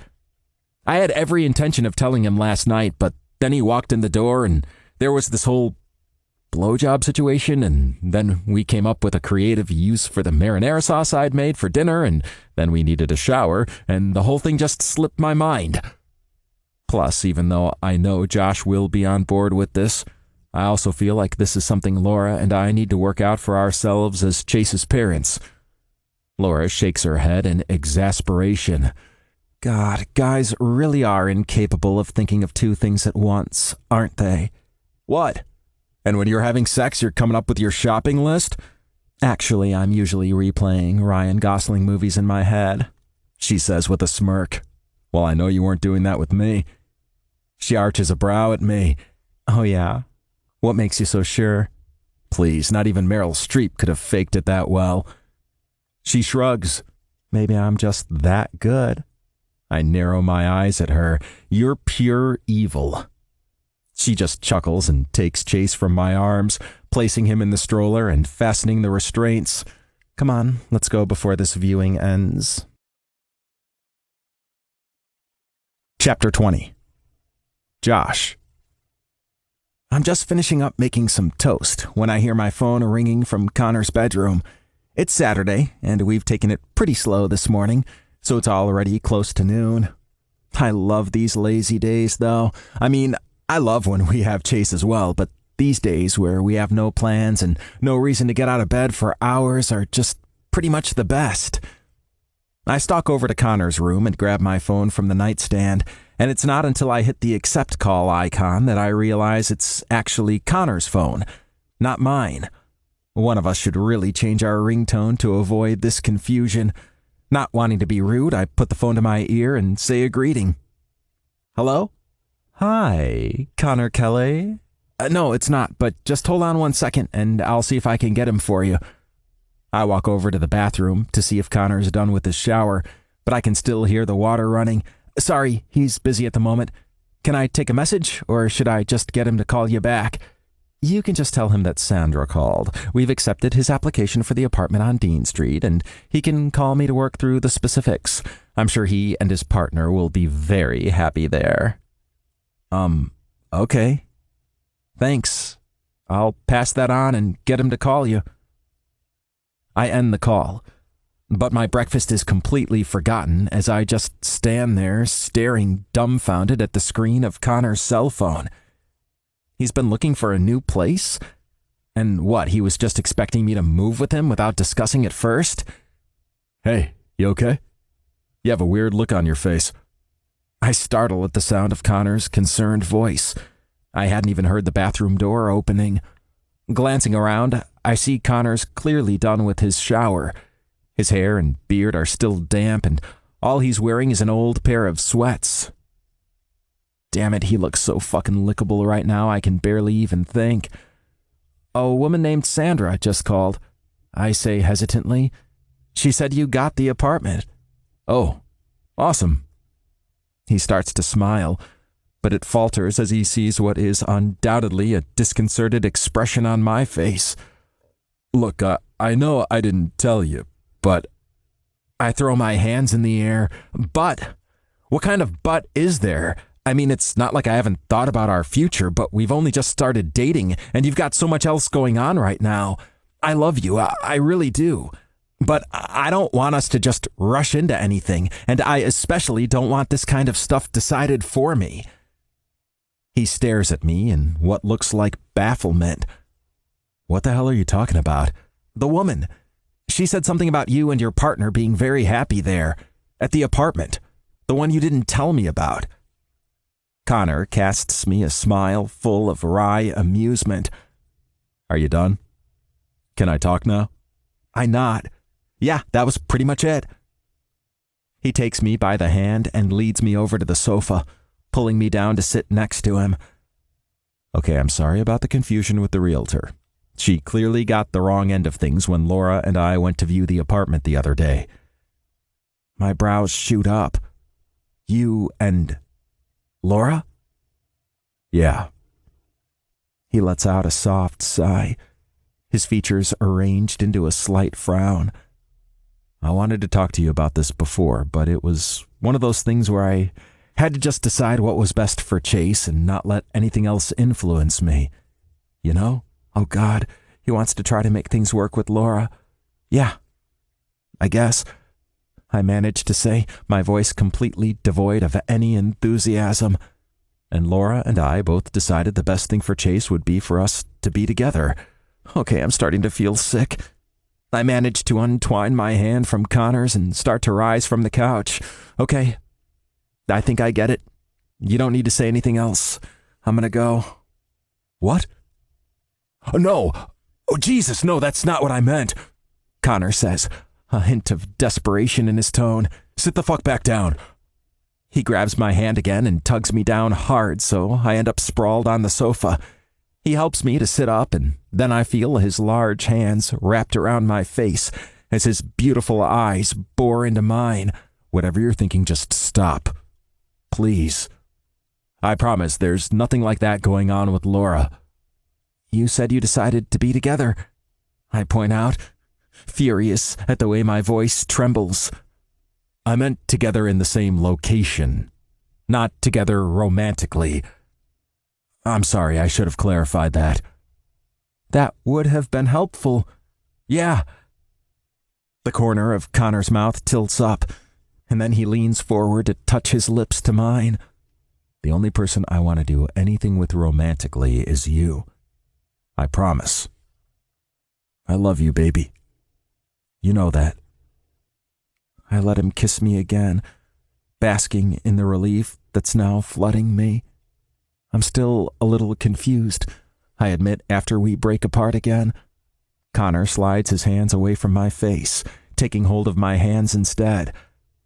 Laura and I are going to live together as roommates and co-parents. Wow, that's unconventional, I say, finally stumbling upon what seems like the most appropriate word. Connor shrugs. Yeah, I guess it is a little. But we both want to live under the same roof as Chase, and this seems like the best way to do it. How will that work? Exactly, I ask curiously. We've found an apartment in Brooklyn, the one we went to view the other day. It's really spacious, laid out on several floors, and has 3 bedrooms and 2 bathrooms, so we won't be getting in each other's way. He strokes his thumb back and forth over my hand, offering me a shy smile.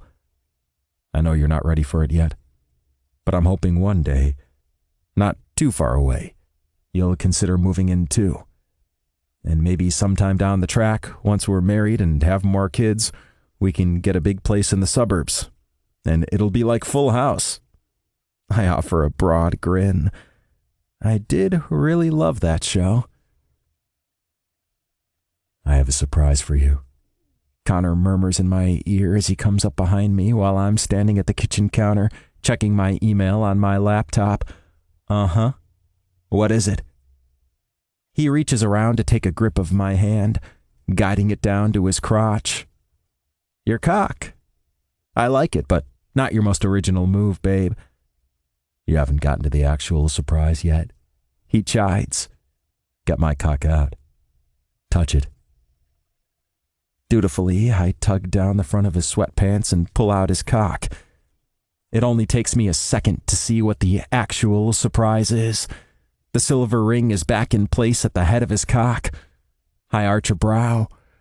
Does this mean you got your test results back? Uh-huh, he says through a groan as I move my hand along his shaft. Leaning closer to me, he brushes his lips over my jaw. I'm sorry it took so long to sort out. You don't need to be sorry. You've had a lot of stuff going on. Taking a firm hold of my hips, Connor spins me around so I'm completely facing him, our bodies flush together. I continue to stroke his cock as he attacks my mouth with that same intense hunger I've become so addicted to. Jesus, can't fucking wait to be bare inside you, baby. He growls against my lips. Then you better hurry up and get me ready. We strip out of our clothes in mere moments, desperate for each other as usual. I run my hands over the tattoos on Connor's chest, loving the little groan he looses against my lips as I tweak one of his nipple rings. As we continue to make out, grinding against each other, I feel a slick finger entering my hole and come to the conclusion Connor must have brought some lube into the kitchen with him. Smart man. I bury my head against his chest, my teeth digging into his skin as he works first one finger, then 2 into my hole, stretching me and readying me for his cock. Fuck, that's enough, Con. Just get inside me already.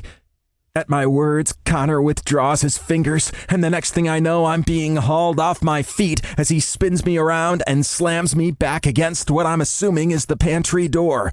The groan I let out as he pushes inside me is so loud, it'll probably have the neighbors calling the cops. And all I can do is wrap my legs around him, grip tight to his hair, and basically just hang on for dear life as he fucks me in hard, relentless strokes. Jesus Christ. I knew it'd be amazing once I finally had him bare inside me, but this? I could never have imagined it'd be like this. Fucking hell, he grunts out before digging his teeth into my neck. Fuck, Con, Jesus, baby, no idea. The words are leaving my mouth in a breathless babble. It's all I can manage right now because my brain cells have all officially died. With a slight adjustment of his body, I feel the piercing brushing over my prostate. It feels slightly different to what I'm used to, but oh my fucking God, fuck. Connor looses a breathless chuckle. There? Right the fuck there, don't fucking stop. As he continues to fuck into me, hitting me right where I need, his lips slam against mine in a fierce, bruising kiss. I grip his hair tight, holding his mouth against mine. I never want to stop kissing him. Never. Fuck, I'm about to come. He gasps out, "Come in me, baby. Fill up my ass." He lets out a loud, strangled groan as his body tenses up, and I feel a hot cum spilling inside me. It's not the rush I was expecting. More like a steady dribble that I think might have something to do with the piercing. Although I've never had someone come directly in my ass before, so I can't be completely sure. It's still the hottest thing I've ever experienced, and it sends me right over the edge, coming hard all over my stomach. We stay there for a little while, me wrapped tight around Connor's body and him still buried inside me as we gather our breath. He presses a soft kiss to my lips before resting his forehead to mine. "Do you know the song, In My Life?" he whispers. I'm a little thrown because A, I wasn't expecting a music quiz at the end of this epic fuck, and B, I'm still pretty out of it from the epic fuck. But as my brain starts to clear a little, I realize I do know the answer to this one. Yeah, it's a Beatles song, right? He nods, as if it would be anyone else. "It's you. That song is you. For me." Chapter 21. Connor. It's late May by the time Laura, Chase, and I move into our new apartment in Brooklyn, and of course Josh is there to help us with the move. "Geez, this room is huge," he says as he joins me in Chase's nursery, where I'm attempting to assemble the crib. He scans his eyes about, taking in every corner of the room, which is at least twice the size of the nursery in my old apartment. I know, right? I'm thinking once he's a little older, we can set up a train set in that corner over there, and Laura wants to do some kind of teepee tent thing that'll be his own little place, no parents allowed. "That sounds awesome," Josh says with an affectionate smile. Unable to resist, I get to my feet and stride over to him, wrapping my arms around him and brushing my lips against his. What was that for?" "Just happy to see you," I say, and kiss him again, deeper this time. "Is this what I have to look forward to? Living with you?" I hear Laura ask from behind us. "Just walking into random rooms to find you making out with your boyfriend?" With a soft chuckle, I break the kiss and spare Laura a brief glance over Josh's shoulder. "Pretty much." Josh pulls away from me and turns to offer Laura an apologetic smile. "Sorry, we'll keep the PDAs out of the communal rooms from now on, I promise." I'm not promising that," I say. Having to keep my hands off this man in the majority of the rooms in my own house? Yeah, that's not happening. Laura rolls her eyes. "Just keep it PG and we're good." She leaves the room, and I pull Josh back against me, linking my arms around his waist. Now, where were we? He lets out a soft chuckle. We were about to get to the part where we stopped making out and actually put Chase's crib together. I don't remember us getting to that part, I murmur as I nuzzle at his neck. "He's gonna need somewhere to sleep tonight. I still have the travel crib. Connor." I pull away from him, letting out a resigned sigh. "Okay, fine. But let's do it quickly. My ensuite shower needs christening." After we finished with Chase's room and christened my shower very, very thoroughly, Josh and I both collapse, wet and naked, onto my bare mattress. I haven't had a chance to assemble my bed yet, or unpack anything, which means there aren't any towels at hand. Fortunately, we're more than capable of keeping each other warm. "Okay, I'm not saying no to another round," I murmur as Josh starts pressing soft kisses along my shoulder while his fingers run over my pecs, "but I'm definitely going to need some food first." He hooks his leg over me so he's straddling my waist and leans forward to hover over me. "I could go food. What are you feeling like? Pizza, noodles, sushi?" "Does that noodle place you like deliver?" "Yep." I smile at him. Sold. I manage to dig out some clothes from one of my boxes and get dressed, while Josh just puts the jeans and t-shirt he was wearing earlier back on. Now that it's warmer, I'm learning ironic t-shirts are Josh's go-to fashion choice, and every time I see one, it never fails to crack me up. Today his t-shirt is bright purple with a pink stick figure drawing. The stick figure girl has a speech bubble that says, "Hi, I'm Annie," and the stick figure man is replying with, "Are you okay?" "What is it?" Josh asks curiously. "What are you smiling about?" I shake my head. "Nothing. I just love your t-shirts, although they do kind of make my clothes feel boring." He arches a skeptical brow. "Babe, I don't think there's a person on the planet who'd be able to find anything boring about your appearance." I chuckle. I think that was a compliment. Definitely, he says with a bright smile before heading for the door of my bedroom. Come on, let's go order dinner. I'm fucking starving. I grab his hand and lead him upstairs to the kitchen where I left my phone earlier. I see you guys have finally come up for air, Laura says with a teasing smirk as Josh and I enter the kitchen. It's just a temporary food break, I explain. Then we'll be getting back to the sex. That we won't. I'm not. Josh breaks off, his face bright red and completely adorable as he tries to stammer out an explanation for what I just said.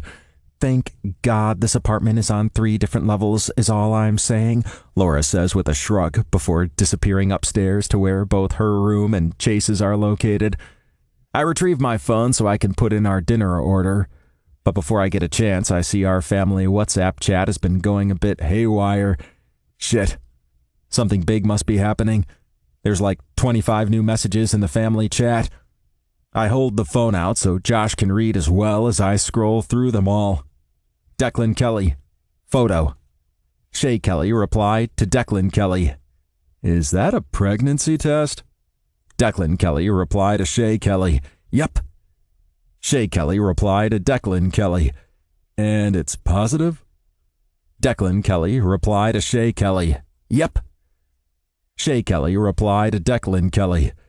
You took a pregnancy test and it came back positive? That's pretty impressive, bro. I gotta admit. Finn Kelly replied to Declan Kelly. Maybe you should go on the news.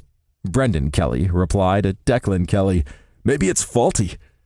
Owen Forrester Kelly. Or maybe it's their roundabout way of telling us they have a surrogate who's pregnant. Declan Kelly. I see logic has finally won out. Eye roll emoji. Holy crap, they're having a baby, Josh exclaims, and I glance toward him to see his face lit up with excitement. Heath's going to be a dad? That's a little unnerving, I say with a chuckle. Aileen Kelly replied to Declan Kelly. A surrogate? Why didn't you ask one of your sisters to carry your baby for you? Kate Kelly replied to Aileen Kelly. I'm totally fine with them not asking me. Alana Martin Kelly replied to Aileen Kelly. Me too. Bridie Kelly replied to Aileen Kelly.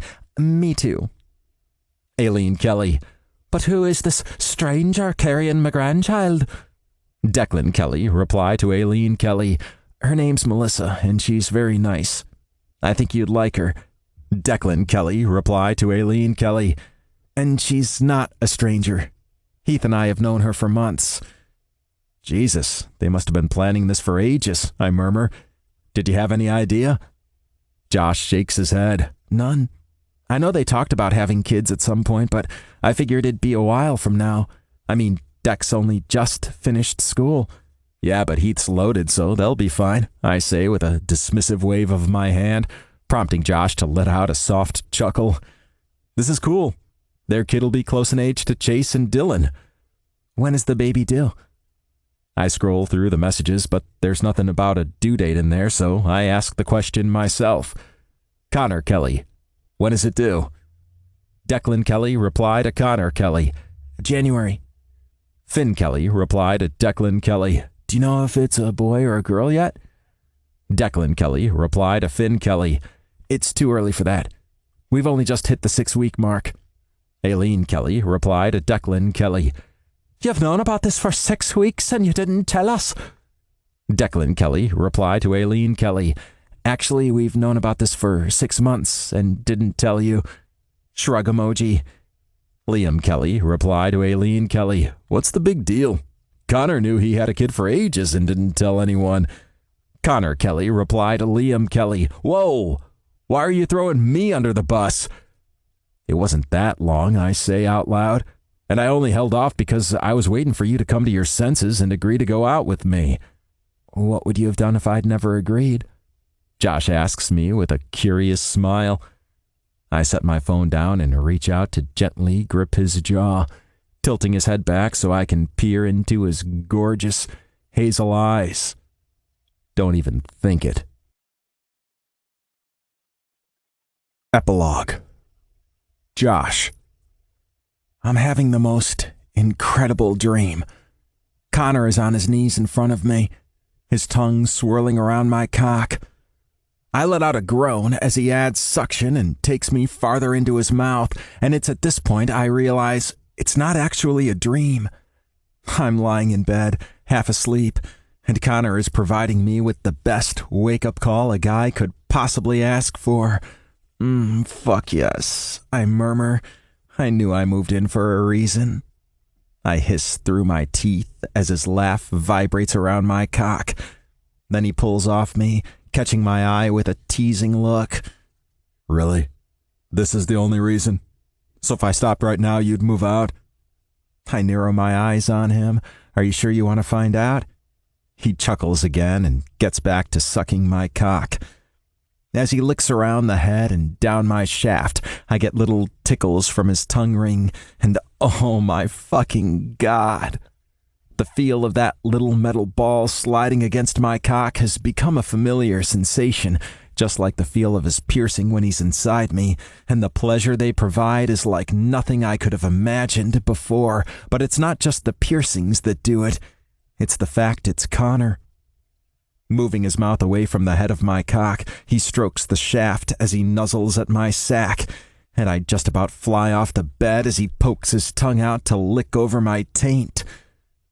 A year ago, just after I had my testectomy, I never could have imagined I'd get to a point where I wouldn't feel self-conscious about that loss. It sounds a little trivial in the grand scheme of things, right? I mean, what's losing a testicle if it means saving my life? Try telling that to my brain, though. But with Connor, it's never even been an issue. I've never felt self-conscious or anxious or less. He has this unbelievable way of just putting me at ease, and I love him so fucking much for that. Fuck, fuck, fuck, I cry out, forgetting we're not alone in the house and I should be quiet. Fuck, baby, I'm about to come. He returns his mouth to my cock, sucking hard as I reach my climax, shooting into his mouth. Fuck, that was awesome, I say as I lay back on the bed, breathing heavily. Connor grins as he crawls his way up the bed toward me. By the way, happy birthday, baby. Best birthday present ever, I murmur against his lips. Don't speak so soon, he teases. True, I haven't had your cock in me yet. That's actually not what I was thinking. He rolls off me and onto his side, his large hand draped over my waist as he gazes at me with a hint of vulnerability in his eyes. Do you remember how I told you you're in my life? I offer a soft smile. Of course. I'd been vaguely familiar with the song when he first mentioned it, but I know every lyric off by heart now. Okay, well, I didn't tell you this back then because I wasn't sure if you were ready. But for me, that song isn't just about love. It's about finding the person you want to spend the rest of your life with. And I've known that's you for a really long time now. Are you saying what I think you're saying? I ask, my heart beating fast with anticipation. He smiles at me. Will you marry me? I feel my face stretching into a broad grin. He was right. This is definitely better than the blowjob. Not that I'm complaining about the blowjob, of course. I wrap my arms around Connor and kiss him hard on the mouth. He threads his hands into my hair, and it quickly turns into one of those intense, intoxicating makeout sessions I've become completely addicted to. That was a yes, by the way. I tell him when we finally manage to break apart, just in case you needed the clarification. Thanks for clearing that up, he says with a chuckle before rolling me onto my back. And now I get to fuck my fiancé. After Connor's made me come again, this time with his cock in my ass, we lie wrapped in each other's arms for a while before he finally crawls off the bed and tugs me up, directing me toward the ensuite. Come on, let's get you cleaned up. And then dirty again, I tease. He offers a sexy smile. Oh yeah, definitely. Before we can get to the bathroom, though, I hear my phone ringing, and yes, I've changed the ringtone. Quickly checking the screen, I see it's Ben. Shit, 1 second, okay? Connor offers an indulgent smile and nods for me to answer. Damn it, why did you give up your apartment? Ben demands as soon as I answer the phone. I let out a soft sigh and glance up at Connor. Turning the phone away from my mouth, I tell him, you might want to start without me. Then to Ben, I say simply, because I wanted to move in with the love of my life. And you couldn't have just waited an extra few weeks to do that? Knowing I won't be joining Connor in the shower anytime soon, I stretch out on the bed and relax back against the headboard. I'm sorry, man. I don't have precognitive powers that would have allowed me to see your boyfriend would kick you out mere weeks after I gave up my apartment. He didn't kick me out, Ben says a little indignantly. I have to bite my lip to hold back the snort that's trying to get out. Ben, you came home to find your stuff all packed up and sitting by the door. What else would you call it? He was decluttering, he says lamely. I don't know what I'm going to do, he says with a groan. And I can picture him rubbing a hand over the back of his neck the way he does when he's frustrated. I put in for a transfer back to Austin, but I kind of used up all my favors to get transferred here at the start of the year, so it's going to take a while. No way can I stay at a hotel indefinitely. Hey, you know who has a great apartment and is hardly ever even in New York? I suggest, already knowing what his reaction is going to be. Nope. No way. No. I'm not staying at Aiden's. Beggars can't be choosers, Ben. Well, I'm not that desperate just yet. I shake my head in exasperation. Are you ever going to tell me what happened with the two of you at the wedding? Nope, he says simply, making it clear the topic is closed for discussion. I fiddle with the fabric of the comforter as I consider this for a moment. For 11 years, I've been the one person who's known all the details of this whole Ben and Aiden saga, oftentimes too much detail, if you ask me. So the fact Ben doesn't want to tell me what happened at the wedding is a little concerning. But whatever. It's his business, not mine. Ben starts to say something, but it's lost on me because Connor emerges from the in-suite, wearing nothing but a towel, water from the shower still dripping down his torso, his hair and beard still damp. Yeah, Ben, I've got to go. My fiancé just got out of the shower and he's got this I want to fuck you into the mattress look on, I say, returning Connor's heated look. Wait, fiancé? Ben asks, his voice tinged with disbelief. Yep. Oh, and thanks for the birthday wishes, by the way, I say dryly. Oh, fuck, sorry, man, I was a little preoccupied. I let out a huff of laughter. It's fine. I'll forgive you if you promise not to bother me for the whole rest of the day. I have other plans. Gotcha, Ben says and ends the call. I have a look that says, I want to fuck you into the mattress? Yep, it's pretty much your usual face. I throw my phone aside and get to my knees, shuffling over to the side of the bed so I can link my arms around his neck. Thank you for asking me to marry you, I say with a soft kiss against his lips. Thank you for saying yes, he murmurs back. We kiss for a moment, and then Connor pulls back, his eyes wide as if in realization. I haven't given you your present yet. My brows shoot up. I thought the blowjob and the sex and the proposal was my present. Nope, he says, shaking his head. I've got something even better. I had it made specially for the occasion. Given the proposal earlier, I'm kind of expecting him to produce a ring box, so I'm a little surprised when he places a wrapped package in my hand that's definitely something soft. It's for your collection, he says proudly once I've unwrapped the paper to reveal a white t-shirt. The plain black text printed across the front reads, Stacy plus Scott equals love. Except there are red slashes through the Stacy and the Scott, and above the crossed out words is artfully scrawled Connor and Josh in the same red. As soon as I see the text, I can't help sputtering out a laugh. So this is what happened to that t-shirt after Stacy realized Scott was a total douche. The fact you know it's a BSC reference just makes me love you even more, Connor says with a grin. You know it's going to drive me fucking insane, having love spelled wrong like that, I point out. Yup. But you know I'll wear it anyway, 'cause you gave it to me. Yup. I chuckle and tilt my head up so I can give him a kiss. I love it. Thank you. Happy birthday, babe. Another epilogue. Connor. I can't believe my little boy is turning 1 today. And of course, we're having a big party at Mom and Da's to celebrate. But for me, this isn't just a celebration for Chase's birthday. It's a marker of all the amazing things that have happened in the past year. I've become a father, which is something I didn't even realize I wanted and definitely didn't think I'd be able to handle, but it's made me so freaking happy. I found the love of my life and somehow convinced him to love me back and agree to spend the rest of his life with me. And I've achieved my goal of moving back to New York, and I'm just about to break ground on my first project as the lead architect, and it's a big one, too. So are you two planning on setting a date anytime soon? Declan asks as he hands a beer each to Josh and me. Or are you just going to be engaged forever? Obviously, drawn by the talk of weddings, my mom seems to appear out of nowhere, accompanied by Rebecca Donovan. I think you should at least start putting your name down at places, Rebecca suggests. Venues book out very quickly in this city.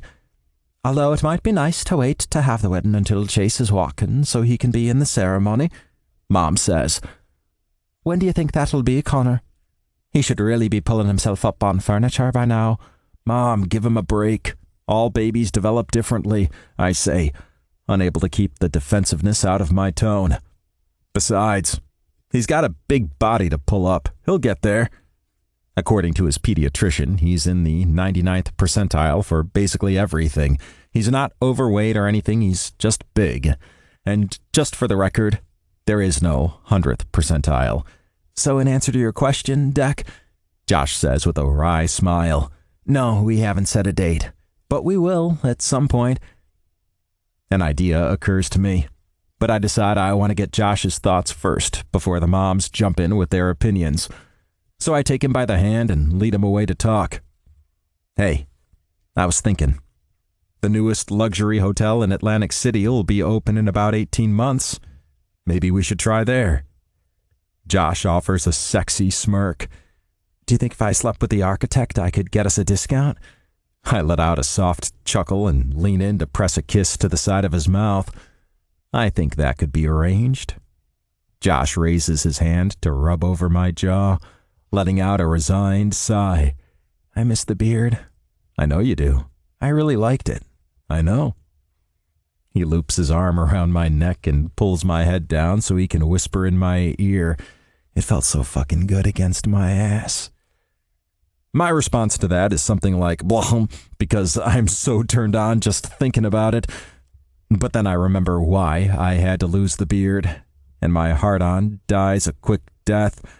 I'll grow it back once Chase is over this food-throwing phase, I promise. You'd better, Josh growls, his eyes narrowed in warning. To clarify, I'm not completely clean-shaven. If I were, I'd look about 18. Instead, I have a layer of stubble that requires a lot less maintenance and won't suffer if I get covered in mashed peas or carrots or SpaghettiOs, which seems to happen on a daily basis these days. Hey, you two, stop making out, I hear Brendan calling to me and Josh. It's time for cake. Even though we weren't technically making out, Josh and I pull away from each other and go to join the party. Usually, for these sorts of get-togethers, we all just sit around on lawn chairs or stand in little clusters to chat while the kids run around playing in the yard. But for this particular occasion, Mom has set up a table with little cakes and cookies and finger sandwiches and mini hot dogs and all other kinds of food she deemed appropriate for a one-year-old's party. There are also streamers and balloons decorating the area around the table, as well as a banner that reads, "Happy First Birthday, Chase." Laura is seated at that table with Chase on her lap, obviously prepared to help him blow out the candles once the birthday cake comes out.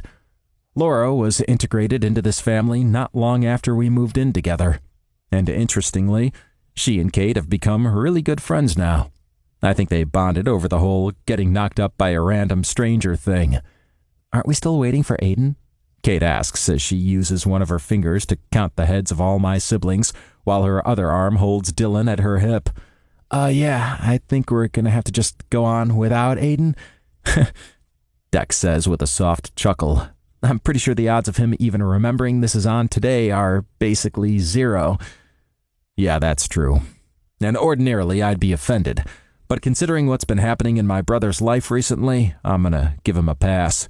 Has anyone heard from him since that whole karaoke declaration thing last week? Shay asks. Has anyone heard from either of them? Alana adds. Several pairs of inquiring eyes turn in Josh's direction, but he merely shakes his head. So they've either killed each other or they haven't left bed for the past week, Heath says. Brendan nods. Yeah, I'd say it's a 50-50 chance. Shay scoffs. More like 70-30. Talk of Aiden subsides as my mom emerges from the house carrying a birthday cake in the shape of Walter the Slug from Beat Bugs. Yeah, I don't care what Laura says. It's not brainwashing if he actually enjoys it. There's a single lit candle stuck in Walter's head, and as my mom walks toward the table, we all start singing Happy Birthday. She sets the cake down just as we're finishing the song, and Laura encourages Chase to blow the candle out, which of course results in him just spitting all over the cake. Laura blows the candle out, and everyone cheers as if Chase has just thrown a winning touchdown pass. I grab Josh's hand and lead him toward the table. Come on, I want to get a picture of all of us. As we round the table, Laura gets up and hands Chase to me. Here, I'll move so you guys can get a picture. No, you won't, I tell her firmly. You're going to be in this one too. She gives a one-shouldered shrug. Okay, then. I take a seat on the chair and set Chase in my lap.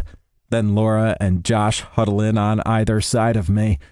Just as Deck is about to take the picture, Chase shoves his hand into the cake and reaches back to smear blue frosting all over my face. Perfect. This has been Two Men and a Baby, Love and Luck Book 5, written by Isla Olson, narrated by Michael Dean. Copyright 2020 by Isla Olson. Production copyright by Isla Olson. Audible hopes you have enjoyed this program.